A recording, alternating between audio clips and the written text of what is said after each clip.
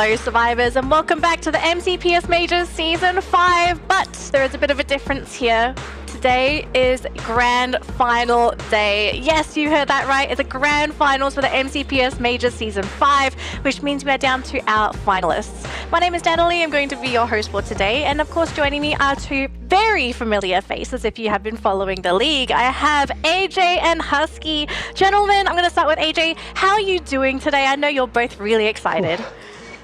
Excited? Yep, that's the obvious one, but I'm super nervous, right? Because for the first time in such a long time at the MCP Majors, we've got just 6 rounds that will decide exactly who the champion is going to be. We don't even know exactly what map the final map is going to be on, so everything's in the mix. Every single match, this leaderboard could change, and by the end of Game 5, we might not even know exactly who's going to be champion. So it's going to be a crazy day, Danny.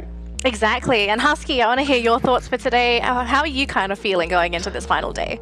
Well, AJ took a lot of the words out of my mouth, but I think one thing that makes it very exciting is that there's a chance we have a repeat major champions in the first time in Free Fire competitive history. And this gives me the Free Fire World Series vibe from Bangkok, right? Where we only have 1 day to find the champions, and we have lesser rounds. We had, I believe, 8 rounds on the world stage, but we only have 6 rounds for major. It's going to be crazy. Yeah, 6 rounds, 1 day. You know, I think a lot of people are also getting used to the whole 2-day grand final business, but that's not going to happen today. It's going to be this final day. Essentially, we could say you can't afford to mess up in any of the games today, because if it sets you, 1 game I think is enough to set anybody back if you're trying to claim the main prize for today. Now, if anyone's wondering what we're going to be playing for, we will show you this on the screen a bit later on, but I think the most important thing, gentlemen, are the 2 spots to the Free Fire Sea Invitational. This is only going to go towards the top 2 teams for today, and unfortunately that's only 2. We've got so many teams competing. Speaking of competing teams, here are our finalists for the Free Fire MCPS Majors. We have Expand, AB Radicals, Farang, Sem9, Illustrados, Twagos. Good job, me. That was amazing. JPT NC, Geek Slate, Quick Reactions, Todak, Udo Axis, TFC Esports, and Tactical Intex.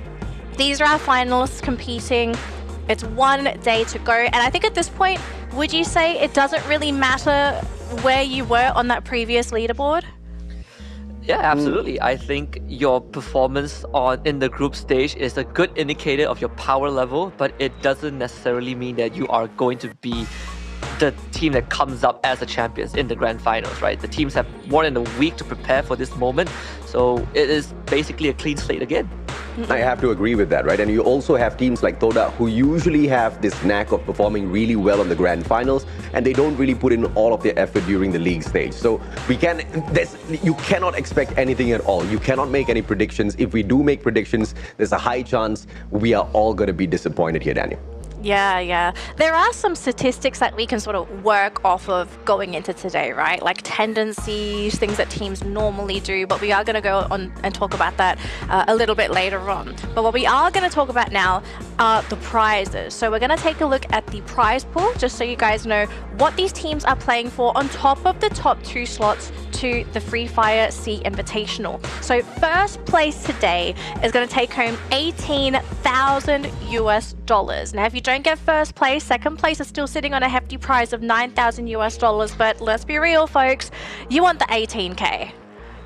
Oh yes, $18,000 US. You can do a lot of things with that money, and also you get the direct slot to the Free Fire SA Invitationals. And there are teams from different regions who have already locked in their slots.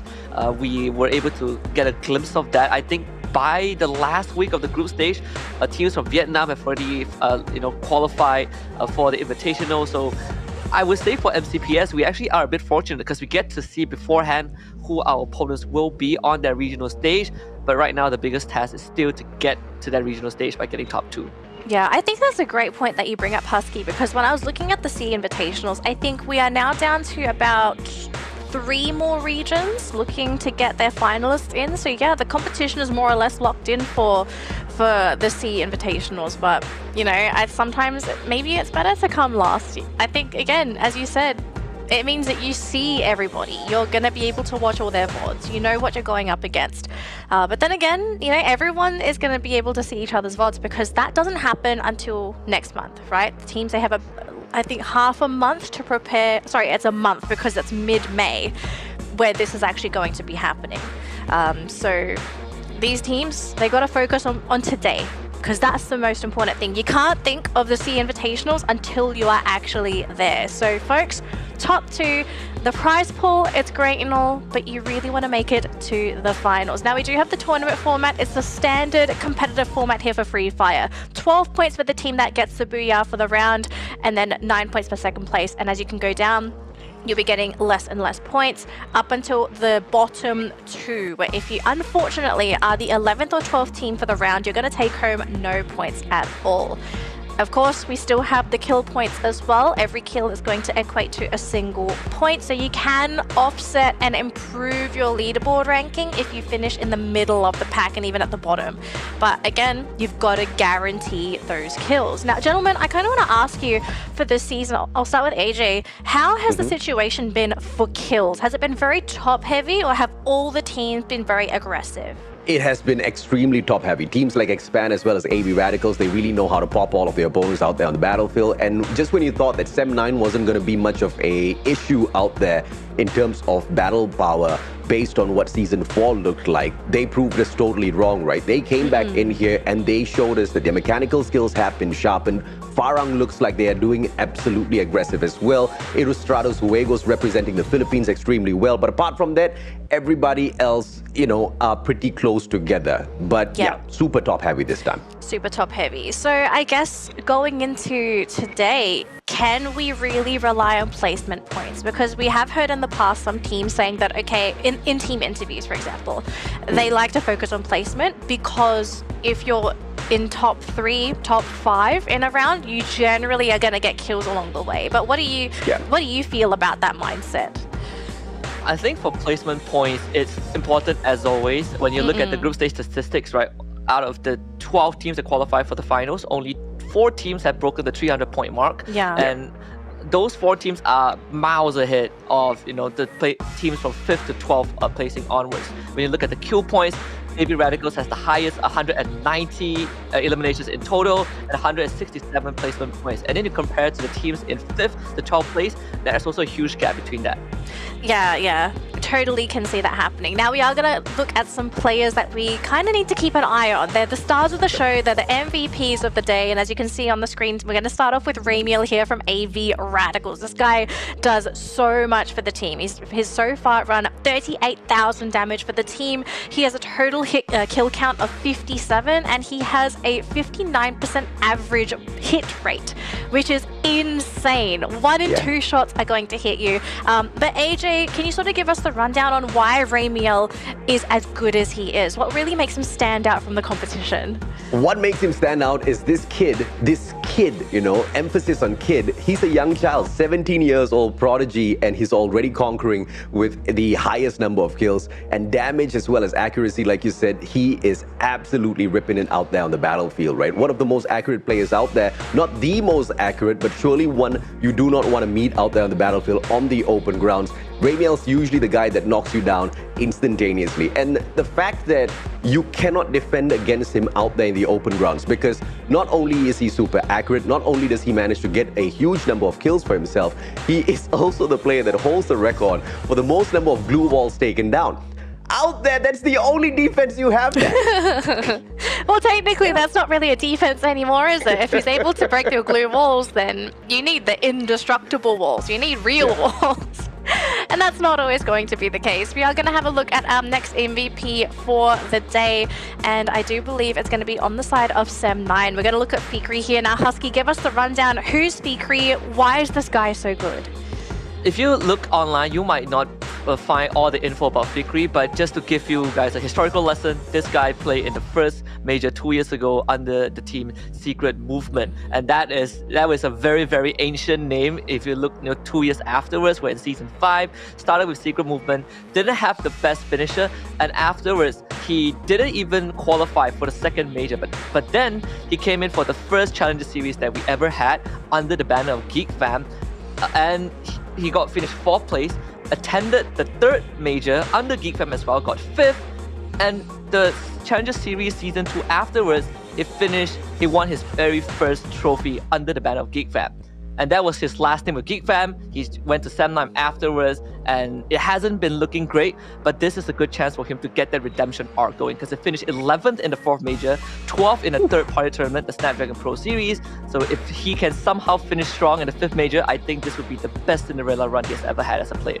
Yeah, I mean, to see that this guy has been so resilient, you would think that as someone that's competed and you qualified for a tournament, to finish in last place, in 12th place, for example, for some people, that'd be so demotivating. You're in a competitive setting with the best players and you finish in 12th. Some players would just quit esports altogether, but to see him rise and say, I'm going to continue, I'm going to keep training, I'm going to keep getting better, this is the reason why Fikri has had this success. He's put the hard work in, the blood, sweat, tears. And I'm hoping, for me at least, to see him show this. Maybe he's going to be an influence for some of the new upcomers, because we are still getting new talent in Free Fire, AJ. I think you're very aware of the scene with all this new blood coming in. Fikri being a amazing influence for these players. I mean, I hope to continue to see him play, because having people like him, he's a relic. I would hate to see him go. Nah, he's not going anywhere, not for the time being. Yeah, he's going to be dominating for a long, long time. And I truly do agree with you, right? The fact that he is like the light that shines the way for the rest of the players to pick up that mobile phone and really prove themselves out there on the battlefield, Danny. Yeah. Now let's take a look at X-Ray. He is going to be our final MVP for the day. He's on the side of Expand, and if you have been following the scene, you know Expand. Expand is the team that's currently leading the charge in kills, in points, and X-Ray, he is a component to that. AJ, give us a rundown. X-Ray, what's the deal with this guy? I mean, this guy is the damage monster from the side of Expand, and what makes Expand really amazing is the fact that they don't have to depend on only X-Roy, but he is the catalyst that makes all of their gunfights so capable. He is the rusher of the team. He usually just rushes on in there, opens up the gunfights, and he's very childish when it comes to the communication with the team. He's also very funny. If you ever sit down and you have a conversation with him, you'll know exactly what I mean. But when it comes to the skills in Free Fire, this guy is pretty much the god of Free Fire in Malaysia, right? He has got amazing battle sense. And the fact of the matter is, it's not that he has got just that game sense to go along and he gives that instructions to the rest of his team members. That's why he's the rusher. He gets in there, he gets awesome number of kills, 53 kills so far. You can see exactly what this for the team, right? And of course, 57% on-shot target. He doesn't really need to stand in one place, and he doesn't need his opponents to stand in one place. You can do whatever you want. You can run, you can hide. He's still going to find you. He's still going to claim all of those elimination points for Expand. Yeah, definitely. Sorry, Husky, I just want to actually ask you a question, right? Because X-Ray, his stats were a little bit lower than the previous two stats. But is this maybe a testament to just Expand's playstyle? Because this team doesn't rely on one guy to do the damage. It's like the entire team carries each other. Yeah, I think he's just a player that complements well with the rest of Expand. That's what makes them so consistent on most of the maps that they play on, honestly. Yeah. All right, ladies and gentlemen, not just gentlemen, because everyone plays Free Fire. Here is the tournament schedule for today. So if you have been following the league, it's going to be very familiar. We're going to start off with Bermuda, then onto Purgatory for match number 2, then onto Alpine, then to Nexterra. We'll go back onto Bermuda for game number 5, and then we have match 6. The random map. And up until this point, we don't know what map this is. This map is only going to be drawn when we reach map 6. So I think a lot of the teams, they're going to come into this game with an open mind, but that match number 6, I hope they're all polished on every single map, because once you jump down there, you don't have much time to think of new strategies. I think it's a very interesting component, right? I believe this is the very first time we had a random map mechanic in a major. Yes. And the fact that there is a high chance that for the last round of a major finals, coming down to just a bad RNG, giving you a map that you're not good on, and that costs you your placements or even the qualifications to the SEA Invitationals. I think there's a lot of things at stake, and these players really need to be at their best, because Battle Royale in general already has a lot of factors that could, switch things up, and the map being one of it will be the biggest challenge. Yeah, and AJ, I know in the past you're always harping on about, I hope these teams have practiced on these maps. I hope they just, I love the idea you brought up a while ago, where having the team just go onto a map by themselves, just explore the map, discover every nook and cranny, and to have to understand all these maps, it must be such hard work for these guys when they're scrimming, because it's not just, we're going to go in there, we're going to knock people out. You have to make sure that you're also playing efficiently. Like, how do they do this even? I mean, that's the basics, right? By now, I expect them to have already sorted out dropping into the map and kind of like exploring every single nook and cranny of it. But you get into the league, you really have to also figure out exactly where the other teams are dropping. So hot drops are an absolute no-no, and some of the teams still haven't caught on to this. So that's going to be potentially an issue here today. Absolutely. Now, we're not going to look at issues anymore. We're going to look at some amazing things. Now, if you didn't know already, we have a watch party and bazaar happening tonight. It's going to be at the SCI Hub Space Rubik's. It's going to be from 12 p.m. to 8 p.m. So if you're interested in maybe hanging out with Husky and AJ, I suspect you're going to be there as well. We will be there right after we crown the champions. We would show up, which means that today I would not be making any predictions. I'm just going to be, because I don't want to catch any flack when I show up in the flesh at the venue. Oh my goodness. Good idea, Husky. Good idea. But I'm definitely going to be there a little bit later on. I mean, 12 p.m. to 8 p.m. today is going to be a day for Free Fire, right, for Malaysians. Whoever who can join that, because I mean, it's one thing to watch it from the comfort of your own home on your screens. It's a totally different thing to go there and watch the whole grand finals with all of the other Free Fire enthusiasts. Yeah, exactly. And AJ, I remember saying this to you. If you want to make more friends in Free Fire, and maybe if you get inspired to try competitive Free Fire yourself, I think events like this are one of the best places to start, because you're going to run into other Free Fire players, and maybe you can form a team. I still think one of the most amazing storylines to ever come out of it would be a team forming and having success, and their origins coming from that watch party. Absolutely. I mean, if you want to go fast, you go alone. If you want to go far, you go together, right? And where do you find these people to go together with? It is at this watch party, because it's just you building a relationship with not just, a couple of extra players, but with the brands, with the organizations out there. For all you know, if you've got the dream of becoming a pro player one day, you might want to start getting to know all of those people who are in charge of picking these pro players for their teams. I'm pretty sure a lot of them will be that day as well. Yeah, exactly. I just want to take this opportunity to just say hi to one of our friends who is handling the watch party. I think Ovi is going to be there. Yeah. So we'll see you in a few hours. Hopefully they're watching the stream. So yes, make sure you're there. We are getting ready to jump into our first map, ladies and gentlemen. And as you can see, it's going to be Bermuda. It's going to be the debut map for the grand final day. And I think it's safe to say everybody is going to be comfortable with Bermuda. So all the stops are coming out, all the shots. If you've been saving strats, it's time to pull it out. But I think we do have to start talking about the teams. Who are we sort of looking out for on Bermuda? Who are going to be the big threats? Who could be the underdogs? I do have a couple stats I have pulled up here for some of the teams, right? So as of now, the team that's pulled off the most booyahs on Bermuda has been Expand with 4 booyahs. NC is actually really close behind them with 3 booyahs themselves. Now, I pulled off averages for their placements for these games. On average, Expand will finish in 3.8th place. Ignore the decimals, but you kind of know what I'm going here. NC, on the other hand, is pulling off an average of 5. But you know who's actually a team that's really close to Expand's percentage? Ilustrados Juegos. These guys are sitting on 4.2.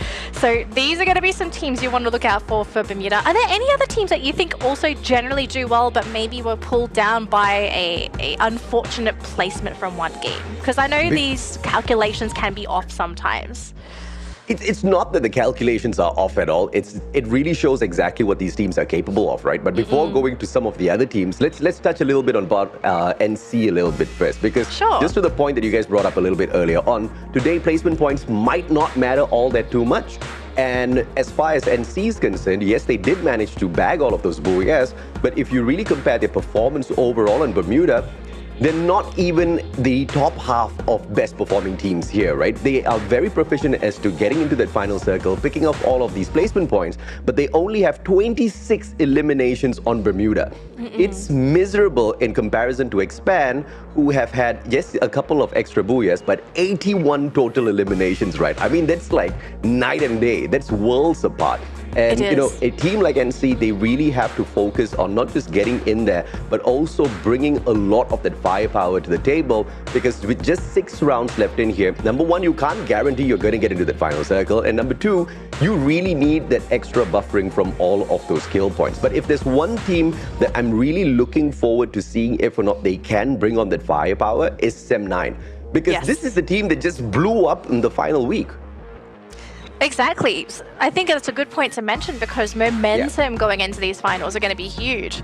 Going back onto NC, Husky, I want to ask your opinion for NC, right? Very successful team on this map. What do you feel like is the biggest downfall for them in terms of not getting the kills? Is the team just too passive? Are they mostly just focusing on placement points? Are they just not looking for the kills? I think the answer to both questions are yes. They are very focused on placement points. They are ranked 5th. Out of the 12 teams in the finals in terms of placement points by the end of the group stage, but they are ranked 8th in terms of elimination points. And it's a big gap. It's a 42-point difference in placements and eliminations. They've been losing a lot of these gunfights. Every time they go into a hot drop situation, they lose most of it. That's something I want to see them improve. All right, well, we are going to jump into our first game in 15 seconds. I'm going to pass it over to our amazing casters, AJ and Husky. Gentlemen, take it away for our debut game for the grand final. Thank you very much, Danny. Ladies and gentlemen, boys and girls, 3 more seconds to the kickoff of the grand finals. We start things off at the classic Bermuda, and I am not expecting any hot drops whatsoever, Husky. But what do you think? Are we going to be graced with a couple of them? I personally think it might happen. We saw some teams really going at it towards the end of the group stage. You know, Sem9, Expand, and AV Radicals. These are the 3 names that would make us sound like a broken record, because they've been performing so much.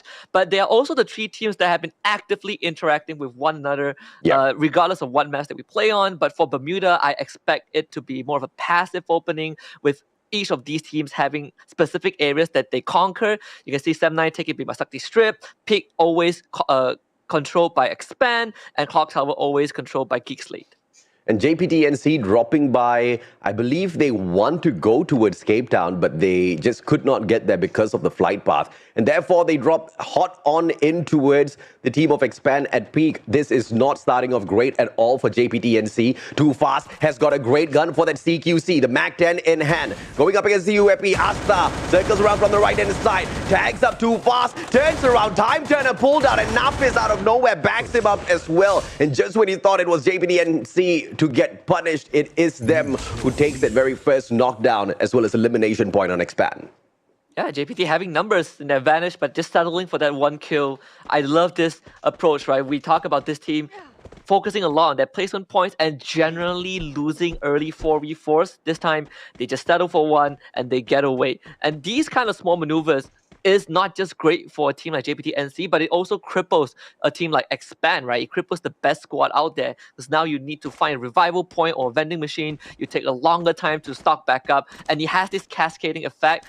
And especially when you only have 6 rounds to determine the champion, these kind of disadvantage, they add up even quicker. They do add up a little quicker. And Too Fast is unfortunately living up to his name, getting out of the lobby a little too quickly as well. Let's hope they bring him back in fastest as quickly as he went out. TFC going up against Team Toda. Kizo's position, not really my favorite. Apix has got his eye on him for sure, waiting for a little bit of backup, but he's the only one who's up front, trying to see exactly where the team of TFC wants to circle around to. Toda doesn't really have a lot of loot on them just yet, so no ambush is possible at the very moment. So they'll have to hang back at Mars Electric and continue this looting process. And if, of course, Apix does get taken out of the equation, there is that revival platform at Mars Electric for Toda to take advantage of. Yeah, TFC used the Seekers, but they didn't follow up, so it's a bit peculiar that they decided to use utilities in that manner. Normally, you want to be able to follow up with your Seekers because your target gets crippled and you have a good chance of taking them down. Either way, the fact that no one went down is good news for both TFC and Toda. Can't say the same for Quick Reactions though. They are looking straight for tactical intact. UAV already sent out as well, I believe by Quick Reactions themselves. You can see Nice Siren in the front line, taking a couple of pot shots ready to start it off. Both Phoenix and Dekos scatter into the wind, but Dekos is in a heap of problems right out in the open. Nice Irene's just doing everything all on his own, right? Tagging up both the players at the very same time, but he's got some suppressive fires being shot towards him as well, and Tactical Index will be able to get out of the fire, but maybe, just maybe, they might get stuck in the hot hands of Seb9 as well as they try to rotate around past Plantation. Apex down already, so that Seeker sent out earlier on, they do finally capitalize. But to what end? Toda still at Mars Electric. They can use that revival platform, but it seems like they are going to go the vending machine route a little bit later on. They're taking a little bit too long of a time here, and TFC is going to catch up with them. And I think this is what we will see this very often for the rest of the day because you only have one day to find who is the champions, right? Teams would generally play a bit safer early on. You don't really want to take unnecessary risks because there's just very, very little margins for error. And TFC, as one of the teams that went from not qualifying to the finals to qualifying in the very last week, it's understandable why they settled for that one elimination. I think it's completely fine. You don't have much time to rectify major mistakes anyway, so you settle for what you can, and I think these little increments would be beneficial in the long run. I mean, it's good on them because they understand where they stand, right? Because overall on Bermuda, TFC is not really the best performing team. I mean, out of the 12 teams, they are ranked about 10th in terms of their performance at this map. So it's good to hold back. Hopefully they can find their way into that final circle. But let's take a look at Expand's average stats here. Average 6.23 eliminations, average damage 3,348. It's nothing much to scream about, but it is more than enough to get you to dominate this map as the leaders. Yeah, which is crazy, right? For a team like Expand, you will look for slightly higher numbers, but this is a team that when you look at the stats, they look average compared to most teams, but they are efficient numbers. It's something that a lot of teams struggle to achieve. And in this case, Too Fast, brought back by his teammates. You have the Glue Wall Buster, so Jembao has no chance of surviving that encounter. Backup coming through very, very efficiently from the rest of Expand, and they get rid of Jembao from the get-go. 2 more members of Farang in that bunker, but they know that this is not a time for them to fight. They just have to find a way to extract the members. Smart partnership by Too Fast as well as Axel. Too Fast is keeping them a little distracted. Axel with the left-hand side flank, that was just perfect to take Jembal out of the equation. Now Expand's players are circling around as well. They want to corner the players of Farang. In the meantime, it's going to be TFC going up against Geek Slate. Geek Slate, one player down and out of the equation already. Yasta up onto the second floor, has to get out of here. Adam just stuck in a tight little corner. Loopy finds Sandrain as well. Yasta turns up and takes down Jump 99. It is a 3v2 situation, and it does not look great for Geek Slate. Yeah, TFC, they split up the members of Geek Slate and they were able to get these isolated pickoffs. Hazik, the third member to get ambushed. TFC playing so well in the first round of the grand finals.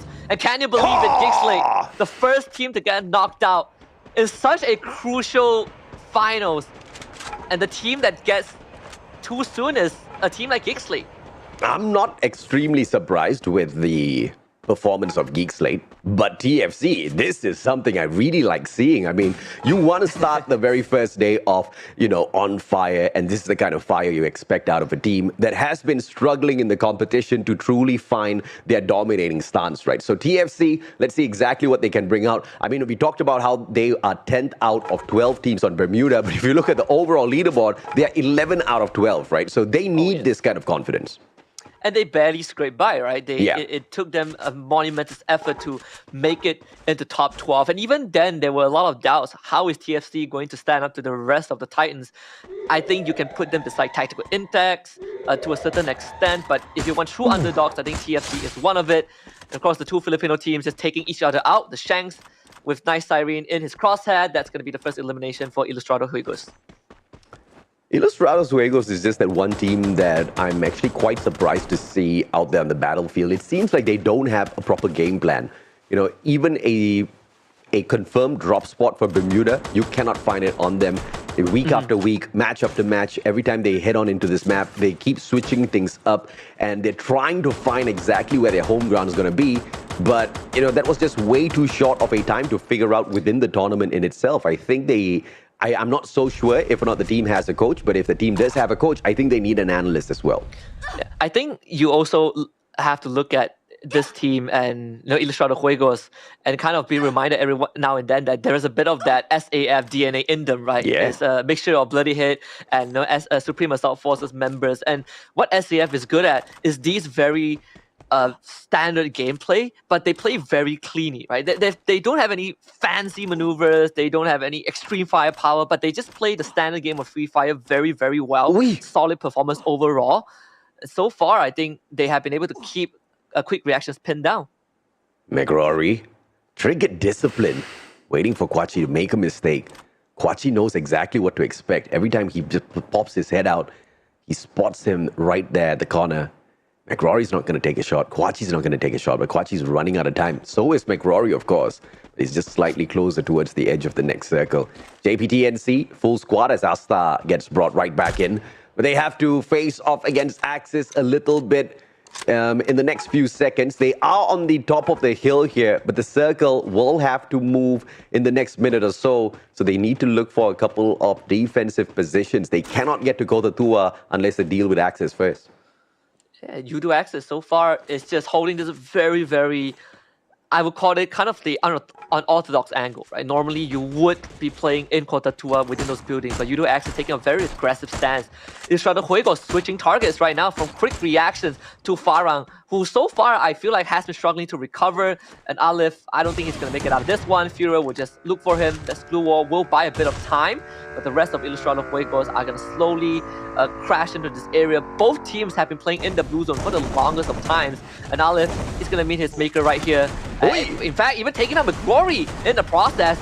He needs to look for a finisher though. I just can't do it.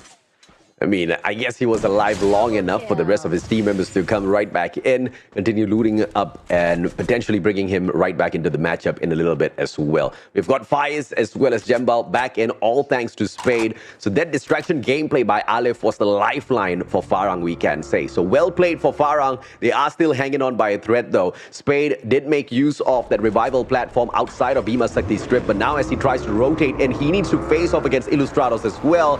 This is going to be quite a bit of a challenge for him unless he can get his hands on a vehicle and rotate long way around into this next circle.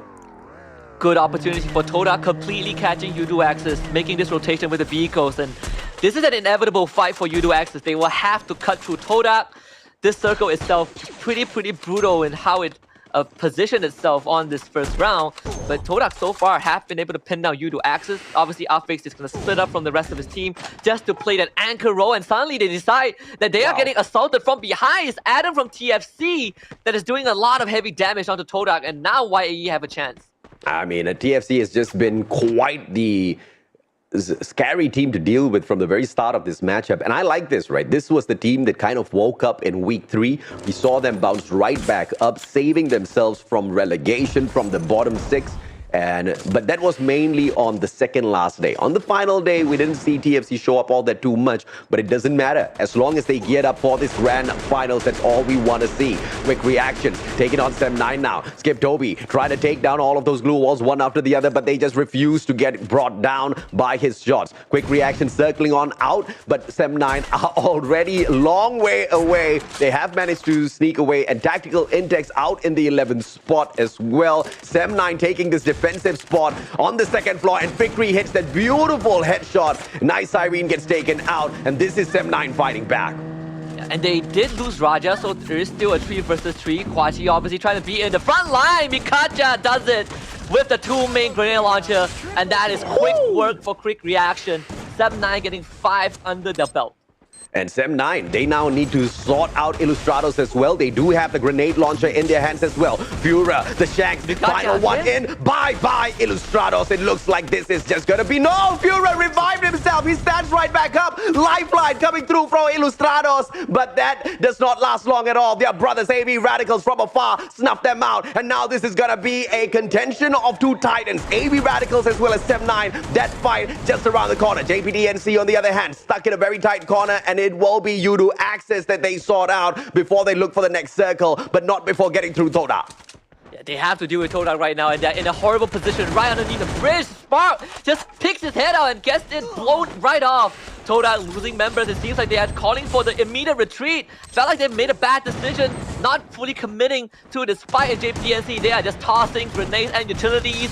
Ace with the second. Todak getting absolutely blasted underneath the bridge. This is not a fight that they intended to take, it seems like. And JPTNC should be able to clean up the remnants of the Swordfish. Todak out in 6th place, and JPTNC with the best performance on Bermuda that we've seen in a long time. Talk a little bit about the underdogs just rising up to the occasion in this grand finals, but we still do have 3 titans. Expand, Sem9, AB Radicals taking on TFC as well as JPTNC. Things have gotten super exciting. Underdogs versus titans, and AB Radicals starts things off against Sem9 first. Noki out of the equation. X-Roy chipping in as well. Expand as well as AB Radicals both aiming for the heads of Sem9. They know if they allow Sem9 to start rolling early on, they will be uncontrollable by the end of this grand finals.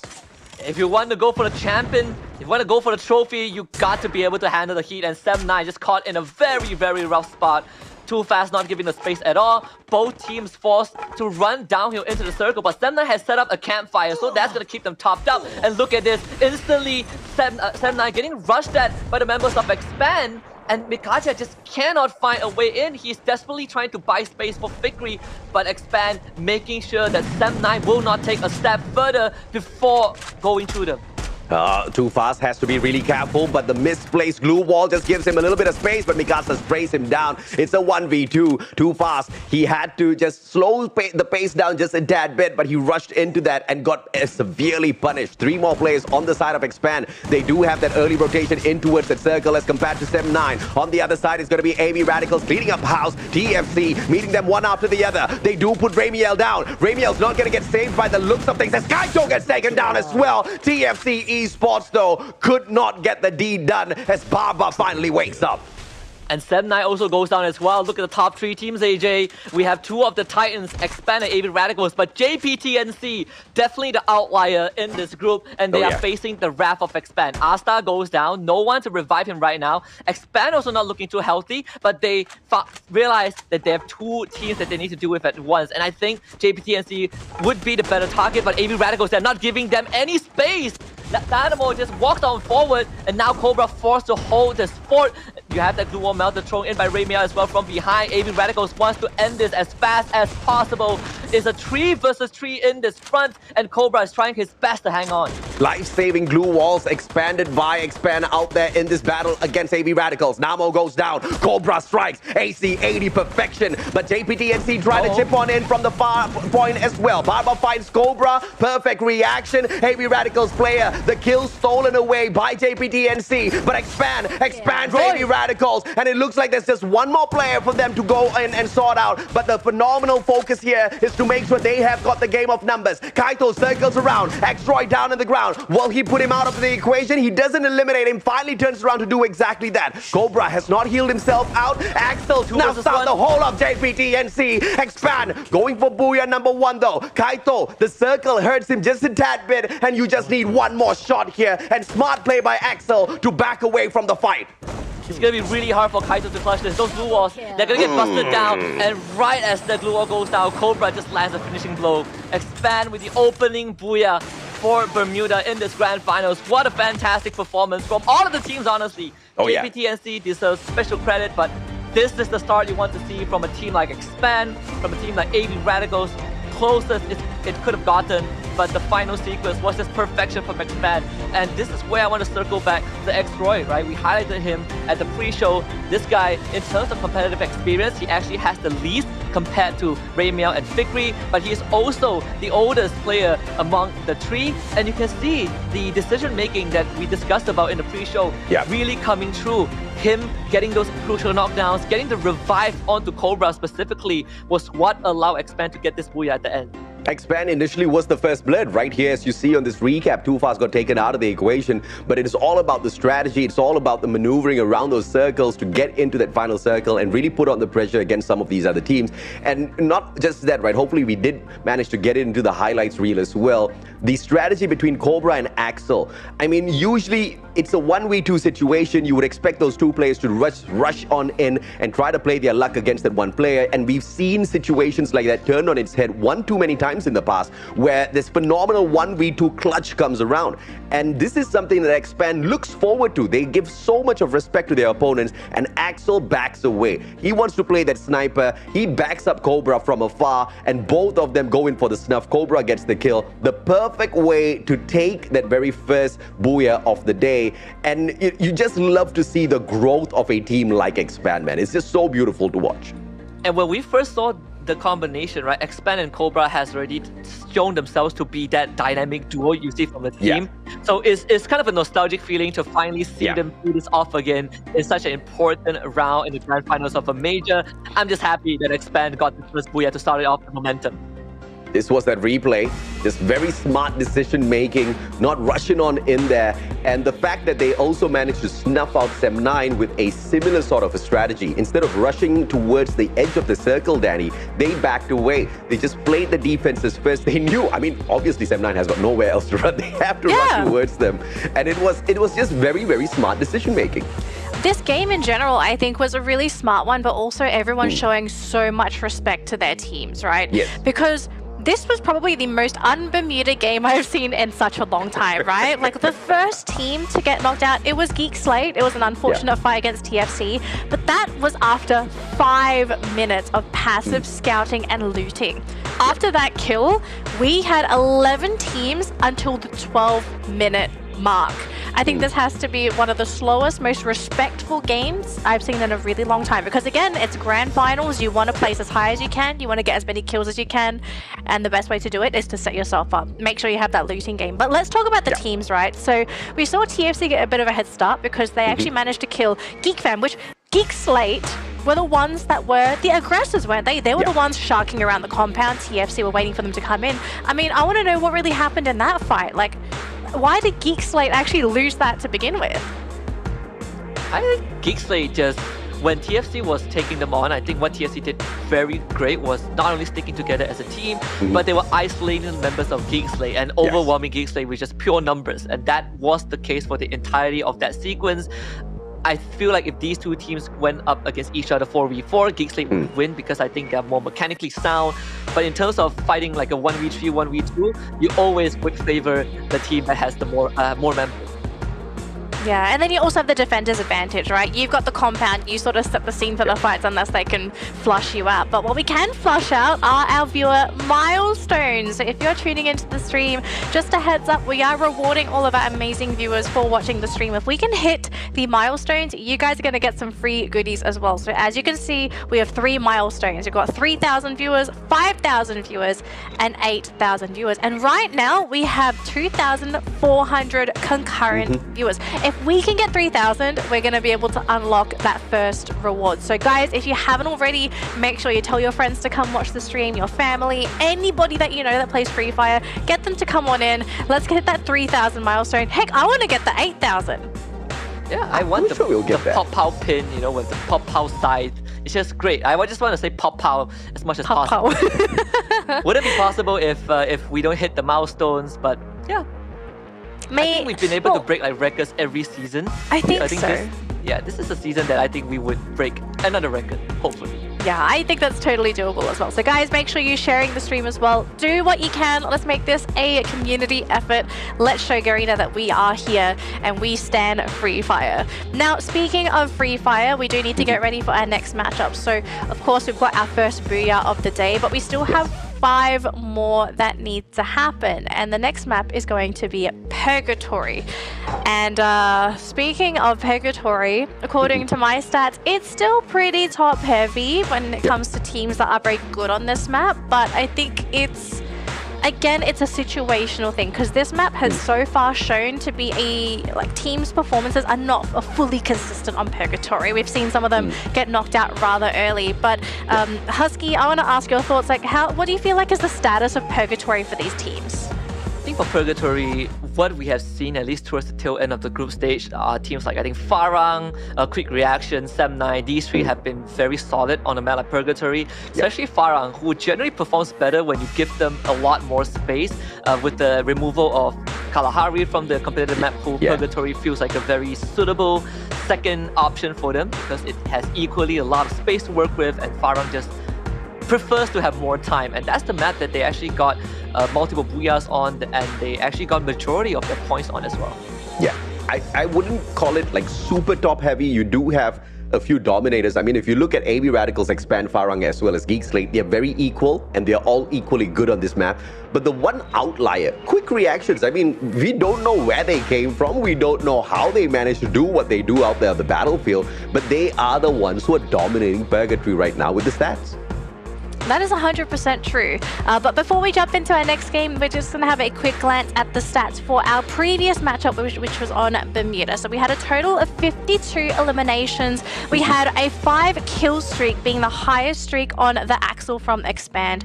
46 headshots, 35,000 damage, only 12 revivals. Because, to be real, guys, this was a really passive game.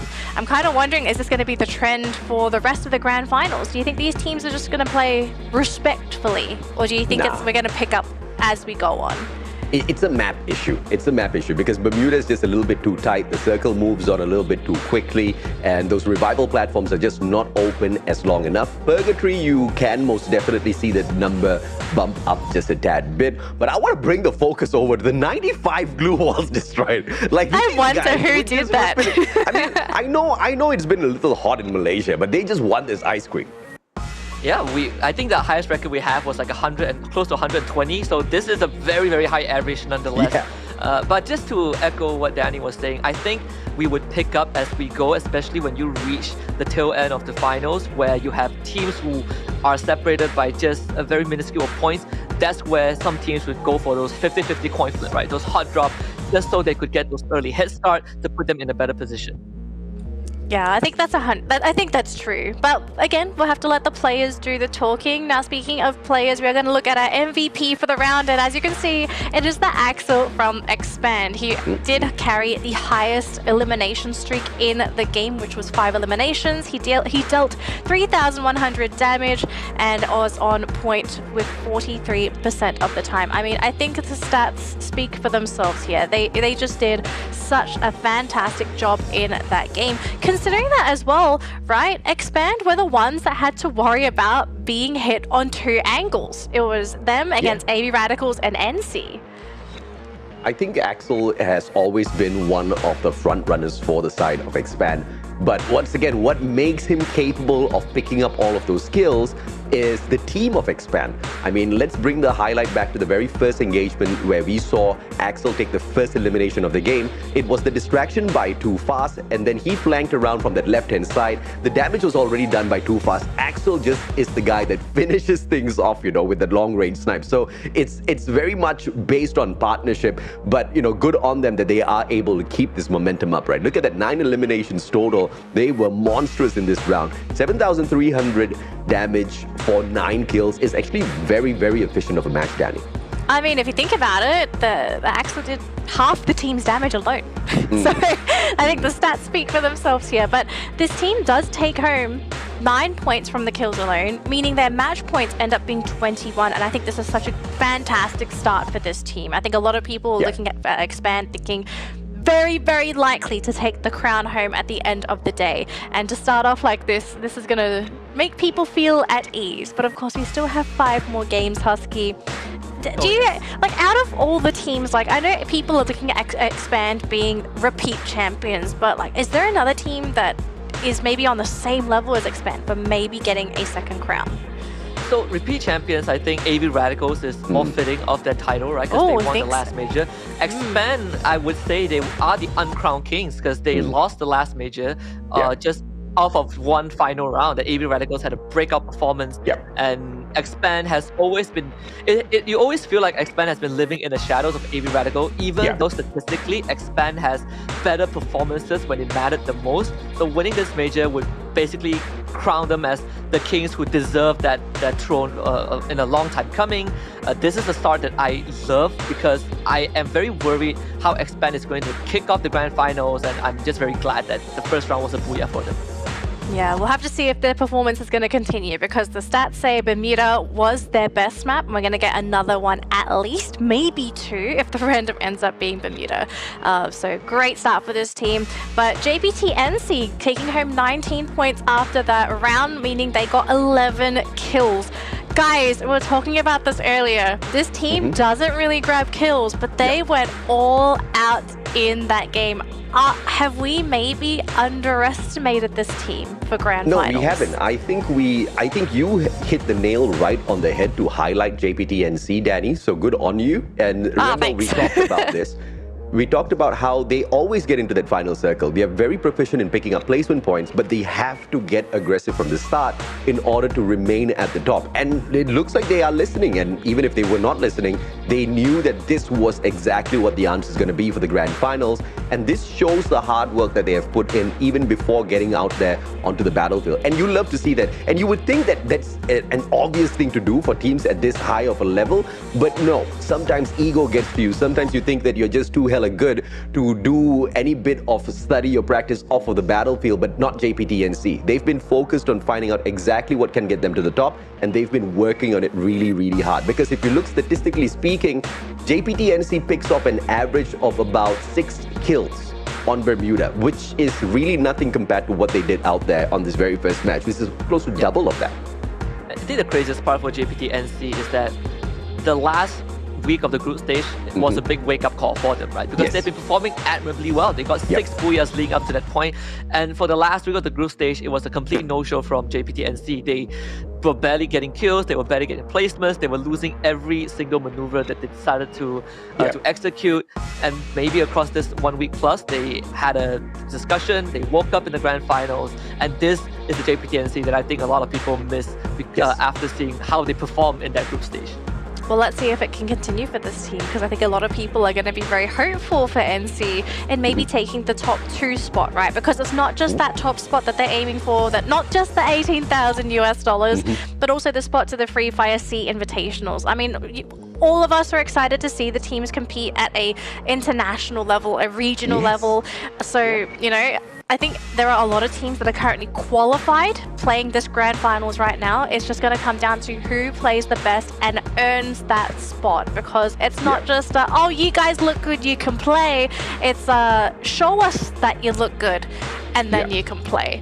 So we've got 5 more games of that to go. I'm really, really excited to see what's going to happen in this next matchup, because I think a lot of teams, after that first game and seeing how things went, there's going to be a lot of time to talk now. You know, you have to start thinking, right, what's going to happen with the drop points? Are we going to go somewhere where we're comfortable with? Are we maybe going to go outside the comfort zone? Maybe pull off the whole changing drop points compared to where you normally would and throw people off, because the data is there, right? There's 3 weekends of data that people have on you, and they're going to realize that, okay, a potentially easy team for us is going to drop here. Why don't we hot drop them? Because we've seen this happen at so many grand finals. It's risky, but some teams are very good at preying on potentially weaker teams. It has happened a few times, even in the group stage as well. I think Semnai, Expand, they, for some reason, always seem to be able to hunt down AV Radicals. And the result so far has been Semnai at the top in most of these encounters. But I think these kind of strats probably is something that JPT-NC would avoid. When you look at this team, right, they have the similar story build-up as Expand, a team that stuck together for a long, long time and just growing with the same roster. This was the same roster from the 4th major, but the last major, they didn't even make it to the finals. They finished 16th in the group stage, and they finished, I believe, 7th in the group stage for this major and made it into the finals and started off in 2nd after the first round. So it's already a very huge improvement for a roster that people just kind of wrote off after 1 season. When it comes to the drop spots, I only have a problem with two teams in the competition right now. Ilustrados Juegos, who are very indecisive as to where they want to take a proper drop spot, as well as TFC. No set drop spots that they really aim for all the time, which I hope and pray they have managed to sort out before getting into the grand finals. But, just to shine a little bit of light on the whole AV Radical Sem9 fiasco that we saw in week 3, it was because prior to getting into week 3, they had, I think, like a friendly scrim outside of the competition. And what happened was AV Radicals managed to get a hold of Sem9, and after eliminating them, proceeded to shoot their loot boxes. So it was all-out retaliation from Sem9 to prove that, hey, you want to shoot us down after you've already eliminated us? Let us show you aggression, right? So they were hunting them down time and time again. I was hoping and praying that does not happen for the grand finals. And I love the fact that Sem9 respected AV Radicals and let them take their own drop spot, and they kind of separated off, because I think, yeah, you can have those ego fights during the league stage just to prove a point, but at the grand finals, it's just way too risky. And AV Radicals were not super serious in week 3 as well, because they knew of the position they held on to. At the grand finals, though, you can't take chances like that, guys. Yeah, I think you definitely can't do it going into the first game. Yeah. Maybe we start seeing those shenanigans going from, I think, game 4, game 5. That seems like You're a very wishing, you're realistic. I'm hoping, because I love seeing those hot drops, get the early action.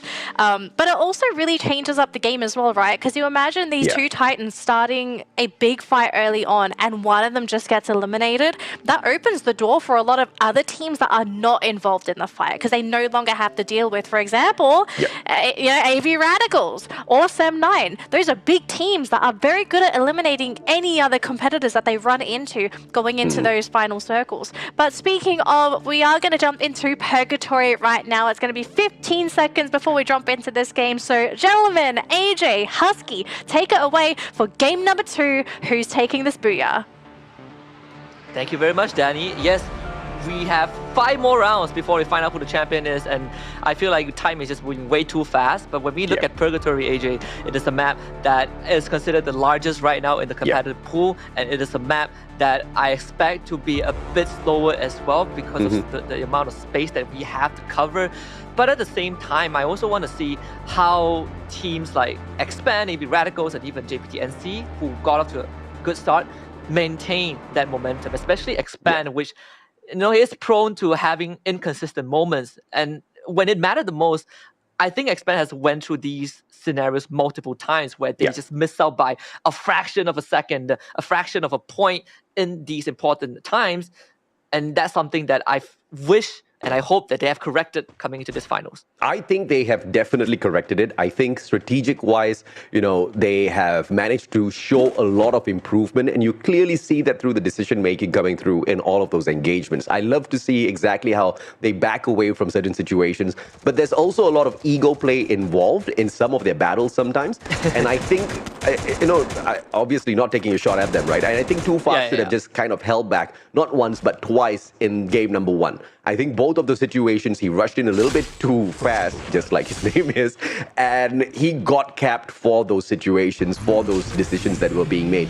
I mean, yes, he could rush on in, but I don't think there's a need to rush on in when you can depend on slightly better rushes within your ranks as well, right? I mean, you could have left it to X-Roy, you could have told Cobra to go and hunt them down, because Too Fast, I've always seen him as one of the best supports. And, there's no disgrace in being a support at all, because how many times have we seen Too Fast save the skin of Expand by being the final survivor, always capable of bringing them right back, always capable of holding the grounds while the team is being revived. He is that sort of a player. So you have to play to your strengths, and I'm hoping to see that happen in the next few matches for him. Oh yeah, I completely agree with that. I think, some ego is something that Expand is a part of Expand, right? Sometimes you look at their identity and you're like, this is the Expand that we know. Absolutely.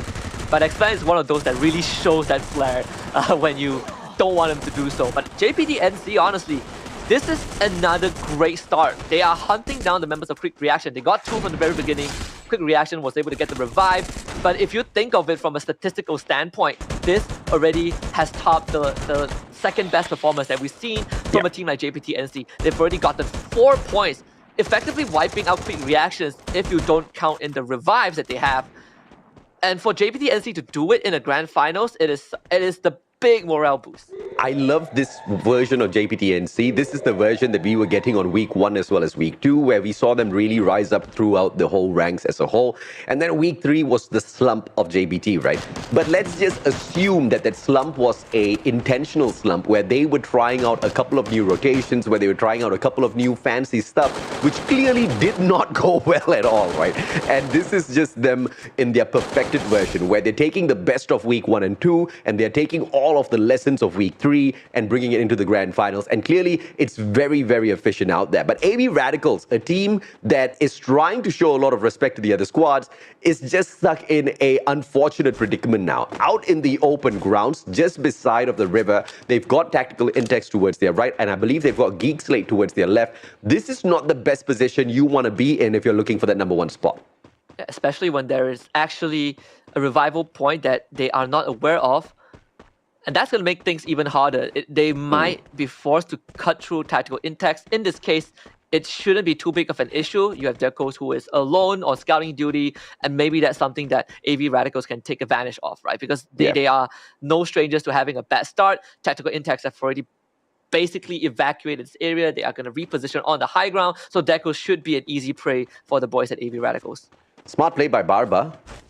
Just slows down his footsteps, make sure he's not going to get detected at all. Deco steps on out. Kaito sorts him out instantaneously. Barba brings Namo right back into the equation, gets a little bit of extra money for the team at the very same time. Ramiel needs to be brought right back in, but they need to earn the coins to be able to buy his soul right back through.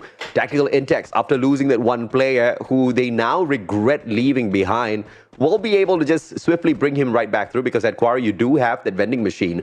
So let's see exactly what the play of Tactical Intex is going to be. I mean, so far, it's just been a play of revivals. Yeah, they had to use a lot of resources as well, right? Getting 2 revivals already. So it will take them a while to get enough for a third. And speaking about AV Radicals, something that I think is very, very impressive, for Ramiel is not only his age as one of the youngest players that we have in the league, but also his accolades across the years. He started in season 1 under VPH Velocity, and that was like his debut where they got 10th place. But afterwards, you see this trend of him just getting better and better placement as the year passes by. Second major, he got 5th place with PXG Radicals, and the third major wasn't a part of it, but the 4th major, he comes right back and wins it. So for someone at his age, I think this is definitely one of the few Filipino superstars that you really have to keep an eye out for. Barbar is going to bring him back into the round. I'm just so very proud of teams like AB Radicals, Ilustrados Juegos, being the guiding light, right? Inspiring all of the other Filipinos to pick up that mobile phone, jump on into Free Fire, because the scene in the Philippines is not as big as we want it to be. And these are the guys who are inspiring the rest to show that as long as you can put your heart and soul into it, you can walk away with a lot of pride for your flag, as well as a pretty fat pocket. I mean, look at the achievement of AB Radicals at the world stage, man. It's the first ever victory for them within MCPS in season 4, and then they went on to the world stage, and they did very decently there as well. And you convert all of those winnings over to pesos. These boys are rich.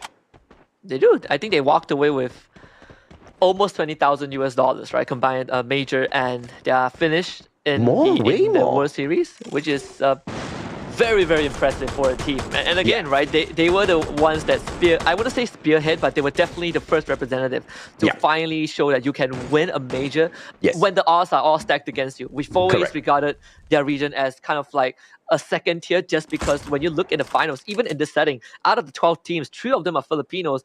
Back in the days, these teams always get bullied by the MY teams, but right now it's completely different. You have a team that won the major, that went onto the world stage and finished 9th place. And for a first-time appearance with little to no, guidance and coaching experience, it is incredibly impressive. Okay, let's clarify. Second tier only in terms of participation, because we have very few Filipino teams joining in. But the quality of the teams, even though few in numbers, is very, very, comparable to all of the titans of Malaysia as well. I mean, the fact that AB Radicals was sitting down in that #1 spot for the longest of time in the league until Expand sneaked it away towards the very end, that kind of just proves that whole concept, right? And Illustrados being able to kind of hang with the best as well really does manage to prove the exact same point. But JPTNC, let's talk about this Malaysian team once again as they continue ripping through team after team. And this time, it's going to be Illustrados. Nafis just needed one more shot to chip in through the air. He's still going for it. But no, Illustrados are long off and away. They're not going to be waiting by to get shot down by the squad. And Ilustrado Juegos, in an attempt to escape from JPTNC, now runs into their compadres again from the Philippines. This happened on Bermuda, and they will have to fend off against Quick Reactions once more. It's just not a good day for these guys. But Quick Reactions, they actually don't have much resources to work with because they were spending a lot of them reviving the teammates. They might have to, just stack Nice Siren at this point, and he's going to take on McRory. The ice grenade does get thrown now, flushing Nice Siren right into the open. Quick Reactions decide that this is a fight that they're going to take, but Rory brought down low. The blue zone is going to start racking up that damage in these low health members. Quick Reaction having control of a revival point, but Rory getting knocked down by the blue zone. Bad news for Ilustrados Juegos. And of course, the kill is taken by Nice Siren. Very smart play by Quick Reactions. Illustrados will continue to peel away. And this all started because JPTNC just put on that pressure on them. Illustrados had to run away as quickly as possible. Landed in the most unfortunate of situations. Could not recover. Circle ate them up. And then, of course, forced them to really run away, tails tucked between their legs. But this revival platform should reset their progress within the match. And I mean that in a very literal way because they've got to go through that whole looting process all over again once those two players are right back in. And we don't know how safe they're going to be outside of the circle as they try to get back into the safe zone later. And that's honestly not too bad, right? You look at the amount of teams we have. We still have all 12 teams. This is 9 minutes in. Just like what we predicted, this is kind of the byproduct of only having one day of grand finals and only having 6 rounds to find out who's the champion. Teams are generally going to play a lot more conservative overall. You have, outliers like JPNC who is hunting everyone down.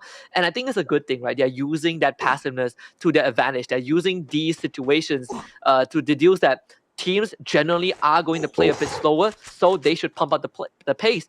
Kind of barely avoiding getting scouted out. And JPTNC continuing this onslaught. And they are going to run into McRory again.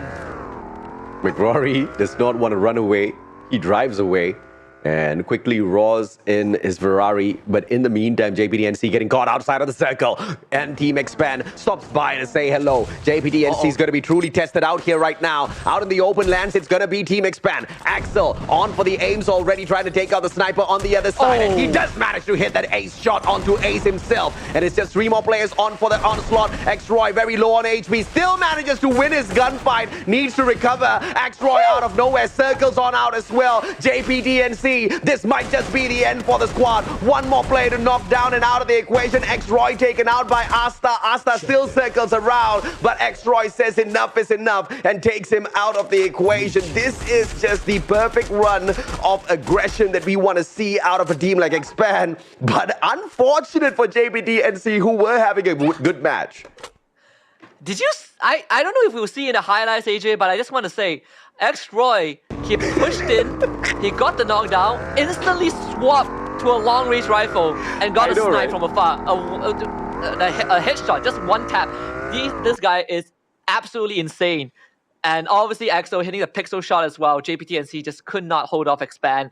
Kind of an expected result, I think, when you look at the statistics of teams going into a 4v4. I think Expand coming out unscathed is what the benchmark is for that team. But of course, eliminating JPTNC gives Expand room to breathe because JPTNC were hot on their heels on the leaderboard, and now they took out the biggest competitor.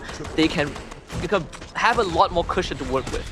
Heavy Radicals being pressured by TFC. TFC has got a great compound here, but now Geek Slate trying to chip on in as well, but distracted by the players of Udo Axis. Sanrain manages to go in for a knock, takes Neptune out of the equation instantaneously as well. They've got the next Circle. Circle pressuring TFC. Circle's going to be pressuring AB Radicals in a little bit as well, and Geek Slate will be able to gatekeep all of them. But right behind stands Farang, holding on to a great compound here just above the river, and they're going to be chipping in player after player. As they run on through, they'll have to deal with his gunshots. Once again, Geek Slate claims yet another kill for themselves. Ashura brings back his team member from the side of Udo Axis, and Geek Slate, they do not stop because this is that small little fishing pool that they get to shoot all of these fishes in. AJ, the Circle is on the bridge. The teams are literally at the fight out in the open right now. You have Expand, Stamina, and Todak coming in from the northern side, and that's where Todak already fighting, engaging in the battle as well. Illustrator's Fuegos coming to go for pickup. Maybe if they snuck off Todak, they are going to have a better chance in surviving the final Circle. Chill does go down, and Furia finds himself basically caught between two members of Todak and a glue wall. It's going to be kind of a long standoff. Todak completely trapped in this building. The cluster is going to be enough. Shank does go down, but Todak still needs to look for the finisher, and Spark comes right in from the corner, finding Shank. Is systematically taking care of Illustrator's Fuegos. Furo also goes down. Illustrator's Fuegos are no more. Yeah, you gotta love those grenade tosses, man. I don't know how Illustrators did not see that coming. No time turner pulled out. They just got bagged. Farang, Toda circles on around, and Toda Spark just barricades himself in, just buying himself a precious few seconds. But you know how this is gonna end. Farang now gonna try to wait for them to come on out through, but Expand from up top. Mother Nature saving Expand's lives. Spade shooting through those trees, through those leaves, hoping to get a little lucky. Cobra flies on in, and Alif grosses him down onto the ground, and the little sneaky snake is going to get taken out of the equation. From the other side of the hill, X-Roy has already gotten that lower ground already. They just need to flick on out and get those shots, but Sem9 chips on in as well from the bridge. Expand just cannot seem to catch a break. X-Roy pushes on through, manages to get a knock, backs away. Farang now, only 2 men left. Yeah, Expand still has a chance. Sem9 is taking full advantage of this situation, but if Expand can somehow make it out of this alive, then there's still a good chance for them to make it to top 3. Farang using the glue wall and also the supply crate to gain a bit more resources. Now finally makes it into the trailer. And Todak, who would have thought that them hiding there would actually be the biggest wins right now? Meanwhile, Tactical Intact takes on Geek Slate, both trading 1-for-1. Todak gets wiped off the face of the earth. Geek Slate has 2 members left, down to 1. Tactical Intact doing a fantastic job as Deco sweeps around the corner. Sandray in a 1v2, tries to clutch it out for his teammates, but Tactical Intact basically have been cornered in this glue wall. Tactical Intact will take care of Geek Slate. Chayala, this shout out goes out to the one and only Haji Yard, this legend of a manager for the Sem9 squad. The tactical repositioning of Sem9 has just been so clean all throughout the competition, moving into week 3, especially this grand finals. Look at that, man. Just understanding the map so well, understanding the circle as well as all of its momentum so well. Onto the bridge now. It's going to be Fikri just holding on to this high angle, try to take out those players one after the other. But this is Sem9 with the Booyah just at their fingertips. They just need to make sure they sort out a couple of more players. Tactical Intex has got the 2 on the other side of the bridge. Right behind them stands Expand. Expand playing the troll though, because they are under the bridge. They need to get up on top. And I think X-Roy just needs to pray that an opportunity presents himself, right? Because at this point of time, I think that it is a given that Sem9 is going to get the Booyah. It's just them cleaning up these kills. X-Roy trying to survive for as long as possible. Noki is just trying to snuff him out. X-Roy still under the bridge. Noki gets rid of Phoenix. And X-Roy now knows that his time is numbered. Probably he's going to try to surrender himself to the blue, but right there finds him. Sem9 getting a very, very easy Booyah in this game too. The race is still on, AJ. The race is most definitely still on. Phenomenal play by Sem9. Once again, shout out to Haji Yard, because yes, these players are getting the deed done, but without a guy like Haji Yard in the background, just formulating all of these strategies for them, I believe it would not be possible for Sem9 to play the game at this level. We've seen this team out there on the battlefield before. We've seen the flurry of mistakes made by this team before, but strategically speaking, they are close to being perfect already. After week 3, into the grand finals, decision-making supremacy out of Hajia. That's the guy. I know that butt anywhere. Sem9, I don't see the face. He just walked away. But that's Hajiyat.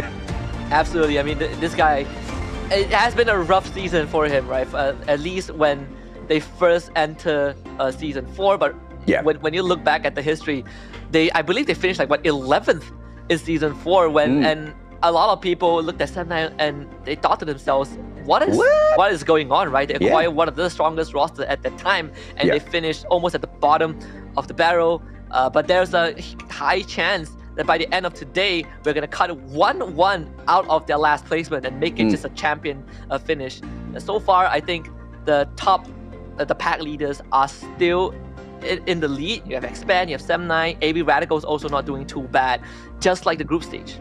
And we now once again get also an extra bit of reassurance for the audience as to why we shine that spotlight onto Xroy. We did mention that it is the whole squad of Expand that makes them amazing, but Xroy just plays the game strategically in a manner where he always gives that opportunity to the rest of his team members. And this time it was that opportunity to pick up the placement points, even though they were at risk of being taken out in the 4th or the 5th spot earlier on. The guy, purely with the game of survival, just has got that map awareness to circle on around, stays under the bridge, stays away from all of those gunfights, because he knows he's going up against a full squad up on top of the bridge in the name of Sem9, and he just gets that second spot away for Team Expand, even though they should have not gotten that. That's Xroy for you. Yeah, absolutely. Just one of the newest players, I think, in terms of like competitive experience locally when you compare him to a lot of other players. But aside from that, he has grown so much as a leader, right? Maybe not the most aggressive player, but definitely one with the most clutch on his team. But Danny, your thoughts on Haji, Sem9, as well as some hilarious moments out there on the battlefield? Look, as soon as I saw that final circle, I just thought, oh my gosh, of course it had to be a freaking water circle. Not completely, because there was a bridge dead center, but I knew it had to have been one of the crazier ones, and I'm so glad we did get a amazing wacky circle for the grand finals. But I think that circle as well, it really showed off the level of the thought process for these teams going into the final circle, right? Because you have to think, okay, there's going to be a bridge. Both teams have access to the bridge on both sides. How are we going to approach it, right? Are we going to go on top of the bridge? We saw Decos camping the top. We saw Expand, was it Xroy under the bridge? We had teams going across the bridge.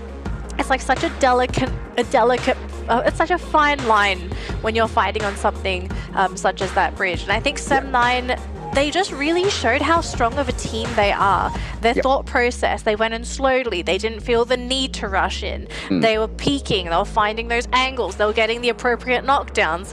And so I think as someone that watched that, it makes you wonder, what are the teams thinking in those scenarios? Because the game happens so fast. You've got a fraction of a second to make a call, because once that call is out of your mouth, you can't take that back. Your teams have heard it. It's like... I know exactly what they were thinking. They were thinking, we should have thought of that. We should have got onto the bridge. But you know, it's not the easiest of decisions to make to get onto that bridge, because you barely have any defenses on there. And yes, you could hide behind the steel structure to a certain degree, but if you're a sniper on the other side with an AWM, you're going to be able to spot the shoulders, you're going to be able to spot the feet. So a lot of things needed to go right for Sem9. So, and they just believed in themselves, right? They went in there for the early rotations. We saw their inventory. They had quite a number of glue walls still to work around with. They positioned themselves in a way where they're not going to get super aggressive, but their snipers are just going to be keeping an eye on all of the battle that was going around. And they were sneaking away kill points even as those fights were kind of breaking around them. So I think from the very start towards the end of that match, all the way until the Booyah, Sem9 just played that so well. Absolutely. Now we are going to take a look at the overall stats for this game, and guys, we've got 100 glue walls, so I think this stat's just going to go up and up and up today. But we still have 62 total eliminations, 20 revives. I think this was more of the average I was expecting for that previous game. I think 8 more than our Bermuda map. 6 was the highest eliminations, which was on the side of Fikri from Sem9. 47 total headshots, 36,000 total damage, 12 rescues, and 75 knockdowns. But this game was definitely, I think, a little bit more on the aggressive side compared to Bermuda, right? Like the teams are getting a little comfortable, they're settling into the grand finals, and now there's some tension and pressure for the teams that didn't do so well in that last round, right? Because they're now thinking that, oh wow, we messed up game number 1, we have to pick it up in game number 2, and I think it's just gonna get tougher and tougher, and that fire behind them is gonna get bigger and bigger as we progress through this grand final. Were there any teams that you thought definitely did much better compared to that previous game on Bermuda?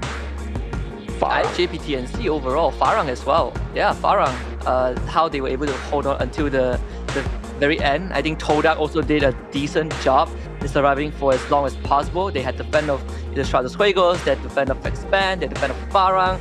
So I think these few teams did well. But again, right, Fikri is the player that we highlighted. And him alongside Raja actually had a taste of what it feels like to win a trophy before. And if they win this one, it's going to kind of complete the collection. They've won a local trophy in the Challenger Series. Now it's time for them to aim for a major. And Fikri and Raja are two of the players that are aiming for that. Yeah, I think that the players are definitely hungry to get that trophy. Because after that, you know what's next? An international trophy. I think that would be such a great stepping stone for Sem9 if they're able to get to that point. But we are still very early in the competition, and I don't think at this point we can really say a team that's guaranteed to take top 2. But what we can say, I think at this point, is that Expand are in a really good position still. Yes, they didn't get the booyah, but they got 2nd place. They were able to get those points as well. I'm not sure if anyone's been counting the points, but what are the chances of Expand just staying in 1st place? Extremely high. I think they will still be in 1st place, but obviously you have Sem9 now that is going to be 1 round away from overtaking Expand.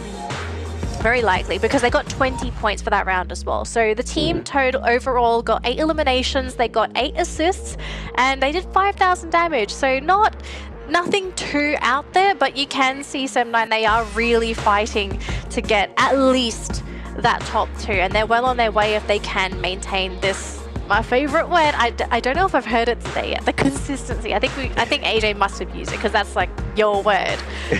Now speaking sorry, go on. Sem9 has been nothing but consistent from week 3 into the grand finals, and you are right, I was looking for this consistent factor from the side of Sem9, and they've proven to us that they can continue this factor into the grand finals, which is my marker to decide if or not this is going to be one hell of a fun day. And yes, it is most definitely going to be a super fun day, Danny. I mean, we're already having fun with the first 2 games. Heck, we've got 4 more to go after this. We're not halfway, but we're almost at the halfway mark, gentlemen, because game 3 is going to come up very soon. Before that, though, here are the match standings from the round that just completed. So Sem9 with the booyah take home 20 points for this round. Expand, although in 2nd place, they still take home 18 points because we know this team loves to get kills, and they got 9 that round. Next up, we have Tactical Intex. Now, this was a big turnaround for this team because if I recall correctly, they ended the last round with nothing because they came in last. What was it, 1 point? I remember they definitely came in 11th or 12th. Yeah, basically. So now they've got 16 points on this leaderboard. For them will be great because it'll push them up towards a higher prize pool. Chances of top 2, quite low. So I think this team is just going to aim to go as high as they can. Another team to redeem themselves, Geek Slate, right? This team was in 12th place last round. So I think we're seeing some really nice redemption arcs for some of these teams. But on the other end of the spectrum, NC, not too happy with their performance this round, and AV Radicals and even Todak. It was a lot of the big teams just didn't really do well in this round. I mean, what do you feel sort of happened here? Was it early engagements, bad positioning? I think for AV Radicals, it was just bad luck in terms of rotating out of their initial drop spot. They got caught in a very unfortunate situation between Tactical Intex, who did manage to bag a couple of eliminations on them, and then of course circling on in, they got eliminated too quickly. But that of course is purgatory. I am very sure AV can jump right back up, but I want to see how much further JPTNC can push this. Yes, it was a bad 2nd game, but it was also an unfortunate engagement with Expand that they had to jump on into, because until that point they were doing very, very well. Yeah, they did fantastic in that first round. Speaking of rounds, we have the overall standings for the first 2 games of the grand final. So Expand, I think a lot of people expected this, 1st place. They were able to take it in that first game. Yes, they got second in the second game, but they were able to also nab 9 kills in the process. And with those points, it's going to keep them in first place. Sem9 hot on their heels, just 4 points behind. But after that, though, after our top 2 teams, we have a big gap from the remaining teams participating in the finals. NC, AB Radicals, 23 and 22. They have a lot of work to do if they want to make it to that top 2. On the other side of the leaderboard, you know, there's a lot of other teams that are also wanting to get top 2, but things are not looking great, and we only have 4 more games to go. Like going into the next 4 games, it almost feels like Sem9 and Expand actually need to crash and burn to give some of these bottom teams a chance, or the bottom teams have to grow some wings and fly. Yeah, I think it's fair to say that at least from the first 2 rounds, you know, you can safely conclude that Sem9 and Expand are the 2 consistent teams for now. Both rounds they made it to top 3, right? And both teams got 1 booyah each, and they are only 4 points apart. I hope it doesn't turn out to just be these 2 teams fighting for the trophy towards the very end. Obviously, for teams like AB Radical, they had 1 good round, 1 poor one. Same for Farah, same for JPT and C. But there is still a chance for them to shoot back up in the leaderboard. They just need to be a bit more careful with the circumstances that they put themselves in.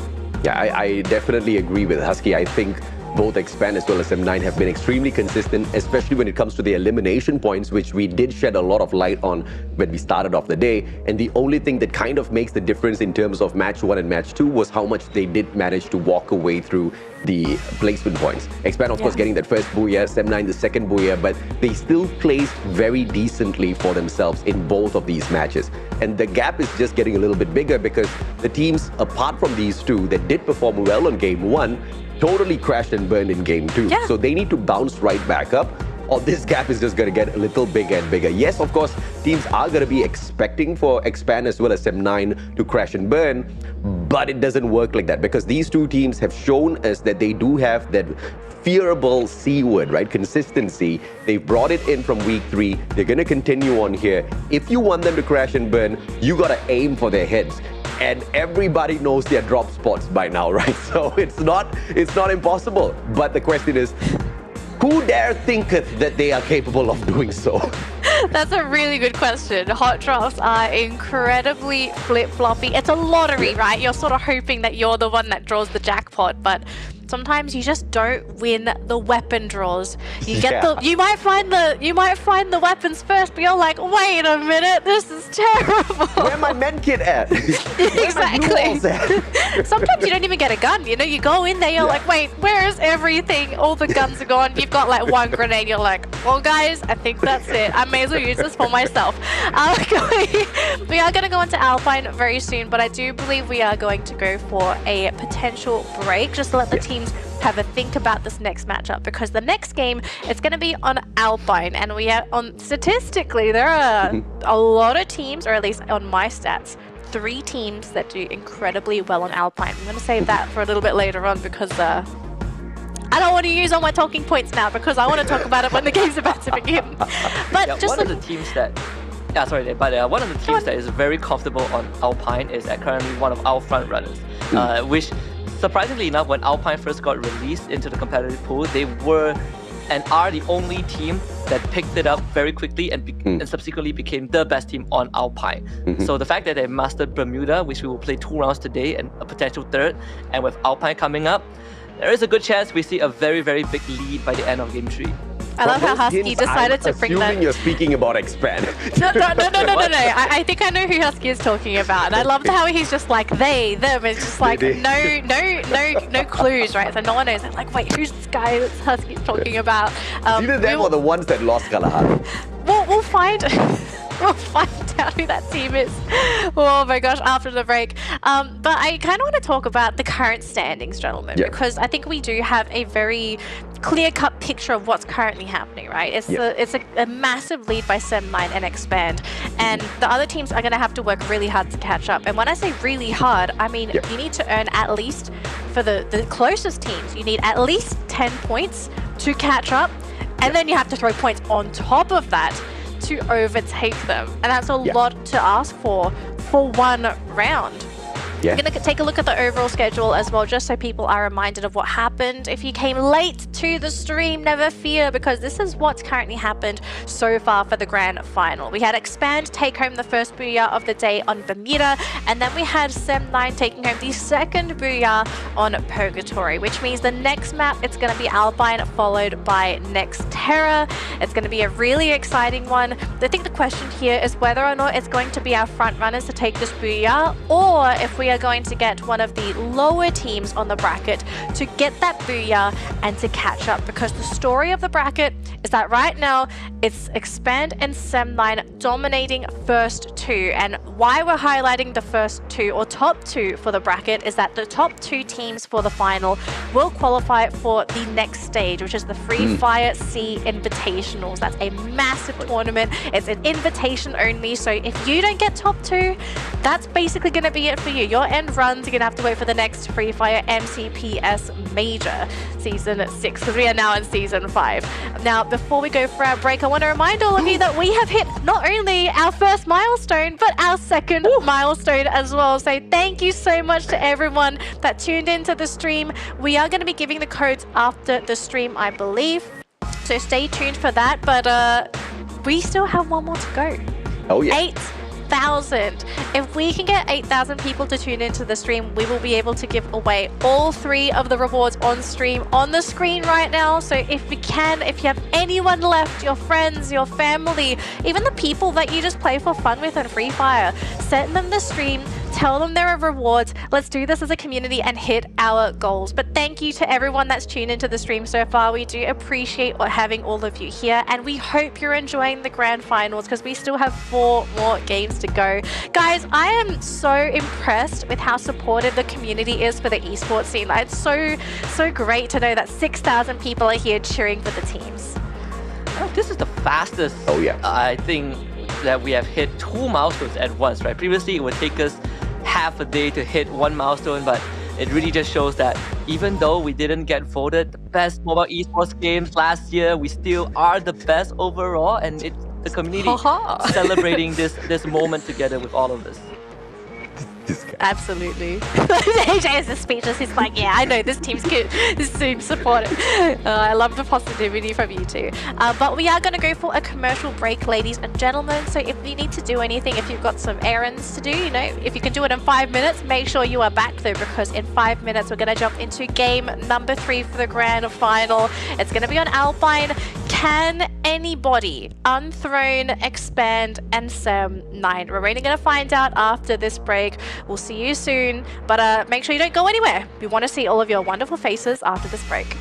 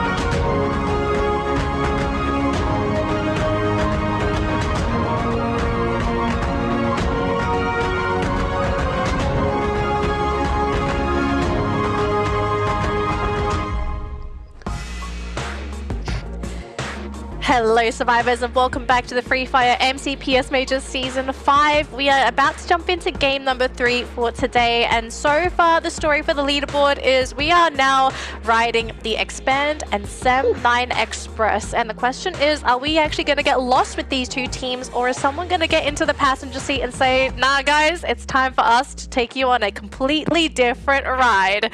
AJ, Husky, I know you two are very excited for this upcoming matchup, and we kind of alluded to a couple of teams that we needed to look out for, right? Statistically, there are some teams that do really well on this map, and especially for Alpine, I'm gonna name drop a couple teams here. These teams do very well.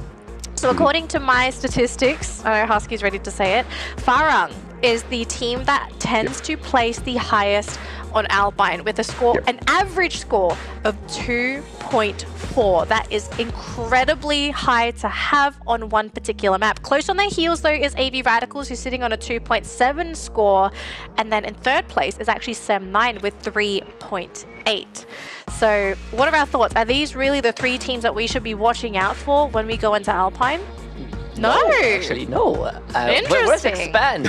That's the best team on Alpine. Come on, Danny. So I pulled up the averages for Expand. Their average is actually 4. So statistically speaking, they are the 4th best team. Which is on average. Which is crazy, right? Because the Farang, like Expand not being in top 3 of the average stats, but overall in the bigger picture, they actually are one of the best teams on Alpine, and this is where I think is something that has been haunting Expand for a long time, which is sometimes you put them on their best map, but it's also the map that they are least consistent on. But when they have a good time on Alpine, they basically just rack up the most points and no one could stop them.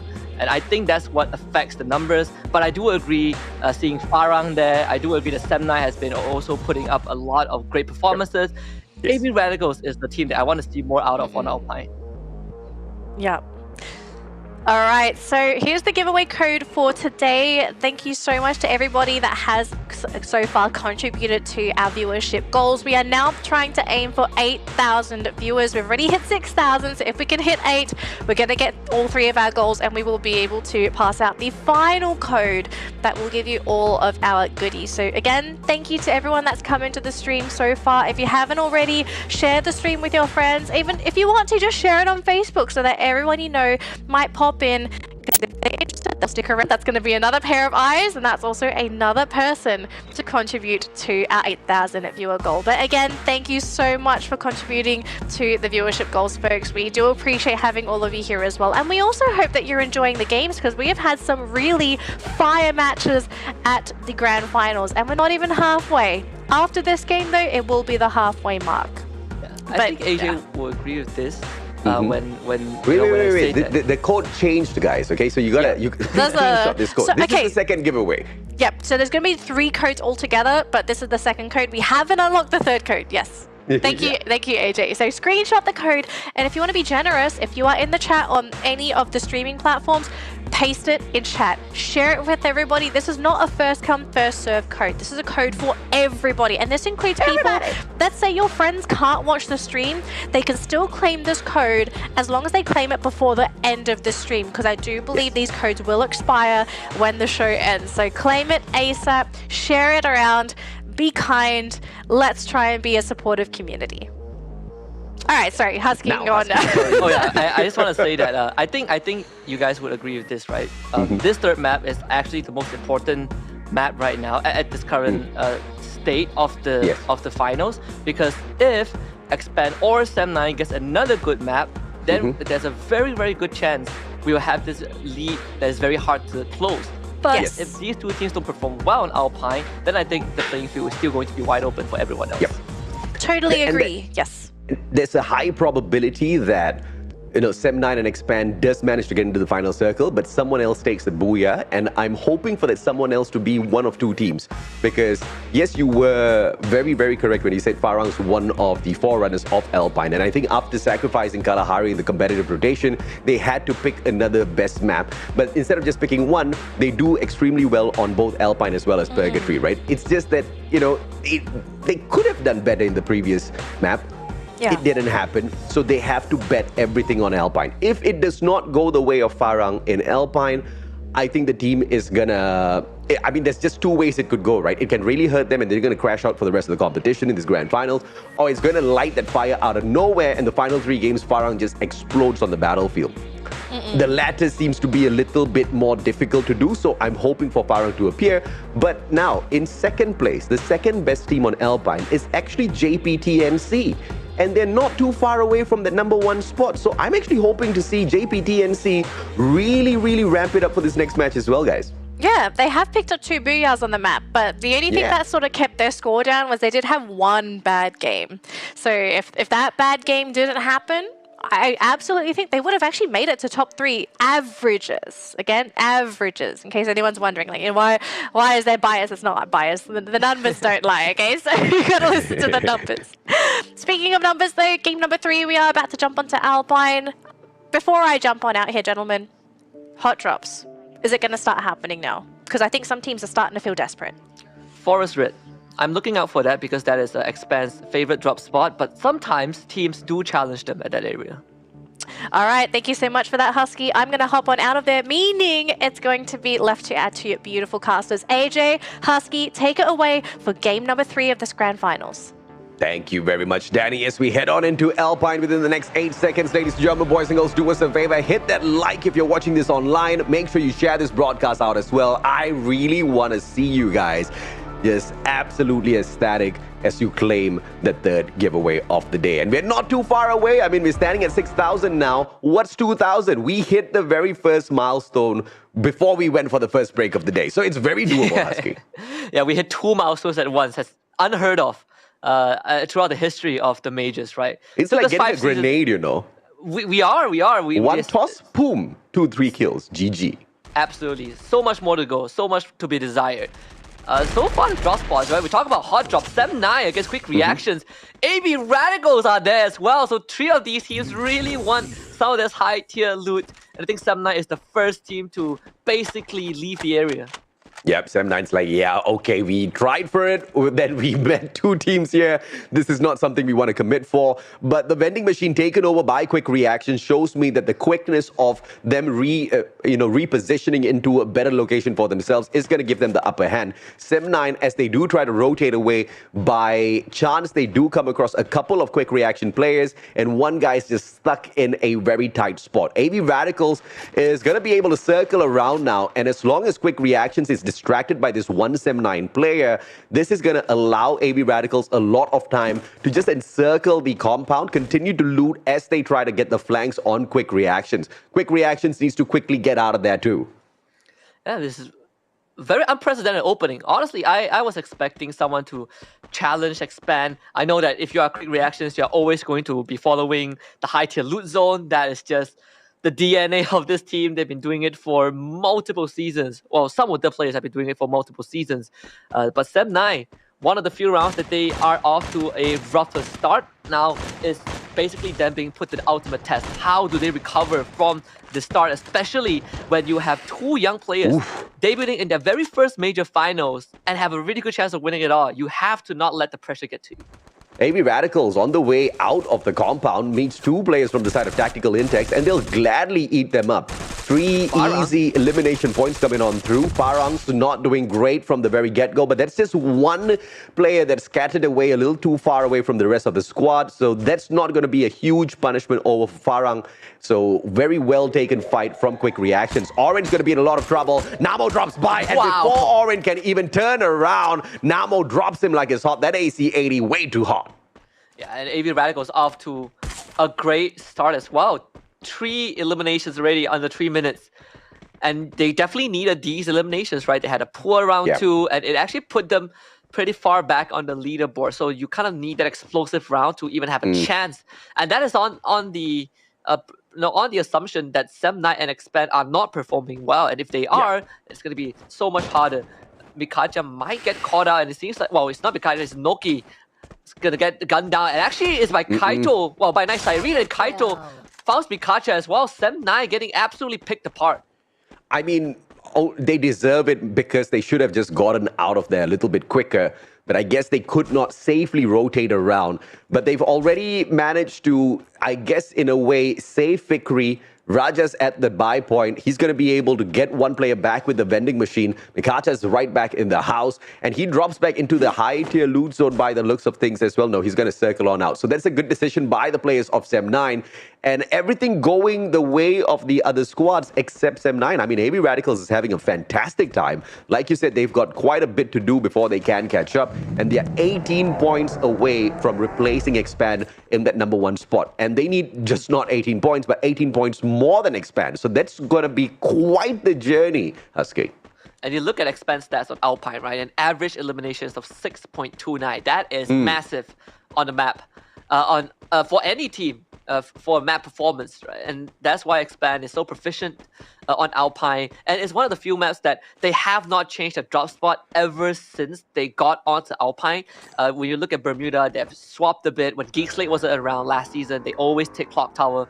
Right now, they take Peak. When you look at Alpine, it is Forest Raid, ride or die. If you want to take over Forest Raid, you better make sure that you step over the dead bodies of Expand. And so far, no teams have been contesting them. They're going to get so much resources to prep them for the rest of the map. It's a slowed down pace here because Quick reactions, all players aiming for Raja from Sem9. He knows exactly where he is. One ice grenade is going to be tagging up Raja. Raja has to move. But here comes Skip Toby just to finish things off. Skip Toby, a little bit of an error, but he doesn't need to worry because Shin is right behind him and they do manage to nail Raja down into the ground. Quick reactions with the 4th elimination point picked up and they are on a roll for sure. Hopefully quick reactions can of course pick up a few more for themselves because at the moment they are not really sitting in the best of places. Right, they are dead last on the overall leaderboard with only 3 points picked up from over 2 matches. They need a lot of points to climb back up. Yeah, having a rough time so far. And Quick Reactions was, I believe, out of the 3 Filipino teams, they are, in terms of ranking, they're definitely the lowest, but it still puts them in top 8 by the end of the group stage. So they're definitely not a bad team. They just struggle to find some of those magic every now and then. Geekslate obviously getting gunned down by TFC, but it's just Adam. He is out there alone, so nothing much was lost for Geekslate. TFC continues to move on out of there. Losing 2 players initially put them in quite the unfortunate situation, and now Adam has to be brought back as well. That's just going to deplete a little bit more of their resources way too early in this Alpine map, so hopefully they can gather their thoughts and get into a better position and not get into a lot of gunfights as they do continue looting up the areas for themselves. If that does not happen, then TFC is going to be in a lot of trouble. Pedro from afar. Barba gets knocked down onto the ground. No finisher coming on through just yet, so that's going to be a quick pickup coming on through. Barba's going to be really important, especially in a position like this, going up against Team Toda. That Groza is going to come in very, very handy in these long-range fights. UAV actually sent out by U2Axis, I believe. Going for a very far journey as well. Toda aims, just runs down Barba, not giving him any chance at all. And AV Radicals calling for an immediate retreat, but Toda hot on their heels. Pedro moves on forward, sensing that there's a secondary member, and he gets us right. The Namo also goes down. Afix does drop to Barba's trip mine, but it doesn't really matter too much. AV Radicals have no more resources to fight this. Ray Meow might have to be fed to the Sharks as well. So AV Radicals put on the back foot, just like Sem9. Let's see if not AV Radicals can save themselves from this predicament. Didn't turn out all that too well when they were left with 2 players in match number 2. And now in match number 3, they split apart. Ramiel and Kaito Chill on for the hunt. Kaito might just lose his life here because it's a 1v2. Kaito needs to hold on for his dear life. AV Radicals just got a little too aggressive at the very start, and now they pay for it. This is going to be Chill hopping off the car just first. And he is going to be followed up by Afix as well. Kaito goes down. Amesy gets that easy takeaway from that elimination point, leaving just 1 more player in the name of Ramiel, but he gets to the vending machine before the rest of the squad does catch up. He's going to be able to buy a couple, buys the whole squad back. There you go. This guy is baller, and he just cashed in. Yeah, basically kept his entire team in the game. What a savior.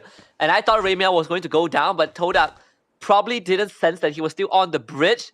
But this drop, oh no, this drop is going to be deadly. Ramiel just brought all of them back. They're going to drop right into JPTNC. And if AV Radicals loses all of these 3 members, this round is going to be pretty much done and dusted. And they've already lost 1. Quickly realizing that this drop was a horrible decision, Barba is going to get hunted down as well. JPTNC should get a couple of free kills. Like I said, JPTNC, one of the more proficient teams on Alpine, and they're really making themselves shine by taking out a couple of players from the side of AV Radicals. And these guys just got back into the matchup. And as quickly as AV got back in, they're getting taken out of this lobby yet again. Geekslate, I believe they are going to get shut down by Ilustrados Juegos. 1 more player in the name of Sandrain, and he gets taken out as well. And that is the end of the run for Geekslate. And this is the rise of the Ilustrados. There's a high chance that Geekslate won't be able to recover from this. Out of 3 maps, 2 maps that they finished first, they got knocked out first with 0 points. They didn't even get a kill in the process. Yeah. Incredibly devastating result so far for Geekslate. Ilustrados Juegos holding on. That's exactly what you want to see. The SAF special, just meticulous team fight that they take. But Glory as well, and the Shanks doing mad work. Quick reactions. Nice Irene. Spotting a few members of Tactical Intact. Barely getting some chip damage on them though. Tactical Intact still playing on the outside of this compound. Nade, it's all about the timing. It's just a nice grenade. Just going to be keeping them off of that entrance for a little bit. But both of these teams needs to hustle just a little bit. Quick reactions a little bit more than Tactical Intex. Tactical Intex has already found a good position within the circle, and therefore Quick Reactions needs to squeeze on in as well. They do exactly that, but they're just being funneled into a tight little spot for the players of Tactical Intex to just fish them all out. This is like shooting fish in a barrel. So Tactical Intex is going to be the ones with the upper hand, but not much of those tacticals. Those grenades are not going to get tossed in the flurry by Tactical Intex. It's all about the gunfights, and this AC-80 Mag 7 combination by Zapnu is very critical, but he switches out his gun at the wrong time, gets clipped, has to back away, and Quick Reactions now gets the upper hand. Yeah, Quick Reactions, they've set up a fortress with those glue wall. Kwachi in the front line with Toby helping him. Orin tries to slip right through to the back, and this is going to be really crucial for Tactical Intex as it pins down Nice Irene. Kwachi on the floor, Toby picks him up, Shin gets thrown up, and Orin! Oh, this backstab! It actually is working out. He's doing mad damage to Quick Reactions. Skip Toby on the ground, Kwachi low, but Toby gets brought back up again. ITX just cannot find the finishers, and the battle of attrition seems to be favoring Quick Reaction. Nice Irene gets traded out, but Orin finally goes down, and Phoenix expires. Quick Reactions holding on for just long enough to survive.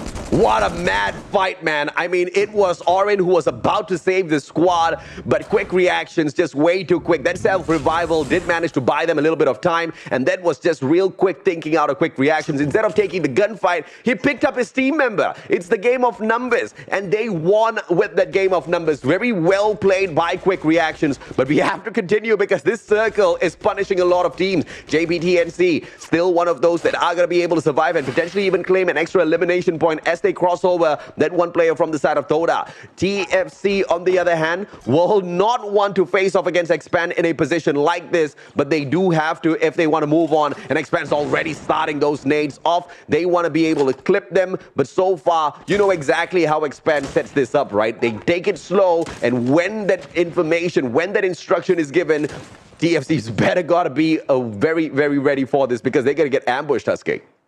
If they can take out Axel, there's a good chance that TFC can just go straight in for the rush because Axel is holding that southern angle and he's actually isolated with his own. This time he won't have Cobra by his side.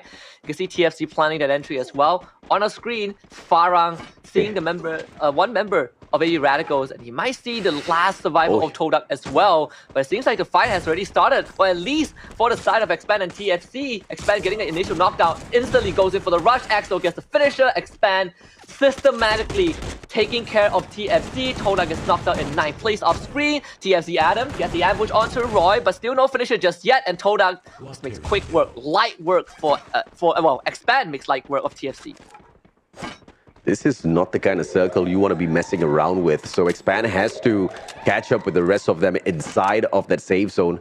X-Roy just tinkling around with that crate before he can catch up with the rest of them. Illustrados Uegos with the desperate maneuver to climb up the leaderboard a little bit more. The last time we spotted them, they were dead in the 11th spot. They need a massive 29 points to rise back up to contend for that #1 spot. Illustrados have not been the most aggressive team within the competition, but if they want to start, now's the best time to start. Expand snuffs out the final player of Sem 9. You know exactly what that means. That means they are going to be able to not just hold on to the #1 spot, but hold it with a lot of advantage above all of the other teams. But that is contingent on them making sure they get into the final circle as well as that booyah, because if not, JPTNC is going to be able to catch up. Absolutely, and Expand, they actually fire a couple of shots at Illustrados Juegos as well. And Farang also made contact with Expand. So now we get to see Expand dealing with multiple teams at once again. Quick Reaction, in fact, is going to be on the receiving end. Illustrados Juegos with the cluster, absolutely bombarding JPTNC. Yazi couldn't hold that. Asta also in a lot of heat, trying to put up those blue walls, but those ice grenades and those frags is way too much for him to deal with, and there's no chance for him to make it out of this alive. Zhenbao even steals the last kill away. JPTNC no longer in this game. JPT no longer in there, but the dominators of this map, the one and only Farang, circling on in. This is going to be a big fight for Expand. If they want to put the foot of dominance in this grand finals, they also need to snuff out Farang, who are very confident on Alpine. Expand finally takes on the initiative to go in for that fight. X-Roy pushes on fourth as the rusher of the squad. Can he open things up? He's got a level 3 shotgun in hand. The damage out of that shotgun is going to be absolutely deadly. And look who's right behind that tree. One with Mother Nature. The one and only Axel Oh, the with the grenade. AWM long-range shots is going to be very punishing, but Farang does not want to engage. They back away. Glue wall melter after melter. X-Roy pops them and then backs away. No more defenses from afar. Illustrados, they managed to take Arpic down, and it's now up to Axel. Axel needs to chip in as well. McRory throws a flurry of grenades, and he doesn't care exactly who he chips. He wants both the teams. And look at Expand. They just moved away. They're gonna let Ilustrados Juegos take care of Farang. Expand just wants a circle. And now they move behind Ilustrados Juegos to play the perfect game of Free Fire right now. But Rory gets sniped from behind, and there's nothing that Ilustrados could do. Now they gotta deal with Expand, and it buys space for Farang. Just so good in terms of the tactical decision. Farang now gets the pincer Ilustrados Juegos. The mastermind was Expand all along. They're using these teams to take each other out. Cobra finds a Fire, Ilustrados Juegos no more in this round thanks to Expand.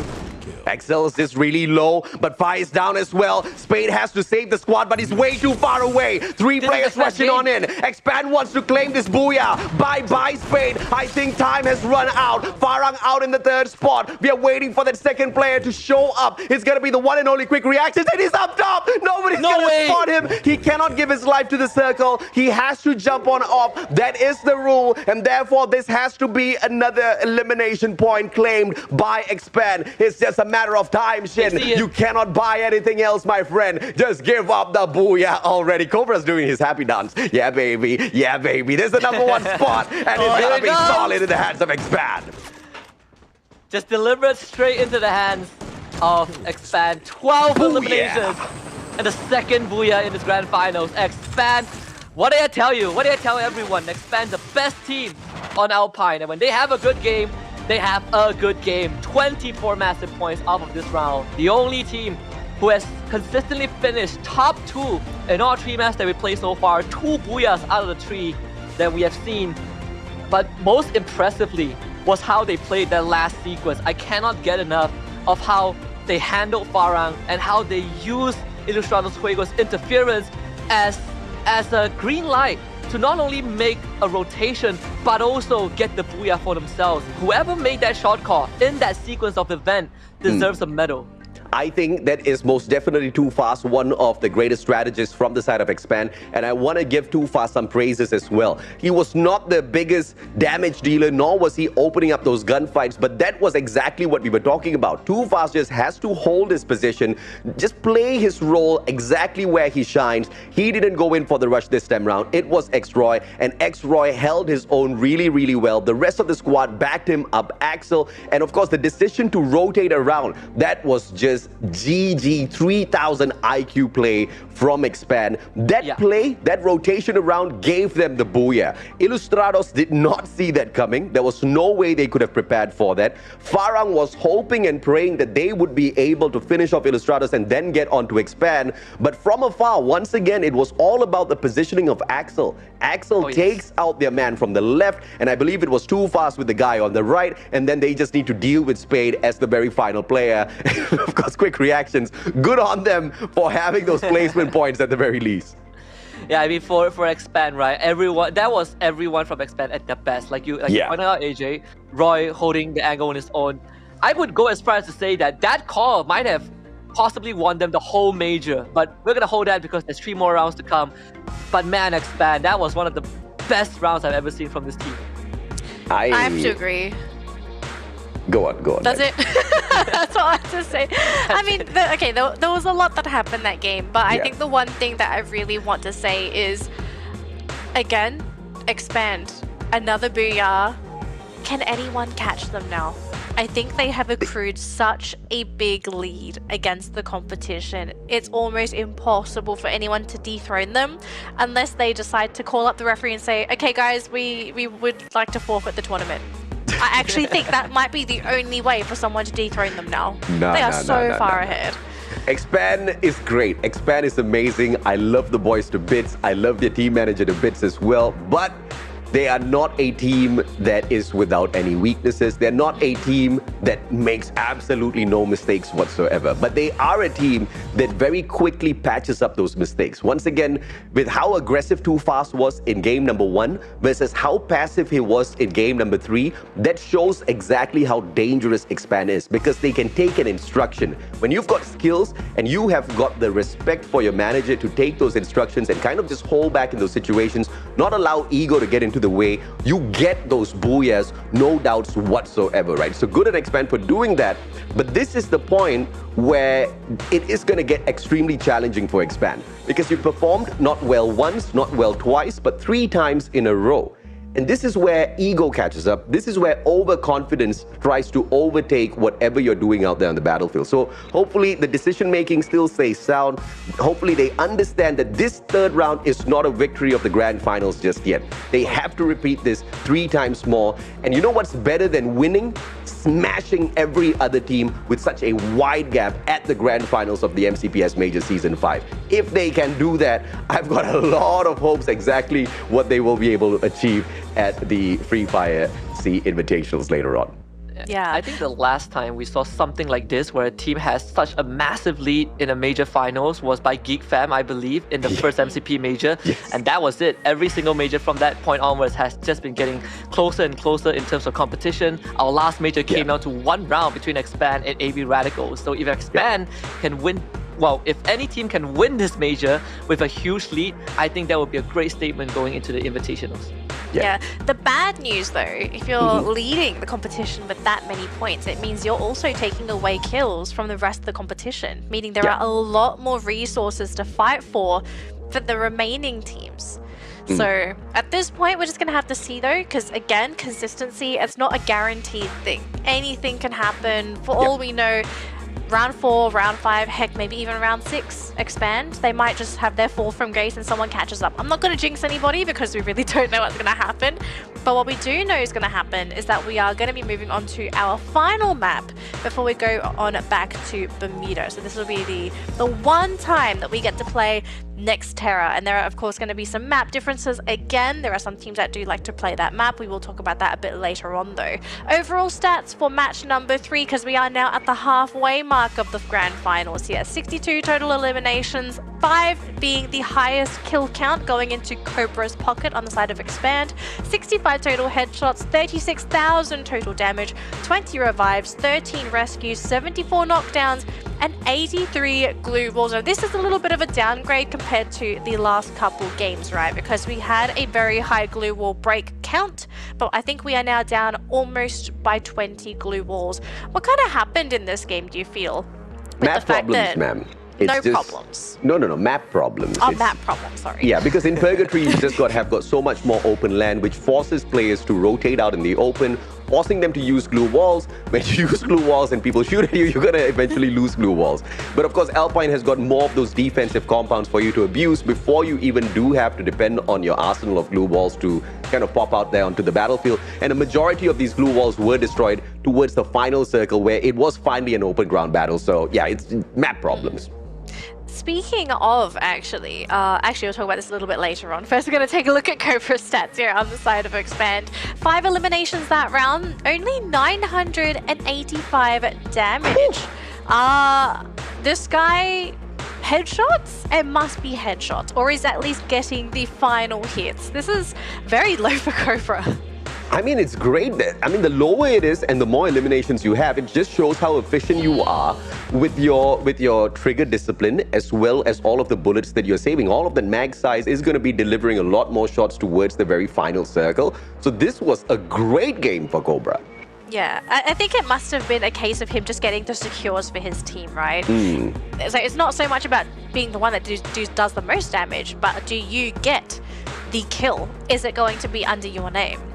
We are going to switch on over to our team MVP here, which I think it's going to be pretty obvious at this point, because we have had a pretty common trend for the grand finals.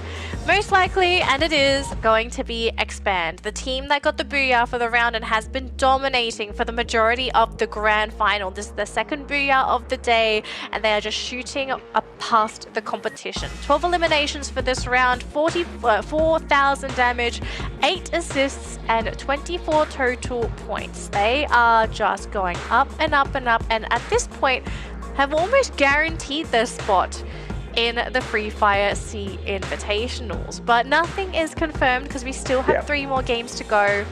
But they are making it very difficult for everybody else. They are not leaving much left. Basically, everyone else is fighting for scraps at this point, especially with the kills that they're taking away and the placement points. But I kind of wanted to talk about the final fight in that round just now, gentlemen. The area where we had Farang guarding the high ground. They had a compound themselves, but they were attacked on 2 sides. One being Expand, and on the other side, it was Illustratus Juegos. What do you think Farang could have done to be able to switch that game into their favor? Because having to protect 2 sides is difficult enough, but you had a compound. I felt like Farang didn't have much glue walls to work with at that point of time. They were hiding behind that one structure that they were in control. They had, I think, 1 or 2 glue walls set up on the side. And I also feel like Farang didn't want to rush Expand in case they lose, right? Because that would be horrible for them. And so they decided to hold a defensive position where X-Roy from Expand did fantastic in constantly disrupting the formation. He was throwing glue wall melters, he was throwing ice grenades, and Farang just couldn't really breathe much. And I think that's what really costed Farang the entire sequence of fights. Yeah. Do you think maybe it also could have been a good decision to even protect that high ground to begin with? Should they maybe have tried to forfeit it? I just want to get some thoughts here. They would have to face off against Illustrados Juegos. I feel like it was a... Farang was caught between a rock and a hard place. I think it was kind of like a lose-lose situation. Yeah, for Farang. It was a missed call, actually, if you think about it. Because I mean, X-Roy was pushing up, yes. He was being backed up by Axel, which was a great formation on Expand's side. But Farang should have been able to avoid a majority of the disaster if they had just pushed in towards X-Roy, made sure they played their glue walls really well, take out the guy who's disrupting their formation, and then they get a little bit of space to breathe because Illustrados was still dead in the center of that circle. So that could have gone either way, but it was the lack of decision-making at that point which kind of just brought their opportunities crashing. Maybe it could have been adrenaline as well, right? Because you're playing in the grand finals, nerves can get in the way, and maybe it clouds that judgment. But we do have the overall standings here, ladies and gentlemen, and as you can see, Expand are leading with 63 points. They are 23 points ahead of Sem9, who is currently occupying that 2nd spot. But Sem9 are not safe, because as you can see, JBT NC, they are only 4 points away from stealing that 2nd spot. And even Illustrados Juegos and Farang and AB Radicals. Wow. These teams are within arm's length of Sem9. So that 2nd place is up for grabs if Sem9 are not able to get back into their consistent performance from those 2 games. It really goes to show in the finals, if you bomb out 1 round, suddenly everyone's on your heels. Everyone's nipping at you. They're starting to light that fire, because if you don't start running, you're gonna burn. On that same point though, Danny, if you do perform extremely well 1 round, just like Illustrados Juegos, you can jump from the 11th spot all the way up to number 4. So, yeah, the world's your oyster, right? Just go out there and give it your very best. Sem9 just kind of faltering in that 1 match, let go of that grip that they had on Expand. So every single game is going to be making such a huge difference. And that was a round where they hard dropped into both Quick Reaction and Illustrados Juegos, right? And they started losing members, and they couldn't really recover because they kept getting picked off no matter where they went. It was one of those rough rounds. We said that we wanted to see how they managed playing from behind, and they just were not able to get a grip until the very end. Yeah, so recovery for this team, I think it's going to be the most important element going into this next matchup, especially considering that it's going to be Nextera. Now, speaking of, I think it's now time to sort of look at the past data for these teams and see who has actually done very well on Nextera. So the team with the best average on this map is Sem9, who are sitting on a 2.8 average placement. Now, looking at some of the other teams, the second best team is AV Radicals with 3.5, and then in third place, it's Farang with 4. But the only reason Farang is 4 and not higher was because they did place 11th in one of their rounds. If they didn't have the 11th, I actually think they would have maybe tied with Sem9 as one of the best teams to actually play Nextera, because they have 2 booyahs. Isn't the higher number on the average You want rank higher? so Average placement, she meant. yes, average placement. So on average, they'll place around 4th, higher or lower. Yep. So they placed 11th. It's okay. It's a bit confusing. Averaging 4 points. I'm like, wait a minute. No. This is just placements. There's not kills or anything. It's just 4th. Yeah. So for Sem9, this is good for them, right? Because they are averaging third. You know what? You want to know exactly who's that better for, Husky? Illustrados Juegos, because that's the 4th best team on Nextera. And they just jumped up from 11 all the way up to 4. So this is a really good opportunity now. If Illustrados can continue pushing the boundaries in Nextera, for all you know, they're going to be top 3, man. I mean, hopefully even top 2 if they can pull this off. Okay, so let's talk about Nextera, right? Because this is actually a pretty new map as well for the teams. It hasn't been in the game for too long, especially in the competitive scene. So looking at everyone's performance thus far, because we've seen 3 games, seeing who's currently playing aggressive and who's playing a little bit more on the passive side. Who do you feel looks the best going into Nextera? Okay, apart from the obvious apart from the obvious ones, yes. This feels like a free for all, honestly. Yeah, it's a free for all. Apart from Expand, it's a free for all. Yeah, because I think like the teams you listed, the top 3 consistent teams, it was exactly what I had in mind also. And it's a good chance for them, right? Because they all individually had one underwhelming round, and this is a chance for them to really kind of close the gap between them and Expand. All right, ladies and gentlemen, we are here on our 4th game for the Grand Finals. It's going to be on Nextera. We'll have to see who grabs the booyah here, but there are plenty of opportunities for these teams to get into 2nd place. But the possibility of someone's taking that first place away, pretty slim. But you know what? Anything goes. The game's name is literally Free Fire. Anybody can take that booyah. Best of luck to all the competing teams. I am going to throw it over to our amazing casters, AJ and Husky. Gentlemen, take it away for game number 4. Thank you, Danny. Well, AJ, we have reached the halfway point. They say time flies, and in a matter of 3 more rounds, we find out who the champion is. But currently, we have a very strong frontrunner, which is Expand. And on a map like Nextera, it's not really the best map, so there is a chance for the teams to catch up. Like my ex-girlfriend used to say, future wife, of course. Time flies when you're having fun, or time's fun when you're having flies. Nice save. Not many of the teams are having flies out there. It is going to be a very, very tough fight for sure for some of these teams who are, you know, at the moment, kind of on the balance, right? Illustrados Juegos dropping very close to JPTNC. Both teams aiming for that number 1 spot for sure. Farang is in Deca Square as well. So it's going to be a very heated zone towards this bottom part of the map. You can see Sem9, AV Radicals heading towards the Intellect Center. This could be a very early fight between these 2 teams. And I am not looking forward to this. Not for any of them, honestly, right? Because if we have either one of them getting knocked out from the get-go, that is going to really impact their standings for the rest of the finals, which is a very scary thought. But Expand dropping a Plazaria, they are going to be fine. No contest yet again.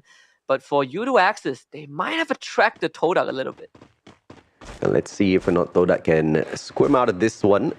Ainsley's going to be able to hold the ground down with an AC-80 from afar.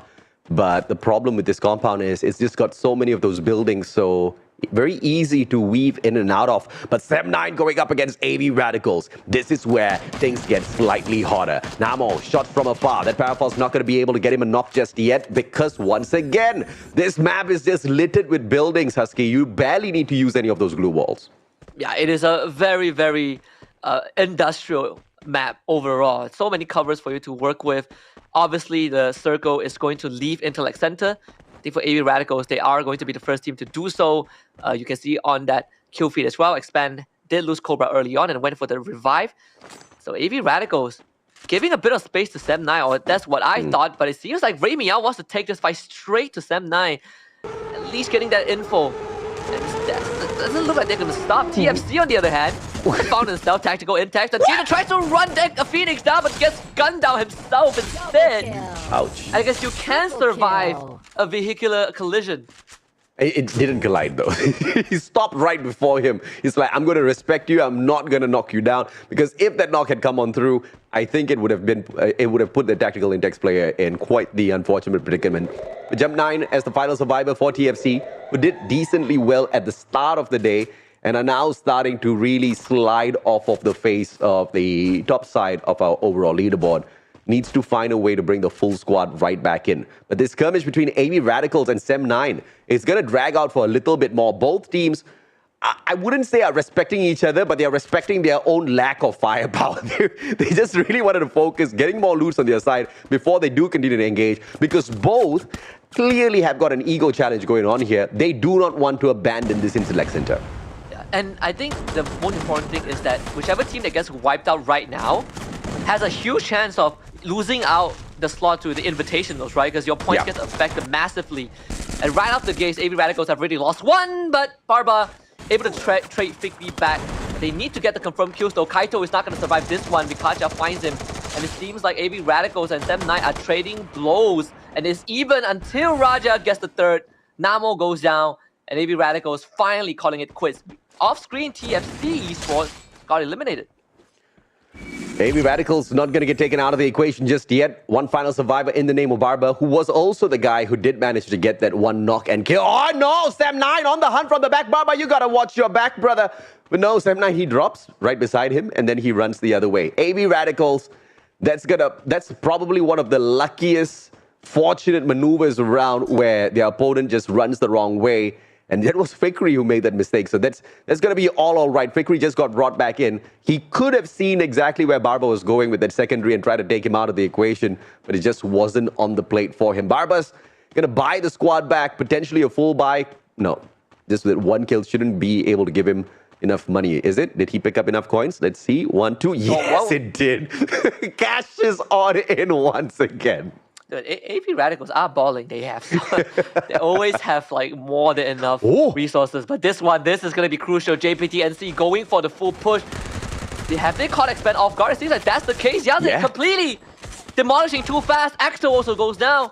And this is the map that we said Expand lead more, not as comfortable as the other maps. Cobra already just hightailing out of there. Not a fighting chance at all. And there is also an opportunity for Cobra to get eliminated. Yes, there is. Farang just across the compound from the team of JPTNC. Yazid's going to be circling around to cut off the path of Cobra. Good glue wall erected, but those sounds have to pull in a little bit of attention from the side of Farang as well. Cobra's getting tagged left, right, center, and NC. They finish off the one and only Expand. What an ambush. What a well-taken fight. Once again, JPTNC, one of the better teams on Alpine, and they're going to use this to launch themselves right up to the top. I hope to see them in that final circle. And again, we emphasize this, right? Like on Nextera, Expand, they do struggle a little bit, and JPTNC completely took advantage of that. And that was the team that they needed to take down. So JPTNC have basically opened the floodgates for all the other squads who wants to get into that first place. Ilustrados Juegos is definitely one of them, taking on Toda to start it off. Let's go from the right. Does see Ames and Chill, but it seems like Furo, he's going to try to cut right to the back lines, and Toda getting split up bit by bit. Pedro in the supporting position, not able to do too much, and Amy's gonna try to turn the corner. Chill getting one, Amy's getting let's go. Two members of Ilustrados Juegos down on the ground.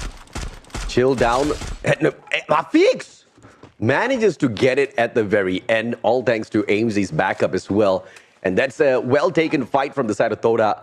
But going back to Team Expand, that's exactly what I mean, right? They were in the most vulnerable position when they finished off that third match in that #1 spot with the double booyah of the day. They just needed to play this match extremely carefully. That just was not done. They pay the high price for it. But thankfully, they've already gotten enough in their savings to have a hot day like this, right? Hopefully they'll be able to come back in here with the surplus of points that they've already collected a little bit earlier on. But one of the two things that they need to hope and pray for is for Sem9 as well as JPTNC to not be in that final circle, because these are the two teams that are the closest to them. But even that being said, it's not like teams like Farang as well as Illustrados are all that too far away, because we have to acknowledge Expand bombed out in this round. That means like barely any points there at all. This is a nightmare scenario for Expand, and it happened to them multiple times, even on the international stage. This was what happened last year in Bangkok. And, you know, to see it definitely feels a bit unreal, especially when they had such a good start.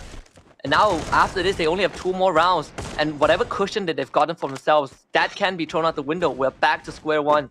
Todak so far still doing pretty good, but AB Radicals is next on the radar.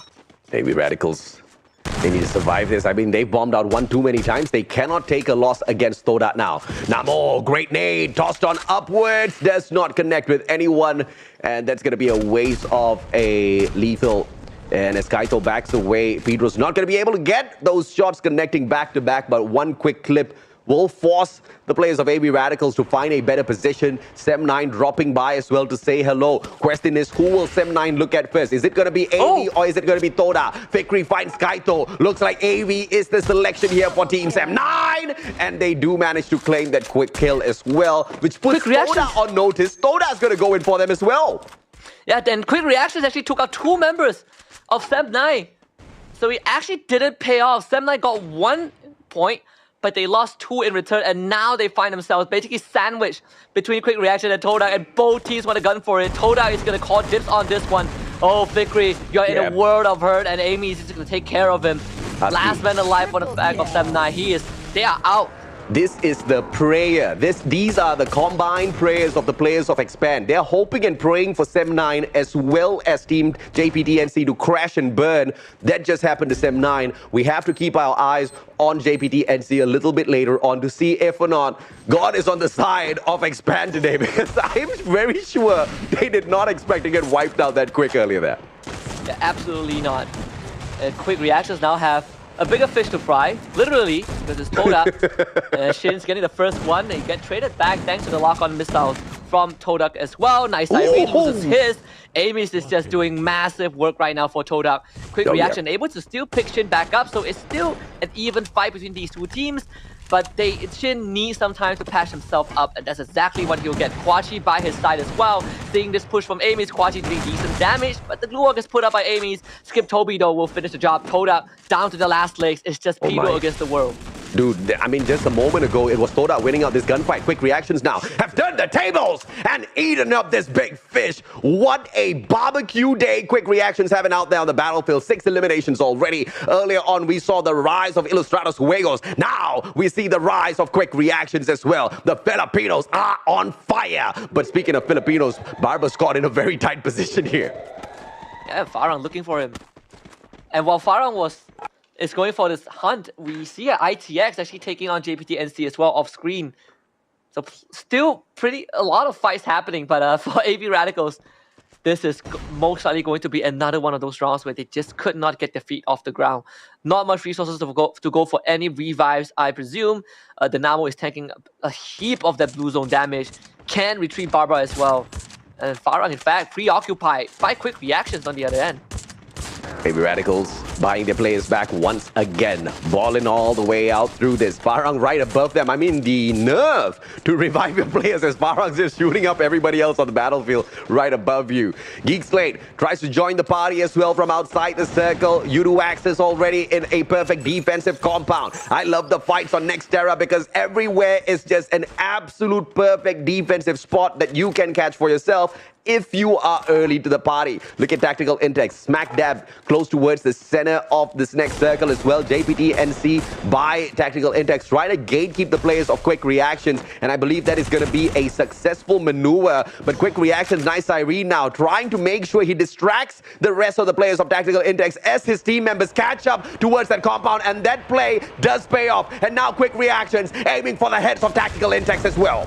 And they gotta get rid of Tactical Intex as fast as possible because JPTNC and Farah are on the horizon. Deco's just a charge buster in the face of Shin. Tactical Intex winning this. All the nades from Quick Reactions are not connecting. Kwachi, at this point, he's just lobbing up Christmas gifts to ITX, but none of them are connecting. And Phoenix is on that roof as well. Plenty of info for ITX to work with. They're slowly just picking quick reactions apart, and Kwaji, he's going to be the next to get rushed. They see him, and right in the face of Kwaji is going to be Orin. Quick reactions, left with, I believe, just one member. Those were pretty quick reactions, but they just did not have that initial defensive position that Tactical Intex was holding on to. Farang, they smell blood. They smell the blood of quick reactions as well as Tactical Intex, but as they rush on through, Tactical Intex are right out of there. You gotta respect, you gotta love the defensive maneuvers coming out of Tactical Intex here. Very timely repositioning, and this is gonna be putting the players of Farang on notice. Nade after nade gonna get tossed right back out towards the players of Farang. Orin, just in the small little gap that he finds, continues to fire pressure down the players of Farang to stop their maneuver, to stop their rush coming through into the compound of Tactical Intex. And if you look at this from an objective point of view, Tactical Intex now have the best defensive compound to work around with. And on the glue wall melter also making life hard for Farang. You break down the front, the glue wall is placed at the very front, the battle line is going to get affected. But Farang, they do have that vantage point on the roof, so this is still something that they can work with as well. Alif starting it good, but actually takes out members of Baby Radicals instead of Tactical Intex. So all in all, Tactical Intex can still hold on to where they are right now, and Farang is just hunting down the remnants of other squads. Quick reactions and AB Radicals both getting taken out. ITX still keeping Farang pinned down. AV is really struggling in this grand finals here, but JPTNC, they know exactly what lies right in front of them. The opportunity to pick up that number 2 spot is most definitely in their hands already, but to cut down the lead that Expand has to maybe somewhere around the 15-16 point range most definitely is on the cards as well, is on the table as well. They have to get through the players of Geek Slate. In fact, there's one player right there in front of them, and they do exactly that. Ace takes that grill for himself. Geek Slate is going to be in a lot of trouble, and as I say that, they get taken out of the lobby. Now, great position held on by JPTNC, and they make the decision to go and storm the front of the players of Udo Axis first. Udo Axis is busy. They're keeping their eyes on Tactical Intex as well as Farang. So this is that perfect backstab opportunity for JPTNC to get into the compound as well. Yeah, they're so close to reaping the rewards of being the team to not only knock out Expand, but to catch up to Expand by the end of this round. Udo Axis cleaning house with Tactical Intex, finishing up in third. Farang instantly jumps in, but Vegeta holds the fort. Farang thought they got the drop onto Udo Axis, but they did lose members. But thankfully, Spade was able to return some fire. And now JPTNC, look at them creeping in from behind. Alif getting rid of Neptune. Yazid getting a long shot onto Neptune himself as well. JPTNC with 12 points. This is very possible, AJ. This is definitely possible, man. I mean, JPTNC, out of nowhere, they're aiming for Expand's head. They have definitely gotten the second spot for themselves already. Now they're going head-to-head with Team Farang. Farang wasn't too far away from them at all. Farang was just 5 points away from JPTNC a little bit earlier on, and now it is absolutely crucial for them to take them. 2 players down on the ground already. 1 more alive and kicking. Spade picks Spice right back up, but it gets turned around, and it's now a 1v2. NC down on the ground. Can they go in here for the pickup? Asta's running out of time, and the decision to go in and buy the squad back. Big brain play by JPTNC in the final circle. Farah's gonna do the same as well. Jempo gets brought right back. We're back to square one, but Napis loses his life, and that is the guy that has all the arsenal. At the end of this, I don't think JPTNC is gonna survive. They will just feed more points into Farang. Ace gonna get shot down, same as his friend. Farang have done it at the very, very end of this. The Booyah on Nextera, that is what we've been looking for Farang. One of the more solid maps out of the pool we have. But what a finisher for this team. I mean, one thing's for sure, both Farang as well as JPTNC have replaced Sep9 from that second spot. The bigger question is going to be, of course, exactly who is in that second place and who is in the third spot, right? Farang did very, very well on this map of Nextera. We know that they are a very aggressive team. Apart from AB Radicals, they are the ones who have managed to pick up the most number of kills on Nextera. You know you can get the aggression out of them. The one thing that was not as consistent is picking up those placement points for Farang as opposed to teams like Sem9 as well as AB Radicals. But they were not too far off the mark, right? This time, they push on through, they get that final circle, and most importantly, they snuff out JPTNC, who was their biggest threat moving up the leaderboard. It was a 2v4. I mean, Farang, if there's one thing that they've always made a name for themselves, is the clutch genes, and they clutched that out in the best possible moments. That final sequence, right? JPTNC lost members, went for the buy. Farang did the same, but obviously Farang had the better position at that point of time. I believe they got 27 massive points off of this one round. Again, the race for top 1 wide open. Farang now has the chance to be that 2-time winner for a major. Can you believe it, AJ? And this is why I said it's just a little bit too early to say that Expand has, already sorted out everything already, because if it took them 3 matches to get up to the top, I mean, we've got 3 more matches to go. The other teams surely can most definitely catch up, contingent on Expand bombing out, and we saw that happen in the hands of NC. And this was that play which just put Expand out in that 11th spot. A well-executed ambush by JPT-NC, not taking a single second to think of what are they going to do, because they did not know of the position of the players on the side of Expand. They just stormed the front, they took their battles, and they just caught the players of Expand with their pants down, and that was it for the team. And even though JPT-NC didn't get the booyah, I think they have done more than enough. Took out Expand, they finished second with double-digit eliminations. That is all they need to shoot up the leaderboard and put themselves in a position where they also now can gun for the top 2 finish. Oh yeah, and I think this is just a phenomenal run coming on through for both Farang as well as JPT-NC.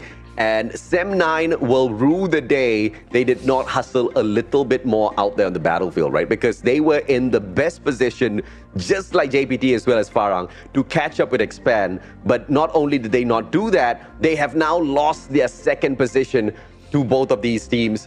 And to be kicked down 1 rank is painful. To be kicked down 2 ranks, yeah, I think it's going to take a toll on Sem9, but hopefully we can see them bounce right back up here, Danny.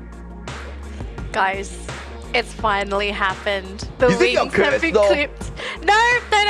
It's not my curse. Danny. The curse is Husky, so... I didn't say anything, so there You don't need to say anything to curse somebody, okay? Sorry, Husky. Just push this man off the cliff. But I really do think there were a lot of people that were hoping that this would happen, because now the race is much closer, and now there's more tension than ever, and even hope for some of these teams to actually make it to top 2. It's no longer going to be just 1 spot open. There are now officially 2 spots open, right? I think it had to have happened, and for it to happen in game 4, we've got 2 more games to go. 2 more games for teams to make their redemption arcs happen, and 2 more games for people to show their stuff. Because remember as well, not only is this open for a spot for the Free Fire SI, but I also want to mention this, there are sponsors that are going to be watching this event, that are looking to pick up a team, that are looking to sponsor a team. So if someone makes it to the Free Fire Sea Invitationals without a sponsor, you know that you might be potentially picked up after this. And maybe even if you don't make it, if you're an unsponsored team and you show promise, there is an opportunity for you to get picked up by an org, and you finally getting that sponsorship and you being able to go to Free Fire full time. Because there are some people out there still playing Free Fire competitively, but also working a side job, studying, doing whatever to make their own means. So I think this is just such an amazing tournament to have happen, because there are doors opening for people, whether you make it to Free Fire Sea Invitationals or not. But gentlemen, we've done our first rotation of maps. It's finally over. We're going back onto Bermuda. And then we're also playing Russian roulette with this final map. It's like, what's this final map going to be? Because I think we're also starting to see map preferences really kick in for some of these teams, right? Some teams are just doing fantastically on maps. And if you can get your signature map for match number 6, that's going to give you such a huge advantage over the competition. But let's finish up and wrap up what's just happened in game number 4, right? Overall stats for Nexterra: 63 total eliminations, 8 kills going in favor of Spade, holding the highest kill record for this game alone. 80 headshots, 40, I'm going to say it again, 40,000 damage. I do believe this is the highest damage we've seen in 1 round alone. 18 revives, 13 rescues, 79 knockdowns, 53 glue walls. What's happened? Did people kind of forget this item existed? I know there's a lot of compounds to work with, but this is very new to me. Please refer to answer above. That's what I'll say. Yeah, that's what you just mentioned. People just dead. Okay, I get it. People die, no glue balls. All right, Gucci, I got you. I'm kidding. Yeah, it's a very industrial map, right? So you generally don't use too much glue walls. There's very less open areas to work with as well. Most of the fight that happen, well, regardless where the circle goes, you always have a lot of buildings to hide in. So glue walls becomes better than glue walls, right? less used. Yeah, way better than glue walls. You can't be melted by some, green gooey substance. That's for sure. All right, we're going to move on to our next stat, which I do believe it's going to be Spade, because he is our MVP for the round. And yes, it is Spade, because he had 8 kills on his name, holding the highest kill record for this game alone, dishing out 1,800 damage and having a 26% hit rate. I mean, is there really much more to say about this game? I don't think there is. No, I don't think so. I lost my train of thoughts. Husky's still thinking. I'm still thinking. I mean, there are quite a lot of things that happen out there that has just blown the story wide open for this grand finals, right? Definitely. Just when, you guys were thinking that, okay, it's going to be the day of Expand. Expand's going to get the championship, because they were leading the leaderboard with 23 points. And Sem9 was quite a bit behind them. Sem9 goes ahead to bomb out. They're not even the ones to cut down the distance. Instead, it is the 3rd and 4th spot teams of NC as well as Farang. So that's just a crazy turn of events. Ilustrados Juegos, who I expected to really rise up to the occasion this time round, didn't. AB Radicals, that we expected to get into that final circle and finally recover their momentum, that didn't happen as well. A lot of things that we expected to happen definitely didn't happen. And I'm wondering if it might be because some teams maybe tried a little bit too hard. And I think some people think it's hypocritical, but there are times where if you try to do something and you try too hard, I want to see where you're going with this. I'm waiting as well. I'm trying to figure out how to word it, but I think you guys would have experienced times where you play Free Fire or any game really, and you try to do something too hard, but you overshoot it. You overstep your bounds, and you just completely flop. You don't get to do what you wanted to do originally. Instead, you actually feed that opportunity away. Let me maybe paste a better analogy. You tried too here. hard. There we go. Let me paste a better analogy here. You try to take a fart. It ends up being a wet one. This is not. Sure, but you were going for something, but then something else totally came out. I mean, it was a little bit more, but it's not something you wanted. I mean, it works. I was hoping to do a little safer analogy, but yes, AJ, that was probably kind of what I was aiming for. Let's change the topic. I'm actually keen to see what the leaderboard is going to look like. I'm not sure if you've been keeping numbers, AJ. I have. You have. So you have an idea on what the leaderboard could be looking like. But we're gonna start with the appetizer, which was what happened in that round. How many points did the teams get? Where did everyone place in game number 4? As you can see at the very top, Farang, 27 points, 15 kills. This is the redemption arc that they've been looking for the entirety of today. JPT NC, 22 points. This is also going to shoot them up the leaderboard and potentially take that 2nd place away. Yep. But are they maybe going to be taken over by another team, because there were so many teams behind them that were also very close? Tactical Intex, 16 points. This is fine. I don't think we're going to really see Tactical Intex move too far. I think they'll still be stuck on the right side of that leaderboard. Same with Udo Axis, unfortunately. A lot of the teams up here not going to be moving so much. Expand, 0. Expand's eating a boiled egg. But okay, here's the quick facts, right? A donut, yes. 27 points picked up here. Farang should be, in the range of about 5 or 6 points away from Expand. And guess what? JPTNC is in the exact same position as well. Just about 5 to 6 points away from Expand, mainly because they bombed out. Yeah, Sem9. We're going to see it ourselves here, so unfortunate for Sem9. I mean, but they're still within a arm's length away from getting that number 1 spot. But they have to fight against the consistency that out of nowhere, JPTNC has suddenly been able to chug out today. Yeah, I think I think it's great. I think there are some teams that are just going to pop off on grand final weekends, right? Like every now and again, there's going to be that dark horse, and JPTNC has definitely been one of those teams to do that. And look at this, 63, 58, 5 points away. You cannot afford to mess up now if you're Expand. And I think the same could be said for Farang and JPTNC, because these guys, let's say they don't catch up to Expand, they need to compete against each other for that 2nd spot. Oh yeah. It's still that top 2. So the story for that top 2, it is a really close one. Sem9, yes, this team has fallen from grace. They still have an opportunity to catch up, but it's going to be so tough getting even close to second place. And I think it's even worse for AV Radicals. Like, what happened to this team? I think AV Radicals just, it has been happening, I think, towards the very end of the group stage. Remember week 3, even though they finished in second place, they actually didn't do too well. They were just burning whatever point cushions that they have, and they were getting very average rounds overall, and they haven't recovered from that, right? It seems like they were getting caught. One of the biggest problems AV Radicals have been facing is just getting caught mid-rotation. It is a struggle that has plagued them for a long, long time, and they haven't been able to rectify it coming into this grand finals. But the biggest surprise to me is definitely JPT NC. The difference between JPT NC towards the end of the group stage and now in the finals is basically heaven and earth. You know, the one thing that I've always liked to hold on to throughout my whole life is you don't just learn from your own lessons, you don't learn from your own mistakes, you have to learn from the mistakes of others as well. The mistake of a specific team I'm referring to here is AV Radicals. They did extremely well at the league stage, and then they rested on their laurels. They rested a little bit too long, and they lost their #1 spot. And who did they lose it to? They lost it to Expand. And the main reason why teams like Expand and all were climbing up the leaderboard so vigorously was because Team AV Radicals had just put on such a great performance within the first 2 weeks that they seemed almost impossible to catch up with. And Expand just wanted to prove everyone wrong. They wanted to prove that we can catch up and we can get the #1 spot.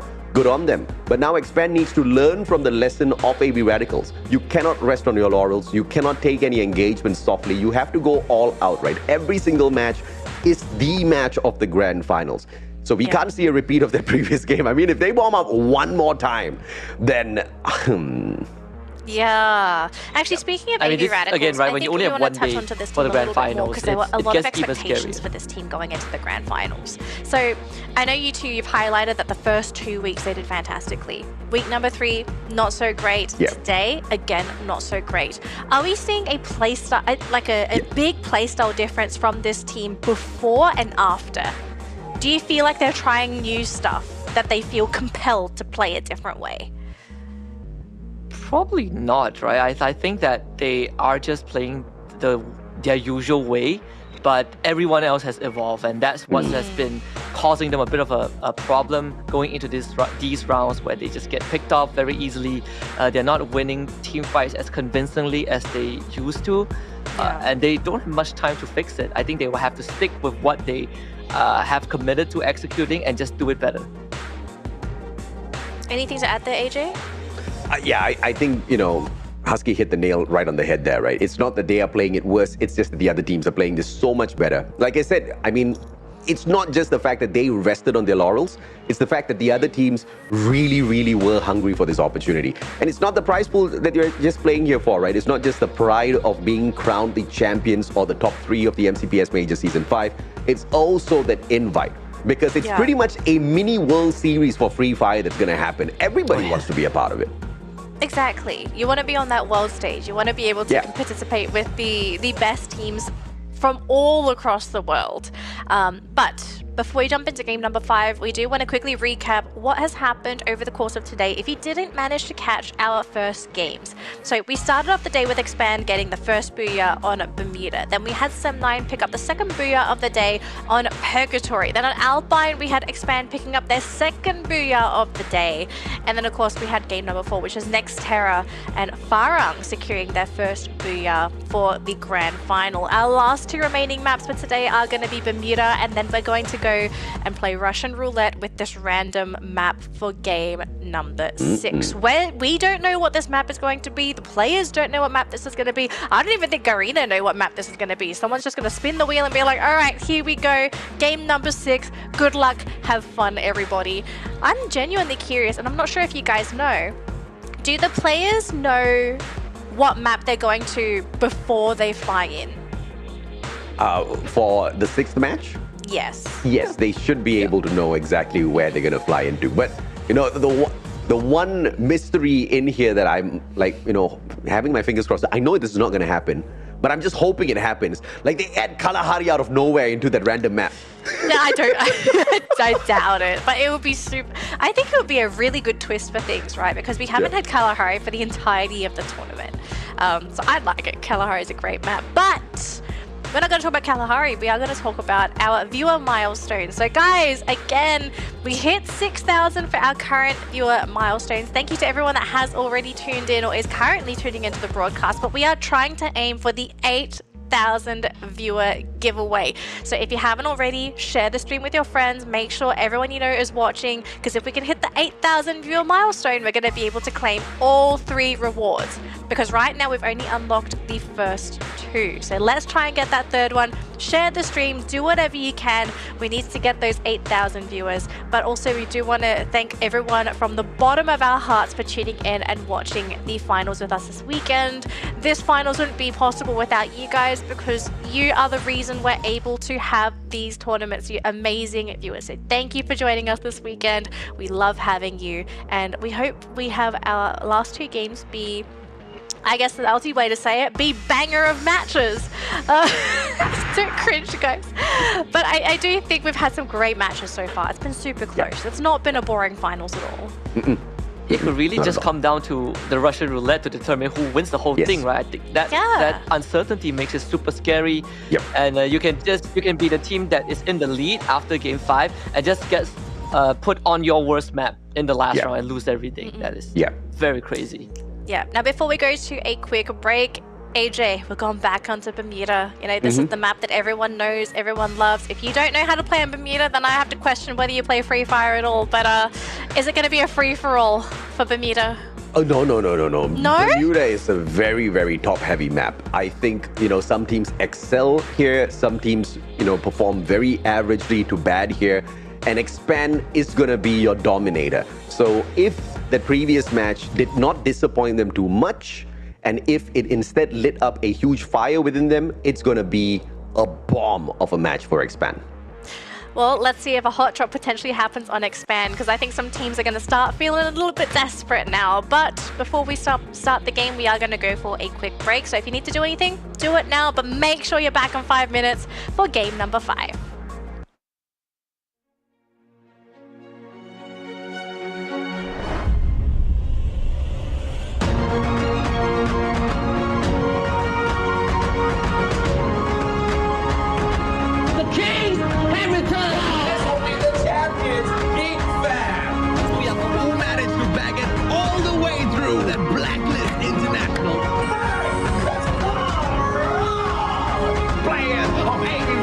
Get the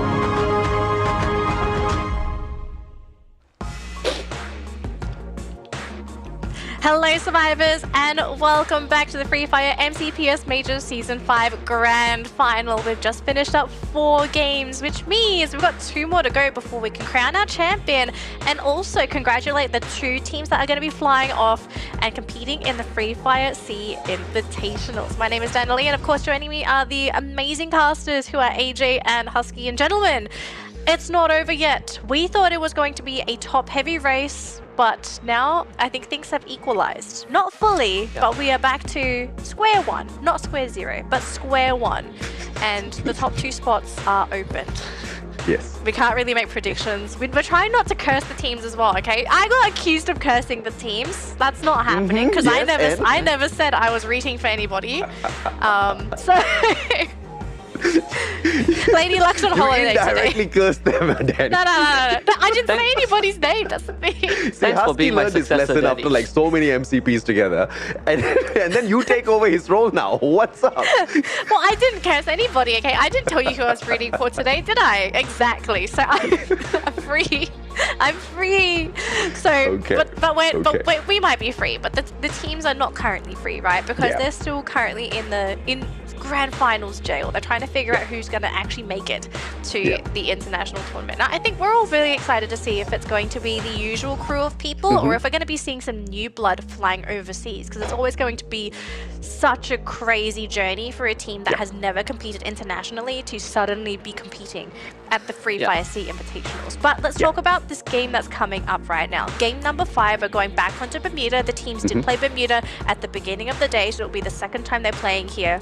And AJ, you think it's going to be very top heavy. I want to hear Husky's point of view here. Do you also think it's going to be top heavy, or do you feel that there's actually a chance for some of the teams at the bottom of the bracket to really pick up some points? I think I concur with AJ. It would probably be top heavy, but if I have to pick one team, maybe Geek Slate. I know it's a far shot because they did get knocked out in the first map, you know, That's a big in bet, last place. Did he land his lesson? But I don't know. Geek Slate, I think that's one of the few like rare rounds where they really didn't do much, right? But in normal circumstances, they actually perform average, so that could be a team that we can look out for. Yeah, so you're even laughing towards the end. You're like, he knows. You did this to yourself, Husky. I didn't tell you to do anything. I was just asking you. It's like, what's the chances? All right, so we're going to ignore this because if you haven't already, giveaway code is on the bottom of the screen right now. I hope you have taken a screenshot, or if you need to, ask in the chat. I'm very sure the community is more than happy to help you out by sharing the code with you as well. The code is going to be valid until the end of the stream, so if you haven't already, claim the code as fast as you can because it is going to expire once we've crowned our champion. But thank you to everyone that has contributed to our viewer goals. Let's try and hit that 8,000 before the end of the stream. So the codes are right there on the bottom of the screen. This is for the Pop-Pow sickle. Make sure you have this one. If you didn't have the previous code, again, ask in the chat on any of our streaming platforms, and I'm very sure someone is going to help you. Heck, I think even the mods would actually be able to assist with providing the code. So there you go. You can share it with people that can't watch the stream as well. They'll also be able to claim it. But again, it's going to be down to a time limit. Now, the teams are currently playing on point limit so far. And Bermuda, the first round of Bermuda was very interesting, folks, right? Because it was, firstly, Bermuda's a very small map, but we didn't see too much action happening at the beginning of the day. Do you think it's going to speed up now that the teams have really gotten into the gist of the finals? Or so you think it's still going to be a very slow one? I think teams that are that have nothing to lose probably will speed it up at this point, or it's either that or teams who are in the middle. Everybody has something to lose, Husky. We only have 6 rounds. Hey, I'm just saying, some teams have no chance of making it to FFSI. Okay, it's about the money. It's about the money's Someone is bonus. gonna put a bloody head. You know, have you seen bloody head in this position before? Look at what they did. They destroyed Geek Fam in the first major. There's a chance that this happens. It is true. It is true. I mean, I just want to see what the players do. I'm wanting to see some really spicy hot drops because if there's one thing that always happens towards the end of the grand final, that's when some teams just go, YOLO, we're gonna YOLO and just drop on top of somebody, cross our fingers and toes and pray that we actually win the weapon roulette, because that's really what happens sometimes with those hot drops. But I do expect it to happen. I think in particular, it's going to be the rare tier, the rare tier loot zone, right? You want the high tier loot zone because you're guaranteed to at least get something good there. But aside from that, though, I guess it does make sense. You want to play safe now. It's the last 2 games. You want to solidify your position if you are already where you want to be. Like the only time that Stemline hot drop was match 3, and that was the match where they lost their lead, right? They hot dropped into quick reaction and AV radicals, and the entire round they didn't get to play at all. Correct. So I think it's going to be interesting because Stemline has been really hot dropping AV radicals towards the end of the group stage. After round 3, that it probably would change the approach going into the last 2 rounds. Yeah, absolutely. Looks like we're going to jump into game number 5, ladies and gentlemen. So let's hop to it. We're going back onto Bermuda, and this might be the last time or the second last time that we see Bermuda if it doesn't get selected during our roulette for that random map, which is going to be game number 6. But 45 seconds before we drop into this game, gentlemen, I'm going to give you some time to sort of talk before everything happens. So AJ, Husky, take it away. Game number 5. Let's hope the teams give us a spicy one and a hot drop. Thank you very much, Danny. Fun fact, if you translate Bermuda into English, it is being young. Not really sure if that's how it works, AJ. It does, bro. Bermuda. Muda young. Doing. Right, being, right. Doing young, being young. Yeah, I think I'll rather go with being young. Yeah, okay. Play with me, bro. You caught me off guard. This, I know I did. it took me a while to figure out what you were alluding to. But yes, it means being young. It means being youthful. It's channeling the energy of a. Never mind. I give up. Never mind. Flight path looks pretty decent. AB Radicals is not going to go for their high tier loot zone over at Sentosa. So Observatory, they want to play the safe game here. Hopefully that's going to lead them up towards the top peak. Obviously, the team of Expand is going to be hot dropping themselves right in there alongside Toda, who's aiming for Pochinok, and Farang, who wants to get towards Mill, for some reason have all started landing a little bit too close towards peak. I don't think that's going to be the best of ideas, but Axel, as usual, will be the guy who's a little bit closer towards the players of JPTNC. So gatekeeping is going to be key here for the players of Expand. This is a strategy and a drop spot that has not failed them just yet. Yeah, they've been very, very comfortable dropping at peak, right? And no teams have been contesting them. I think the more volatile areas could be Sentosa, for example. That's where I believe a quick reaction and Yudo Axis are at. High tier loot zone. If you want to look for quick reactions, just find where the high tier loot zone is. You will always see this team there. And in this case, I think they have trespassed Yudo Axis drop spot. But on the other side, TFC getting the first blood onto Toda. It's a good start for TFC. They want to continue climbing up the overall leaderboard as they have been struggling quite a bit. The last time we checked in the overall leaderboard, TFC was sitting down in the 12th spot. It's not somewhere you want to be when there's only 12 teams running in the grand finals.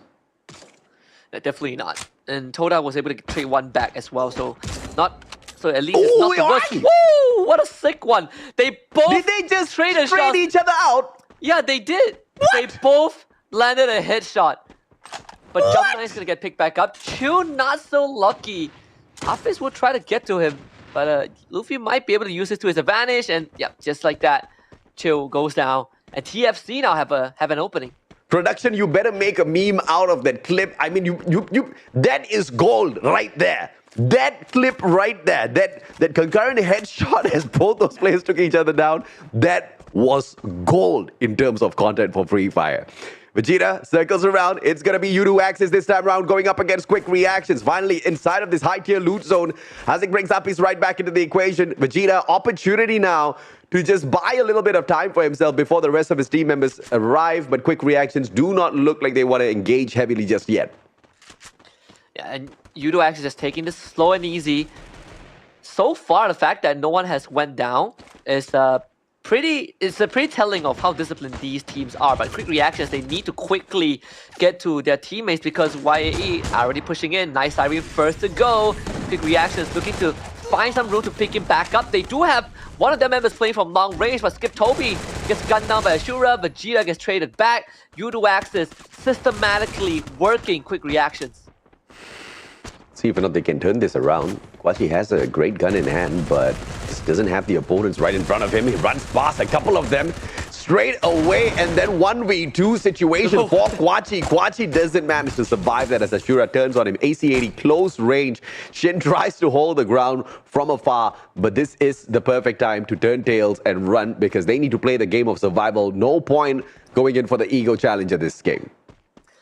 But the unfortunate part is that this happened at Sentosa. So running southwards means you're running straight into the ocean, but there's not much space for quick reactions to get to mainland without risking Yudo Axis seeing them. So Shin will have to do this long march. Ooh. He does have 3 medkits, but that's all he has to work with. Meanwhile, at Shipyard is both the Filipino Titans, both AB Radicals and Ilustrados Juegos up against one another. Ray Meow already taken out. Ilustrados were doing better than AB Radicals a little bit earlier on, but now AB Radicals has managed to climb right back up, not leaving Ilustrados all that too far away. So if Ilustrados does manage to win this gunfight, there's a huge potential that AV loses their position to them on the leaderboard. Good engagement by Namo. He accidentally falls down to the ground. I don't think that was planned. Now he needs to reposition as well. Illustrados get the upper hand. They get that high ground advantage, and the bird's eye view goes to Let's Go. Yeah, and Illustrados can hold this position for the longest of times. AB Radical not having any intention to fight this. There is a revival point, but controlling that revival point is very, very risky. They still are able to get Ramiel back into the game.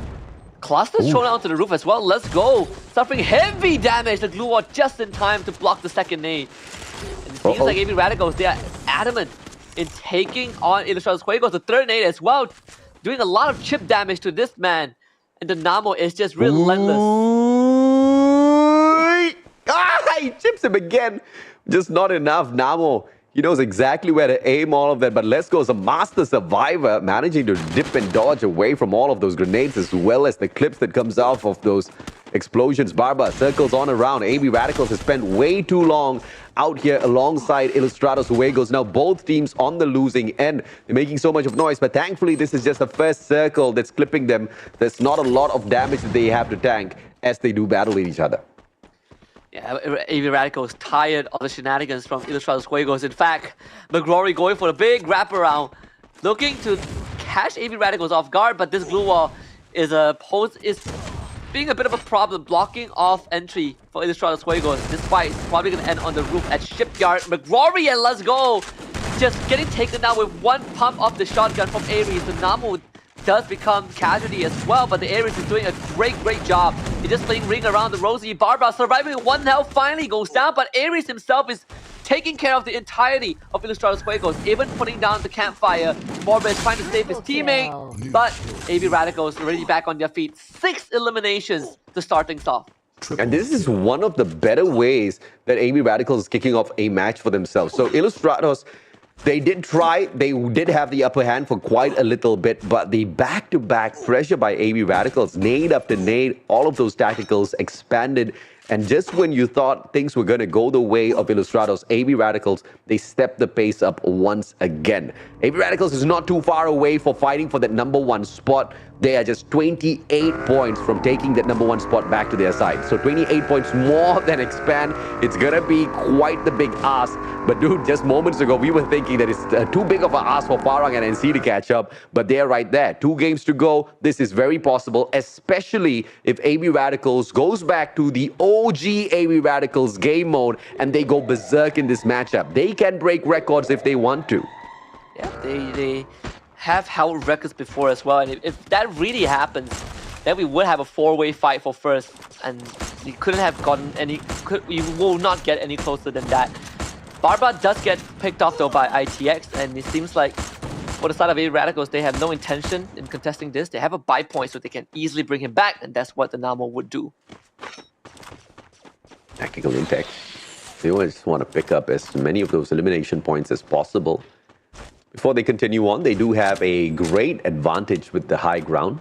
They do have a vehicle to zip around as well on this Bermuda map. Judo Axis, Ashura abandoning the vehicle just in time. You know Jump9 was going to be able to get him off of the vehicle either way. But it is a good compound held on by TFC that is going to be pressuring the players of Judo Axis. Yeah, TFC also have 5 eliminations under the belt already, so that's quite a big amount considering that we still have 11 teams left in this game and 42 players left alive. YAE deciding to not contest that at all, instantly just drives away. So they do leave Vegeta behind, and he does get a sneaky shot onto Jump9. And now TFC, they're just gonna drive right in. Not really sure if that's the right idea though, Adam. What? Just support from afar, getting Vegeta down, putting it in a 1 versus 1. Miro needing to survive against Kaizo, but he does run behind the supply crate, and suddenly for Miro, he is left all alone out in the open. This is big brain play, perfectly maneuvered around by Kizo. Takes the players, literally shoves them out of the time turner, forces them to make a mistake because they think it's going to be an easy takedown on Kizo. And out of nowhere, it's just Adam and Luffy just shoving all of them with bullets one after the other from that higher ground. Perfect play by TFC. It could have gone a little bit cleaner, but it was a phenomenal play either way. Luffy will continue to snuff out those players, and TFC still alive and kicking as we proceed on with this matchup. Sem9, this is a very much subdued Sem9 after finding out the tough way that the grand finals is going to be a very, very different monster today. Yeah, absolutely. And look at the stats. Average 5 kills on Bermuda, 3,000 damage. Overall, not too shabby. It's not their best map, but it's a map that they're pretty solid on. And no, this circle, absolutely brutal. You have the dam included in it as well. That's where AB Radicals have taken control. But it does cut out a lot of dry land for teams to take control of and expand. They have just met JPTNC. This is absolutely crucial. Expand. Can they take them out? The earlier time this battle happened out there on the battlefield, Expand bit the bullet.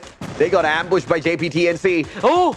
This time around, Yazid, beautiful nade onto Too Fast, the Grenadier himself. Cobra gets tagged up as well. Too Fast, look at Yazid, circles around, doesn't bother going in for the elimination, just wants to shut down X-Roy as well. X-Roy turns the tables, Yazid gets taken down. Asta finds Cobra. The team of Expand still down in numbers, but X-Roy finds Napis as well. X-Roy getting the whole team of JPTNC down all on his own, but he needs to get out of there. There's another player from the side of Expand who's already turned tails. It's the one and only Axel, long-range specialist, but look at who's on the sideline as well. It is Yudu Axis circling around, being hunted down by Farang. This is not where you want to be, but Axis gonna buy all of them back.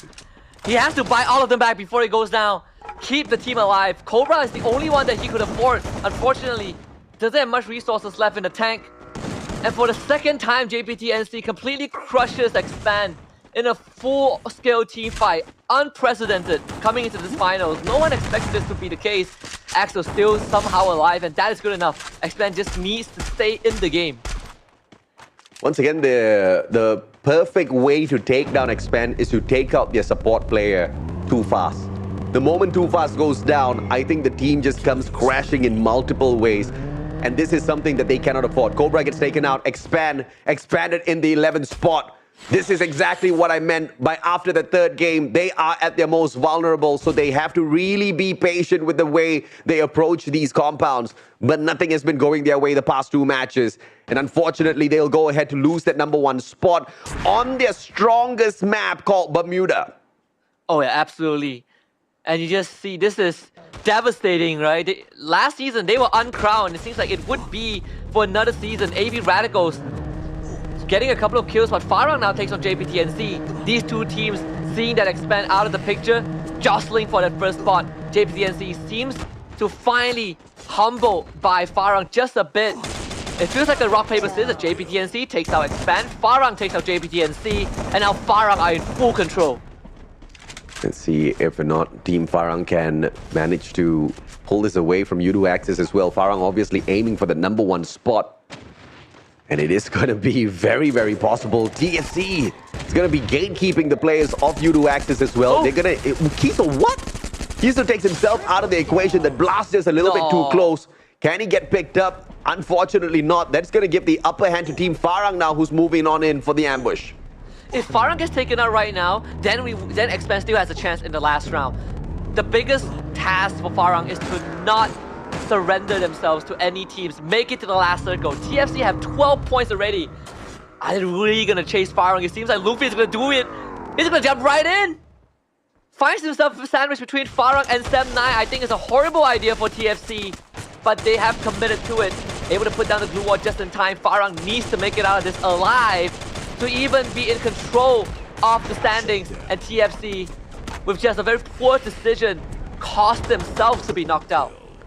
It's just an unfortunate thing that they just couldn't decide. It was just crunch time. They had to jump out of there, and they just went and auto-clicked wherever they could find.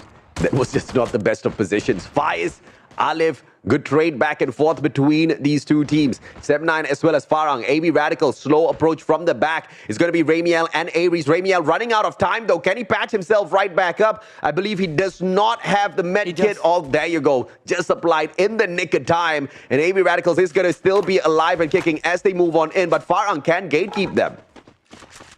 This is a very tense moment for Farang supporters. They have won a major before, but they also had the trophy eluded them for a full year. The second season of the Challenger Series and the 4th majors. They were always so close, but at they couldn't cross the finishing line. And now it seems like there's an opportunity for this squad who has been on the world stage, right? We talked about there's a chance we see a repeat champion. If not AV Radicals, Farang now takes that spot. But the job is not done just yet. They need to make it to the final circle. Farang, 7 kills already. They want another booyah. They want that back-to-back. They want to take the championship back for themselves as well. Let's not forget, ladies and gentlemen, boys and girls, MCP Majors Season 3 champions, the one and only Farang Esports. They came out of nowhere, they took the championship, and now they want to rise back up to the top. And it looks like it's going to be very, very doable. What a shot! Up is down on the ground. Jembal's just bagging up the players on the side of Geek Slate. And it looks like it is a great opportunity for Tactical Intex to chip on in and get a couple of kills there for themselves as well. Geek Slate is just sandwiched between these two titans, and there's nothing they can do. And Farang needs to move because the circle is closing in, and that's exactly what Farang is doing. It feels like they're playing Dungeon Crawler at this point. Finally running into Mikacha. Mikacha downing Spires. Farang only has 2 members left. Meanwhile, for Tactical Intex, they are also doing mad work from behind. Olive tanking their blue zone. The cluster from afar from Phoenix does just enough. Geeksley out in 4th though. Farang still in the game. The placement points are going to matter. Jembao expires finally. But I think Farang has done more than enough. Now it's between Semnai and Tactical Intex. And Semnai desperately needs a booyah. They only have 3 eliminations. They need every single point that they can get. I mean, if they're going to get the booyah, they're definitely going to get those 4 elimination points to their side as well. So this is going to be a decent round for Zem9, but it was way better, if you ask me, the performance out of Farang. A little unfortunate that they circled in a little bit too slow. D-Cost very low on HP, Noki with a backstab as well. Zapnu's going to circle on around. Mikacha! Beautiful shutdown by Zapnu. Zapnu gets yet another, and it is Tactical Intex that picks up the booyah instead. He survived with less than 5 HP, AJ. Less than 5 HP, and he won the round for his team. Semnai just, again, cannot find a finisher when it mattered the most. For Tactical Intex, the booyah is great. They still have a long journey. They need another record-breaking round to even have a chance. Yeah. But they certainly took away a lot of opportunities for the teams that really wanted it. And I think the only team that is going to be happy in this position is going to be Farang. Oh yeah, man. I mean, Orin is just smiling year to year there. The one thing you cannot take away from him is the confidence, right? Even at his worst, he still sometimes shows off a bit of that spunk.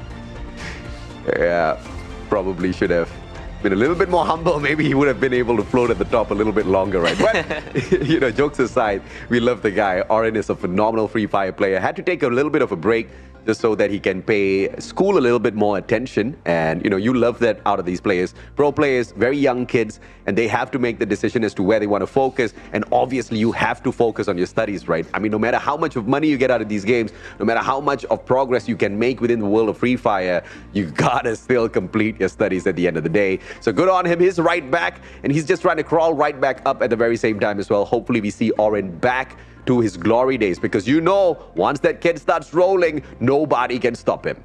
Yeah, absolutely not. And for now, Tactical Intex, they still sit in a position where first place is out of reach, but they can definitely do some heavy damage in this round. This map, they did just that. You know, we saw Expand, Roy working magic, almost saving his team, but JPNC once more just outmaneuvering Expand, taking Expand out, and subsequently getting eliminated by Farang. And, you know, Farang definitely having the last laugh in that situation. Even though they didn't get the booyah, I think they've done enough not to overtake both these teams. But the scary part is that their advantage isn't actually too big. It can still be flipped on its head within one final round that's going to come out later on.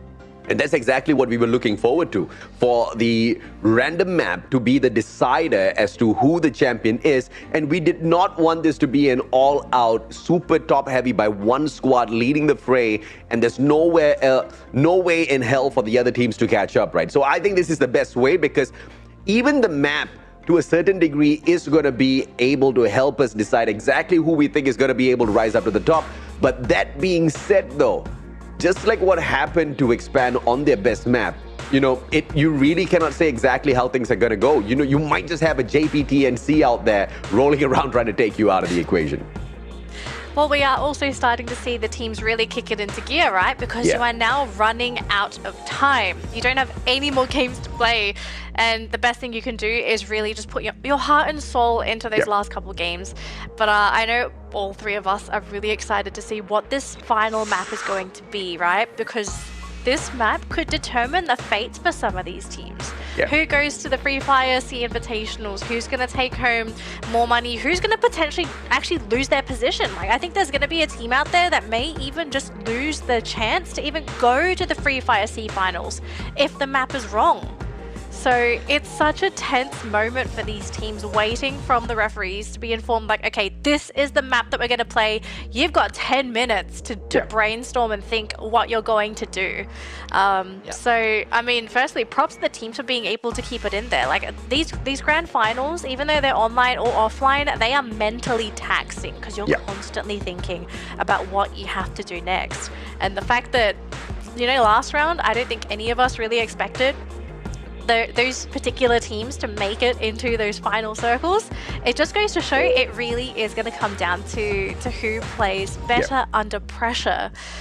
Oh gosh, guys, I can't believe we're almost at the end. Tell me.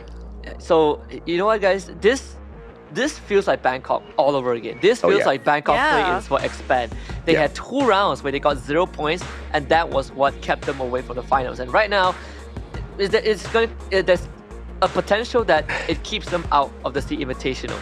If there's anything, they have been here before, and you know, in one of the most unprecedented, unexpected manners, right? You had 3 great rounds, just like Bangkok play-ins, and you had 2 very, very underwhelming rounds. Questionable, and now, your qualification chances are on the line. It comes down to 1 last round, and it's up to the roulette.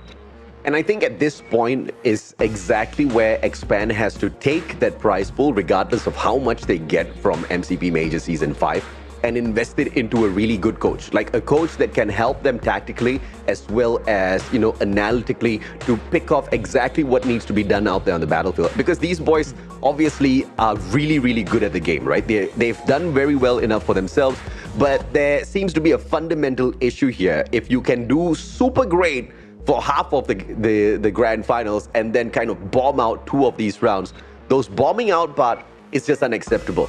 Average rounds still acceptable, but you know, just being taken out in the 12th spot, taken out in the 11th spot, that really needs to change if Expand wants to be the world champion one day. Yeah, I do agree with that, because it does feel like at times I think that the pressure's really getting to them now, you know, especially in the grand final when you're leading as well. But I you still even mentioned, like, maybe it could be egos. Maybe they just got, again, they got too comfortable, and we all know what happens when someone gets too comfortable. Correct. They kind of just, the hunger dissipates. So we have to see if that hunger is going to be reignited, because now their position for top 2 is being contested. Can very easily be snatched away. We're going to have a look very quickly at some stats before we see the overall standings, because I think we all want to see how close this race is now, how close it is for teams to potentially make it to FFSI, and how many points teams need to potentially lose their placings.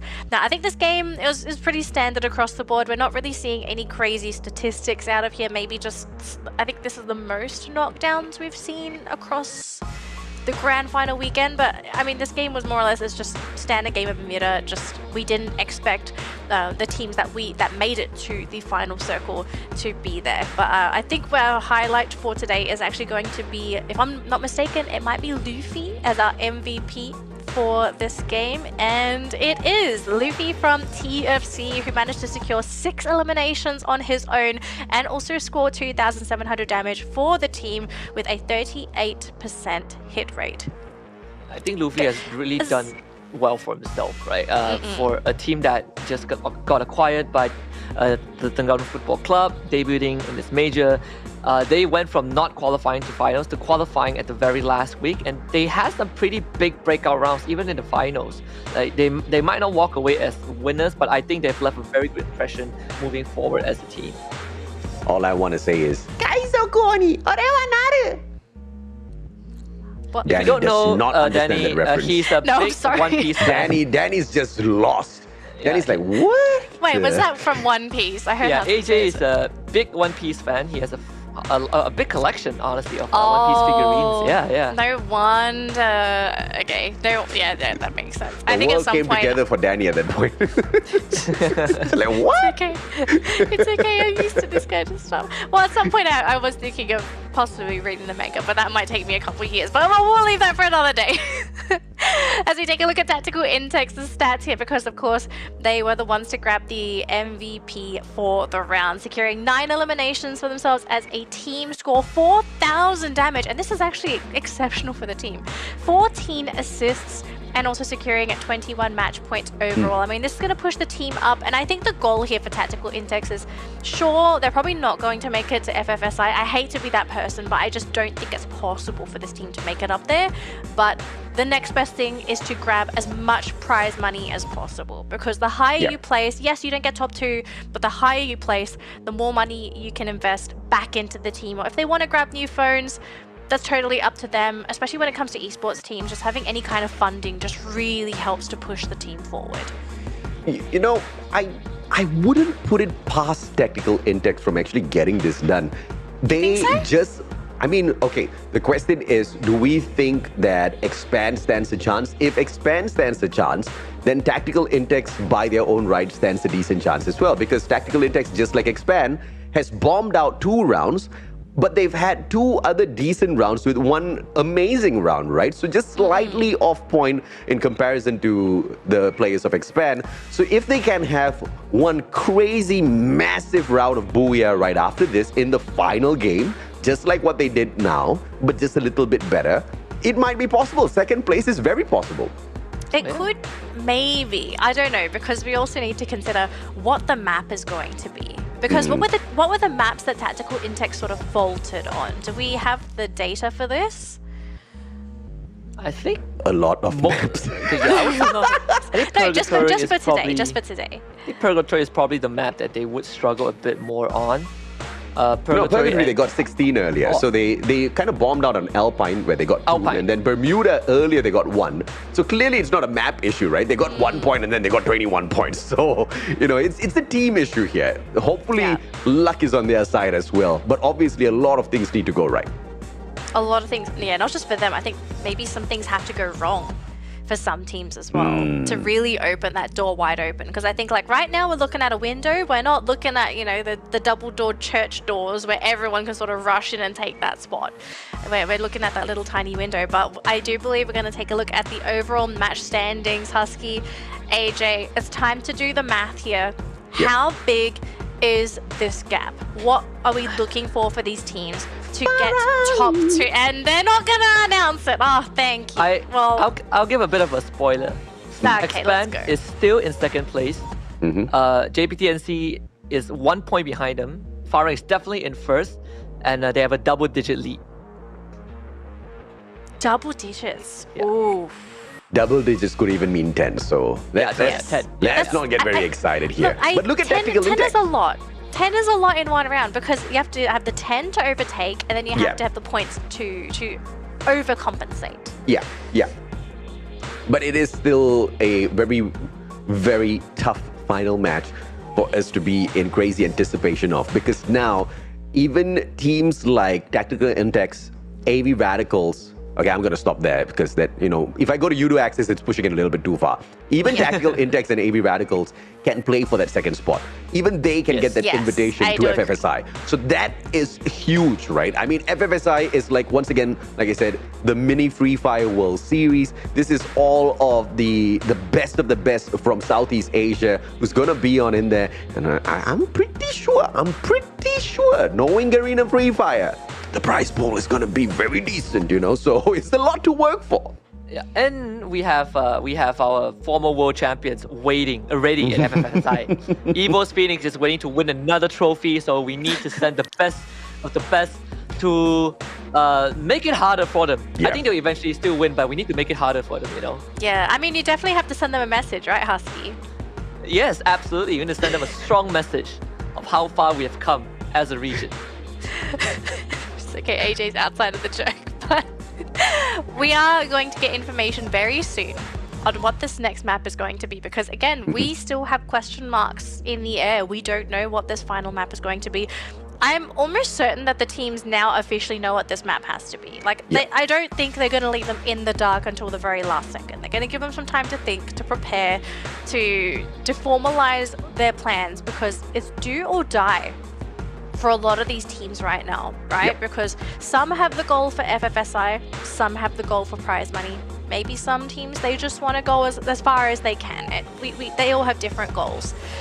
But what's this map going to be? Because for some, it's going to be easy mode. For others, it's going to probably be the hardest game of Free Fire they've played in their entire lives.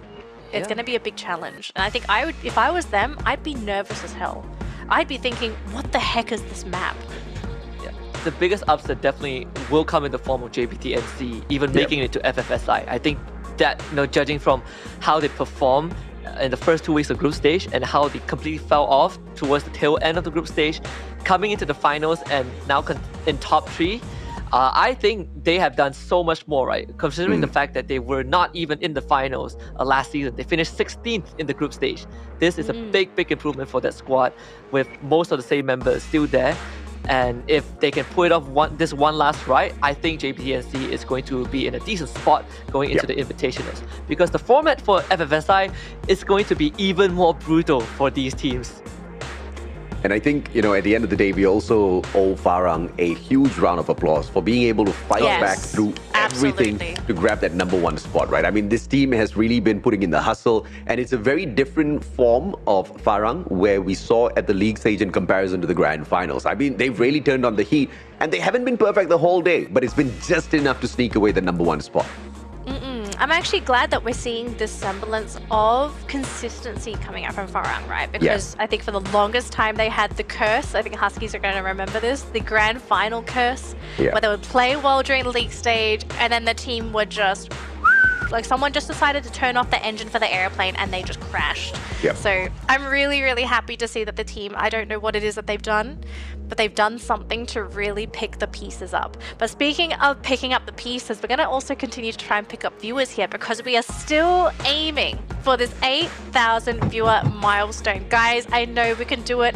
We've hit 6,000 so far, and we have already given away the code for the first 2 rewards, but we want to give you the last one so badly. So again, if you haven't already, share the code with your friends, your families, and even just some of the random people you play with on Free Fire. We want to hit the milestone, so let's try and do it. Share the stream if possible, like it as well to help share this onto your timelines or whatever social media that you have.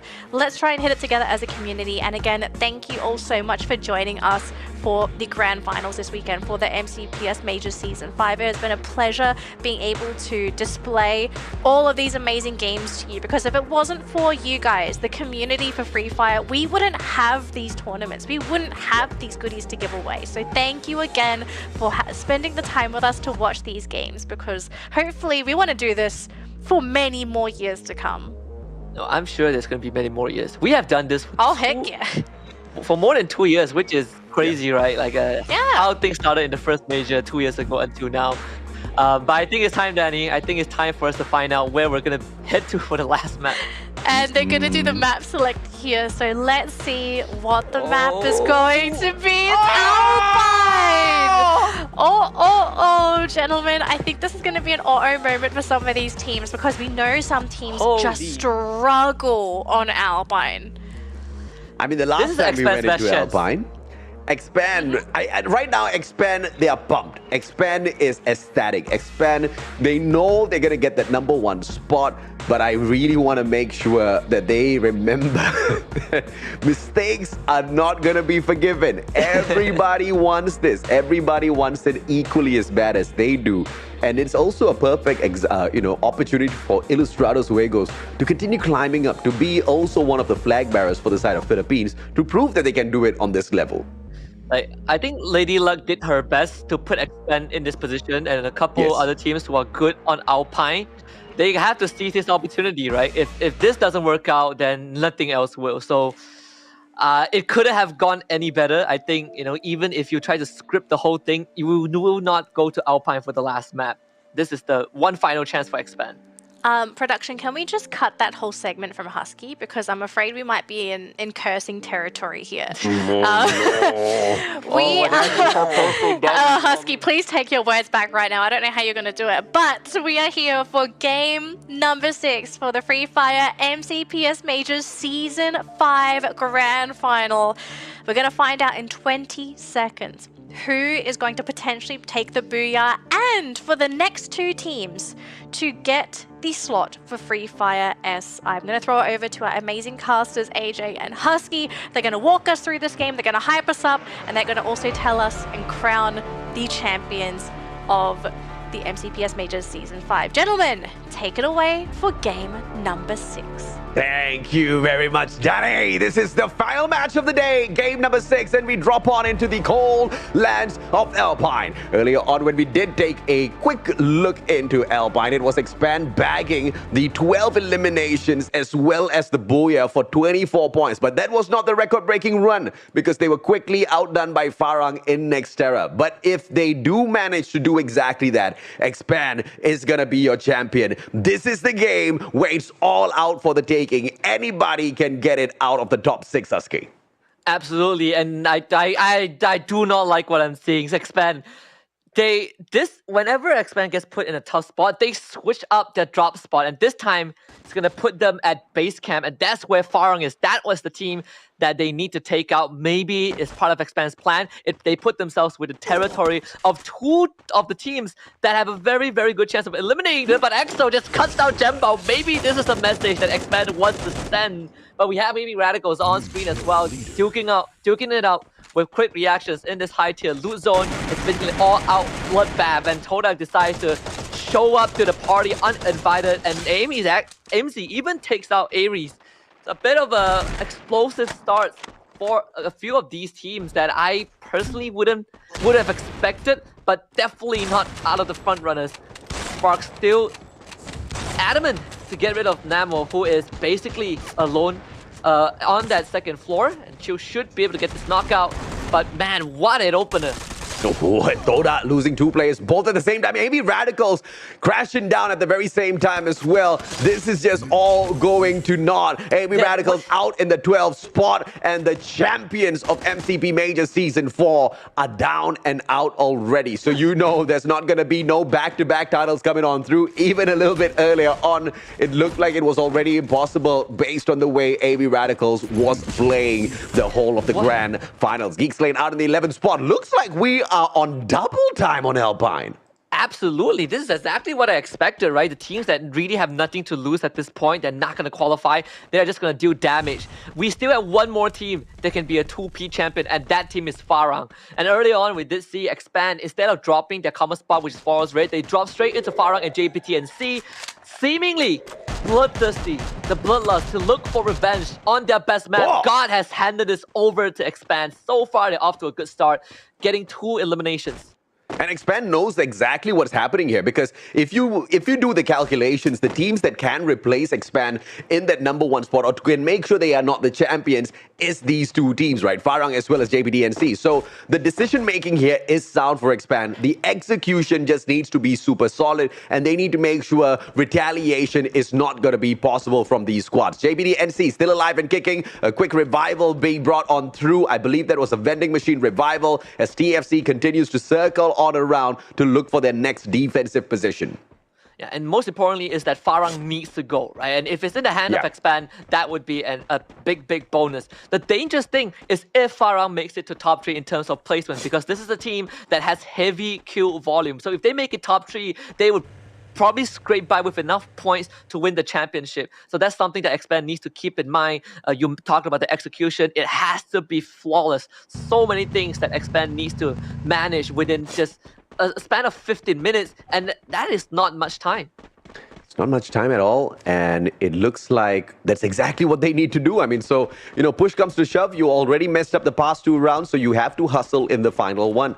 And it looks like they're doing exactly that. But like you said, Husky, they cannot afford any sort of mistakes whatsoever. JPDNC, 4th player right back in here.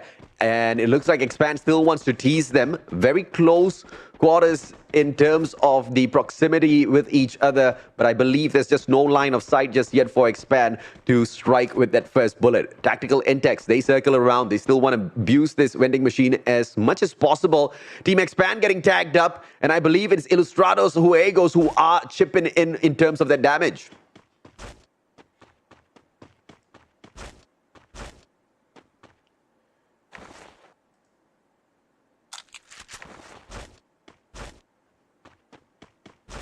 Let's see if or not the players of Farang can reposition and find a better spot for themselves here.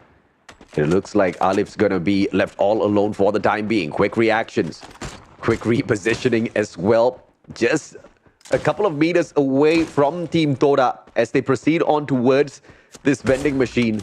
It is going to be an opportunity for them, but AMZ turns around. Woodpecker straight to the head, shin down on the ground. This is going to make them expand a little bit of the resources, but more importantly, it's going to force them to slow down on the chase. And Toda gets away into a snowfall. This is exactly what you want if you're Team Toda. The two players who are down and out are already brought back in as well. Right behind them stands Farang. Farang's not looking too great at all at this point, Husky.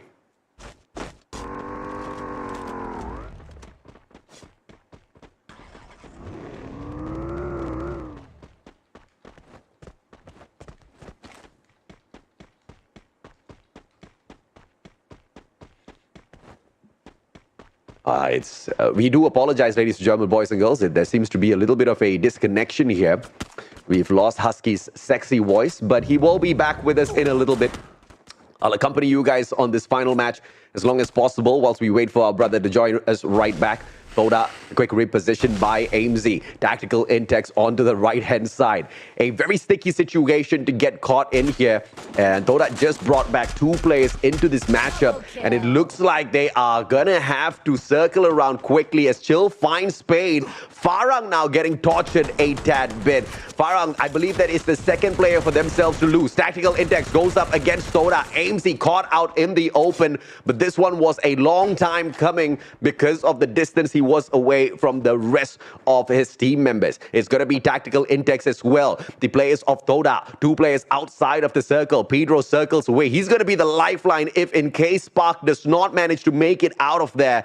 And we have got our man Husky right back in here with us. Husky, it's a crazy match, man. Yeah, I mean, it's been looking absolutely mad so far. Even with my slight disappearance, I can still feel the absolute tempo that some of these teams are playing at. Look at Expand taking on JPT NC once more, but they might be a third party nearby, and this is where Expand needs to be careful to not go into that overheat mode, because that is going to be what kills them eventually. But maybe Toda can put a stop to Farang. Let's see if or not Toda can deal with Farang. They've already managed to snuff out that one player a little bit earlier on, which Farang dealt with really quickly, bringing those revivals right back through Spade and Jembal. But the problem here is not a lot of loot on both of these players that just got brought back. Jembal, fantastic time turner, a timely one as well, no pun intended. Spark out of nowhere. No. But Jembal takes himself out with a too close of a proximity of an explosion that clips the blue wall, puts him down onto the ground, and that gives the advantage now to Team Toda. Fires with a charge buster. Pedro down on the ground as well. A very timely attack. And now here comes the flurry of attack from the players on the side of Toda. It's a 3v3. Fires really low. Charge buster can still deal that damage, but he's managed to maneuver around very quickly, and Fai still gets yet another player down, but Spark quickly trades him out. AMZ's gonna be picked right back up, but this is a big win coming through for Team Toda. And out of nowhere, JPTNC, they're helping to finish off Farang. And Farang, they are now on the last leg as well. This is a good opportunity for Expand if they can trade it with JPNC and take them out, but they gotta get through U2 Axis first though. This is the first big fight for Expand. U2 Axis on the assault. Head first, diving straight into Expand. They both trade 1-for-1 so far. Cobra still standing. Ashura gets them out of the way. U2 Axis, they all are very low, and Expand now has a chance. Whoever wins this gets to revive the entire team. Absolutely crucial. Extra once more pulling weight. Expand stays alive.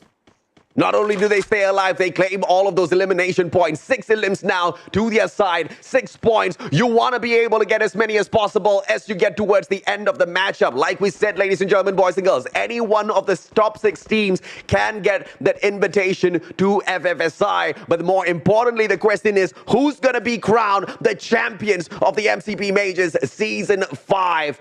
And it looks like Expand is going to be able to pick up their very first title after a long time, Husky. There's a very good chance because Spade is completely trapped up here.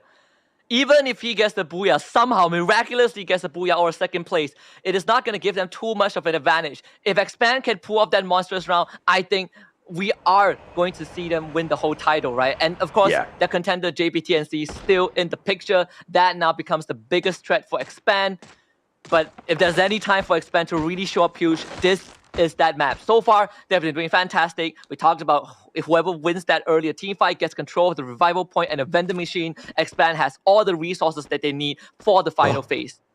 And I believe Expand is the team that was running from base camp, which means Sunside, where Spade was earlier on. This is going to be the opportunity for Expand themselves to put Farang out of the equation before they aim for that #1 spot again. And Spade is nowhere close enough to any one of those revival points. Those vending machines are a little bit far off as well. The one at Carousel is going to be closed off in a couple of seconds if Spade just kind of hangs around a little bit too long. But even if Spade does hang around for quite a little bit, the possibility of them becoming champions is still high. The possibility of them being in that second spot is still high. Because remember, Husky, you pointed out earlier, there was a double-digit lead that Farang had over Expand, who was in that second spot. We're not going to tell you guys the exact number, but it was a pretty solid lead. Jump 9 out of nowhere, snipes Oren out of the car, puts him out of the equation as well. Now, see, that's what overconfidence gets you as well. Yeah, JPTNC finally racking up just 1 elimination. So you compare it to Expand. Expand still in a comfortable lead, but now JPTNC,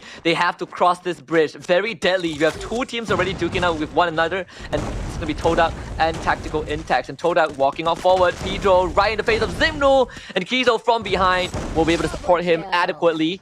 ITX losing members already, and it seems like JPTNC deciding whether they want to push on forward, and so far they are still scouting out kind of the layout of this map. And Farang is gone. Farang's out. No championship for them. And I believe no invitation to FFSI as well, the way teams like JPT, NC, as well as Sem9 are looking, because there wasn't a huge difference in terms of points. They just need a solid round. They need to get into that final circle. But as I'm talking about Sem9, Kwachi makes quick of Raja. Raja down and out of the equation already. Noki down on the ground as well. Kwachi single-handedly putting all of them players down on the ground. And it looks like Sem9 needs to work really hard. And Mikacha out of nowhere jumps straight in front of Nice Irene. Nice Irene snipes him out. And it looks like Fikri, the savior of the team, is the final guy who does have to save them. But look who else steps in. TFC out of nowhere have dropped by to see if or not they can chip in. And Quick Reactions instead drops by to see if they can distract. But it is still an elimination. Sem9 is out as well. And JPTNC gets knocked out. This could not have been any perfect for Expand. You said earlier on, when Expand got those good rounds, you say God has a favorite. I think we know who God's favorite is in this major right now. Expand. It's been a long time coming. Now they're guaranteed a minimum of a 6th place finish in this round. If they make it to the last circle, I think it is very, very fair for us to say that the uncrowned will finally be kings by the end of this major. We just need to see Expand see it through. I think this is a done deal already, but I tell you what, you were most definitely right when you said God surely has a favorite, and all they needed to do was believe and put in the hard work. A good cluster from up top of that roof. Quick Reactions is going to get pressured. Illustrados, Juegos need to back away. Nade response by Nice Irene does not clip the guy up on top, and Let's Go instead finds Jump 9 out of nowhere, and McRory Dowston as well. Quick Reactions, 2 teams being taken on by Illustrados. This is a tall task for them, but it looks like Illustrados are doing a fantastic job. And Toda gets wiped out, and Quick Reactions also goes down. Illustrados Fuegos with 9. And they have not lost anyone. Tactical Index goes out. I think you're right, AJ. I think it's a done deal. We can almost already celebrate this moment, but let Expand savor the very last of this, right? They have overcame all of the hardships. They have been in this position for so many times, and it's so rewarding to see them finally overcome that inner demon, the nightmare that they've been living for more than a year. And they are most certainly going to win this major, right? The Kings finally gets what they deserve. I do not want a booyah from Expand. I want a record-breaking booyah from Expand to recover a little bit of that grace loss from those past 2 matches. Yes, they can be champions, but can they absolutely wreck the competition? 2 more teams in here. It looks like the record-breaking run is not going to be possible, but Ilustrados Juegos are putting up one final fight. This was the team. Remember, I mentioned it was Expand as well as Ilustrados who do really well on Alpine. Oh, yeah? And surprisingly enough, they're both in the final circle together, full squad, taking each other on. And no matter what Ilustrados does from this point, and it's not gonna matter anymore already. 1 player down. It is too fast. And this is the kryptonite for Team Expand. But he gets picked right back up, and Too Fast wants to deliver that nade right back up. McRory charges one up as well. Can he toss that nade in on time? He does go in for that toss, but gets clipped at the same time as well. And Expand looking for the final push. Ilustrados Juegos, the last stand in this fortress. McRory with a good one onto X-Roy. They should be able to pick him back up. The glue wall's still there. But the 6 more. X-Roy picked up, goes down again.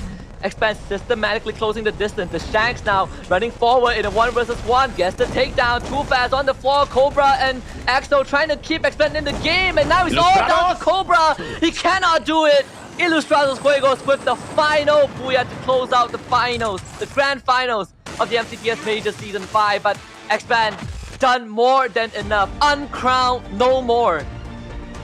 Ilustrados Juegos stepping up onto the battlefield. Final game claims the booyah for themselves. The pride of the Philippines, not just AV Radicals, not just quick reactions. Ilustrados Juegos, they show that they're not just alive, but they are here to play some of the best games in their lives. Now let's see if or not they can continue to push this on all the way through into the future MCPS competitions as well, because of course the FFSI invitation is not going to be possible for them, but this game has shown us that this team is very much still alive.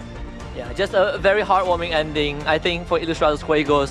They know that the journey ends here for now. We gotta wait for that off-season to end before we might see them again. But this performance really showed how far the region has come as a whole. We will not have a Philippines representative for FFSI, but they have been there before. This is the first time we see all the Filipino representatives in the grand finals of a major, and they sure put up heck of a performance, even though they were not at the top at the very end. And Farang, after picking up so many of those valuable points, I mean, of course, the nerves will get to you, right? And they barely had eliminations when they took on Toda. So that's going to be really painful for them. Because like you pointed out earlier, the double-digit lead that Farang had over Expand, I'm going to reveal that now. It was only 13 points. And looking at the number of eliminations that Expand got in that final round, you know that Farang's not going to be in that #1 spot already. But the biggest question is, of course, going to be, will Farang be able to keep that 2nd spot? Does anybody else replace them in that 2nd place? Because it's going to be big, Husky. The invitational to the Fire Sea Invitational is a huge deal for a lot of these brands. Honestly, I think, you know, Farang was like 13 points ahead of Expand, right? And they are 14 points ahead of JPT-NC, which is not going to make it. The team with the highest chance probably Ilustrados Juegos, who got the booyah and had double-digit eliminations. But the problem is have they done enough? I don't really think so. I feel like it would be close, but not enough. And Farang, probably the lifeline was just them having a good round towards the tail end of the grand finals before Alpine.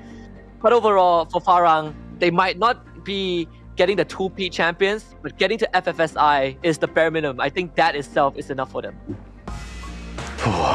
Danny. Oh, Danny. How are you doing, Danny? Dude, that was such a tense ending. I was actually sitting there thinking like, oh my god, if Ilustrados Juegos somehow managed to claw their way into 2nd place, I think that would have been a amazing feat, because not only do they pull off a booyah, I think it's 14 kills. Oh yeah. Before that round alone. I want to quickly say, Danny, I didn't curse anyone. See, like I said, expand one. Okay, I did not. See, this guy explaining himself. He knows he curses people. If you don't do something, you don't need to explain it. Let that one slide, Husky. She has a point. It's vindication. Okay, it's vindication. After 2 years of getting slandered on broadcast, I have finally proven that the team that I call to win a major has won a major. Thank you very much. You know, if for 2 years it's been said and proven, then it's not slander, Husky. It's just pointing out the obvious. I didn't say Think about anything. it. I'm debunking this slander. Okay, I'm debunking Consistency is key, my friend.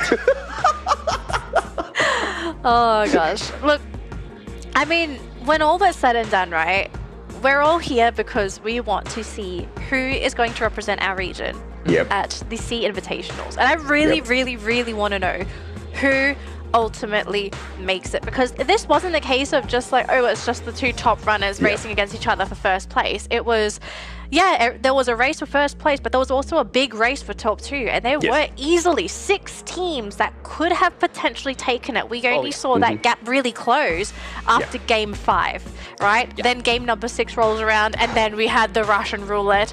Alpine, of all the maps, ends up being chosen. This is the closest grand finals that we had so far. I think when you look at past majors, right? No major finals had ever come so close. When you look at season 4, the one that AV Radicals won, Expand came in second, right? They both qualified for the World Series. And then you look at third place, it was what, 252 for second and 188 for third place. It was not even close. So I think again we have evolved as a region across all these majors, and this is the closest it has ever been. Also because we only had 6 matches. So. That is true. But it could have been way more, definitive, right? By the third match. If Expand had not bombed out those 2 rounds, it would have been super definitive by the end of game 4. Well, I mean, people still fight for that second spot. So it wasn't just like, who's going to be the champion. Like, sure, whatever champion. Everyone really wanted to know who's top 2, right? And at this point, we still don't know who's going to take that second spot yet, because they decided to hide the stats from us last game, which I was very disappointed about, but I should have expected at this point because it always happens. So whilst that's being calculated, let's just sort of run through what happened in that final game. In match number 6, here's the overall stats so far. So 49 total eliminations, which is quite low. Is it the lowest for today? Let's talk about the revivals instead, because that will show us how ruthless, how absolutely deadly the teams were out there. You get the knock, you're following that up quickly with the elimination as well, because everybody knew every single point accumulated makes them move up the leaderboard, right? I mean, you're talking about a point difference between teams, about 4 or 5. You can count that on one hand. So one good round by anybody pushes them up or down that leaderboard, right? So everybody was really chugging it out. And unfortunately, the total eliminations has to be stuck at 49, because as quickly as they were eliminating, none of the other players were being, were able to revive quickly enough for more of the eliminations to be available. Yeah. I mean, we did get a number of rescues, but ultimately, right, you want revived because that's more people to kill. More people to kill means more points that go around and another opportunity for someone to potentially snake their way into that second place. 87 glue walls. I mean, this is a big improvement compared to like what, 54 something, 50-ish glue walls that we had for Bermuda in that last game. Oh, sorry, that was I think on Nexterra. Nexterra had the lowest glue wall count. But we are going to switch on over to our MVP for the round. I do believe it's going to be McRory, who carried the 6 kill eliminations that round, meaning he held the highest kills for the final game, doing 2,000 damage for the team and with a 33% hit rate for this player. I mean, McRory, if you've been following the Free Fire scene for as long as Husky and I and AJ have, McRory, he's a mainstay. I think this guy has been around forever, and I'm surprised that he hasn't deteriorated. I think, yes, he had a period where he was great, but this guy's keeping up. He hasn't fallen off. from the days of Supreme Assault Forces, right? That was one of the first teams from the Philippines that really like showed us what Free Fire is all about. One of the more methodical and solid ones. And afterwards, your PhD Radicals. But I think SAF left a very good impression in the very start of our MCP major back then, and right now to see some of the players going into other teams and still putting up good performances. I think it's a good sign, right? It warms everyone else.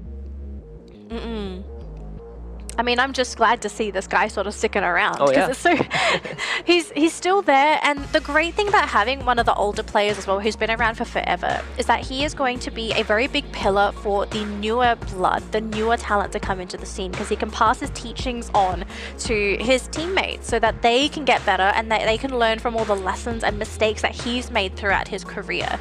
I think it's one of the reasons why sometimes you see these really young prodigies come through, because they just had the right mentor. And I think, AJ, you sort of mentioned this earlier on with Expand, Expand, they've got a couple issues. If the right coach, the right person comes by that can help guide that team, that can elevate them to that next level. Yeah, because sometimes in the moment you're just a little bit too heated. You need someone else with a sound mind who really knows the game to be able to just kind of guide some of your decision making on the battlefield, right? Farang has that on their side. Teams like Toda most definitely have that on their side. But let's take a look at the illustrious record here by Ilus Juegos. 26 points racked up. They were on fire in this match. They were on fire, but in my heart, I'm kind of hoping, did this team sneak their way into second place? And I think a lot of other people are thinking the same thing. I didn't count. I just decided, you know what? I'm just going to guess. I'm hoping. A lot of other people out there are hoping, but then there are other people out there hoping as well, like, oh, but okay, so how about the people that are cheering for Farang, for Sem9, some of these other teams that had been mainstays on the top of that leaderboard for such a long time. Is it enough? I think I'm going to make an assumption here based on quick math that Farang is going to be extremely disappointed because, in old school fashion, they have been defeated by Expand to be the champions of MCPS Majors Season 5 just by a couple of points. Yeah. But Farang may have been able to hold on to that number 2 spot though. Maybe. I already know the differential between these two teams, but when it gets revealed, I think it's going to be a massive heartbreak for a team like Farang, because Expand is not a monstrous round for them. It's kind of another day in the office for Expand, but I would say literally they have done just enough. Yep, and we have the standings here. So 4 teams are currently hidden, but we're going to start from the bottom up, gentlemen. So in 12th place, we have Geek Slate with 33 points. Quick Reactions in 11th place with 45. Yudu Axis in 10th place with 46. Todak in 9th with 48. AB Radicals, TFC Esports. We're getting the countdown here. Illustrious Juegos, Sem9 in 5th. In 4th place, it's Tactical Intex with 64 points. This is okay. Prediction. Who's in number 3? JBT NC, I think. I actually think NC as well. Yeah. It is NC. It is JBT NC. I mean, they could have done a little bit better if they didn't bomb out in one of those rounds. Just 14 points from overtaking Farang, ladies and gentlemen, boys and girls. 68 points. They wrap up in the number 3 spot. So FFSI is going to be anticipating 2 Titans in the name of Expand as well as Farang. But who got that number 1 spot? And how heartbreaking was it for the one and only Farang? There it is. 3 points, baby. 3 I told points. you. They just... Oh, and if this started... I wonder what Farang was feeling in the moment when they got knocked out. You know what they lost in? They lost in placement points. They lost out in placement points. Expand won because they had 3 more points in terms of placement, right? And remember, this is a team that got 0 points for 2 rounds straight. Yeah. And that's not right. That's not right. Hold on. We're gonna fix it. Okay, never mind. Let me do it. Hey, okay, DJ. The one and only Expand. That's the announcement. There we go. Thank you very much. But yes, such a proud moment. I feel very proud for them. I know AJ feels very proud as well. He's donning the jersey, but this team come a long way. Like denied the championship last major by 7 points, and now they won by a 6-point differential. And you can see that finally, right? Finally, everyone gets the taste of winning a trophy. Cobra has been there, but not the rest of the team, and now they're all in it together, heading to FFSI. And what he's doing right there, what he's doing on screen right there, is exactly what champions are supposed to do. Give thanks, baby. You worked hard for it, but this is a blessing from up above. These boys 100% deserve the victory. They worked extremely hard for it, and finally Expand can call themselves the champion of the region. MCPS Majors Season 5 title bagged. And they deserve it. And you see that hashtag on their shirt, Tebus Marwah, that is reclaiming your honor. Oh, and that's exactly what Expand has done. They've reclaimed their honor for sure. And the next step, Fire Sea Invitationals. They just got to do it all over again. Yeah, don't stop here, right, AJ? I think that's a great thing for them to work towards. Can they win the Sea Invitationals, though, Husky? Because that's such a big ask. I just want to say, Cobra, turn down the flare because we can't see anything. I can't read it either. But yeah, I mean, this hashtag, it could this hashtag could have been like perfect, right? This storyline built for so long, and here they are. They're gonna head to FFSI as the champions of Season 5. But if you look back to the entire journey of how they started, and they came in their first ever debut on a competition, they didn't do too well. They were like bottom 10 or something. And the next major, they got into second, and right now they're in first place. And they've overcame the biggest obstacle, right, which is tripping at the very last lap. This time they barely dragged themselves over the finishing line, and business is not done. They got to keep it going because FFSI, that's where the Titans are. We have former world champions, we have their kryptonite from Vietnam, which is Team Flash. All the best teams from the region of SCA will be there. It's better to learn the lesson of falling a little bit earlier, especially in a totally different competition, rather than learning it the hard way at FFSI a little bit later on. This is the issue with Expand, the issue of consistency. We know they can really win some big matches. We know if push comes to shove, they can really hustle out there, but it cannot be a situation where they're at the very top and then absolutely biting off nothing off of matches. Those zero point rounds, they need to find a solution for it before FFSI, and they've got a decent amount of time to do that. What, 2-3 weeks before that happens? So it is very doable if they put their minds to it. Yeah, I think at this point you've got to start working hard. Yeah. You know, you now have this money to also fund and back whatever thing you want to sort of improve on as well, right? Like, as you said, I'm not sure if they're watching the English stream. I mean, maybe the team was probably going to ask you for advice on how to spend that money, AJ. But I would love to see this team. That's how they spend it.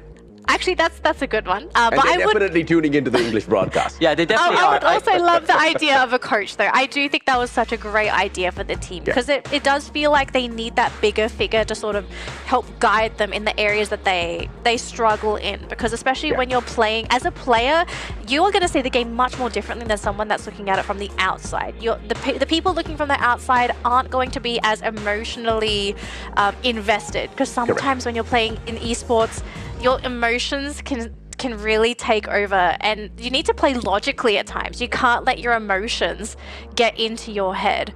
So we'll have to see if Expand are going to be looking into getting that coach. But in the meantime, if you didn't know, we have the Booyah Bazaar happening tonight, or actually right now. It's actually already started, up until 8 p.m. at ESI Hub Space Rubik. So guys, if you are not doing anything tonight, come on down, come meet some of the talent, including AJ and Husky. These two guys are going to be here. Meet some people that are also playing Free Fire. Maybe you can make some new friends and start scrimming with some of them. And I'm just going to continue with the storyline. You know, I want a team to come out of this bazaar. I want them to come next year, and I want them to be on the stream and say, we entered Free Fire because I met these people at the Booyah Bazaar. Absolutely. And of course, just to get you guys even more excited, there's a diamond giveaway at the Booyah Bazaar. So if you want some diamonds, head there right now. Like right now. We still have some time. Yeah, it's open right now. Right now.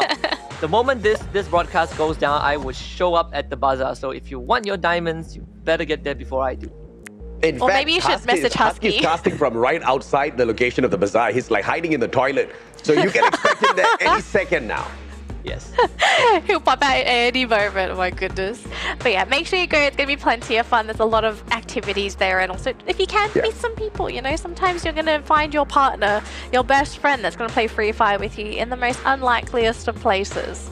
So have some fun. I hope you guys do enjoy yourselves tonight, because I think it's going to be an amazing event. And you know, maybe, just maybe, some of the players are going to be there tonight. Maybe you can meet some of your idols that competed. I think some of them will come down to say hello to not just their friends, but maybe even engage with some other fans. I think that would be such a wholesome thing if they do have the time to do it. But AJ, Husky, it's been amazing working with you guys again. And I'm also sad because the show's over, the games are over, we're happy we've crowned a champion, but it means we have to say goodbye. Yeah, I can tell you that the crowd at the watch party will be very happy, because last major I was there with them and they were devastated when Expand got second.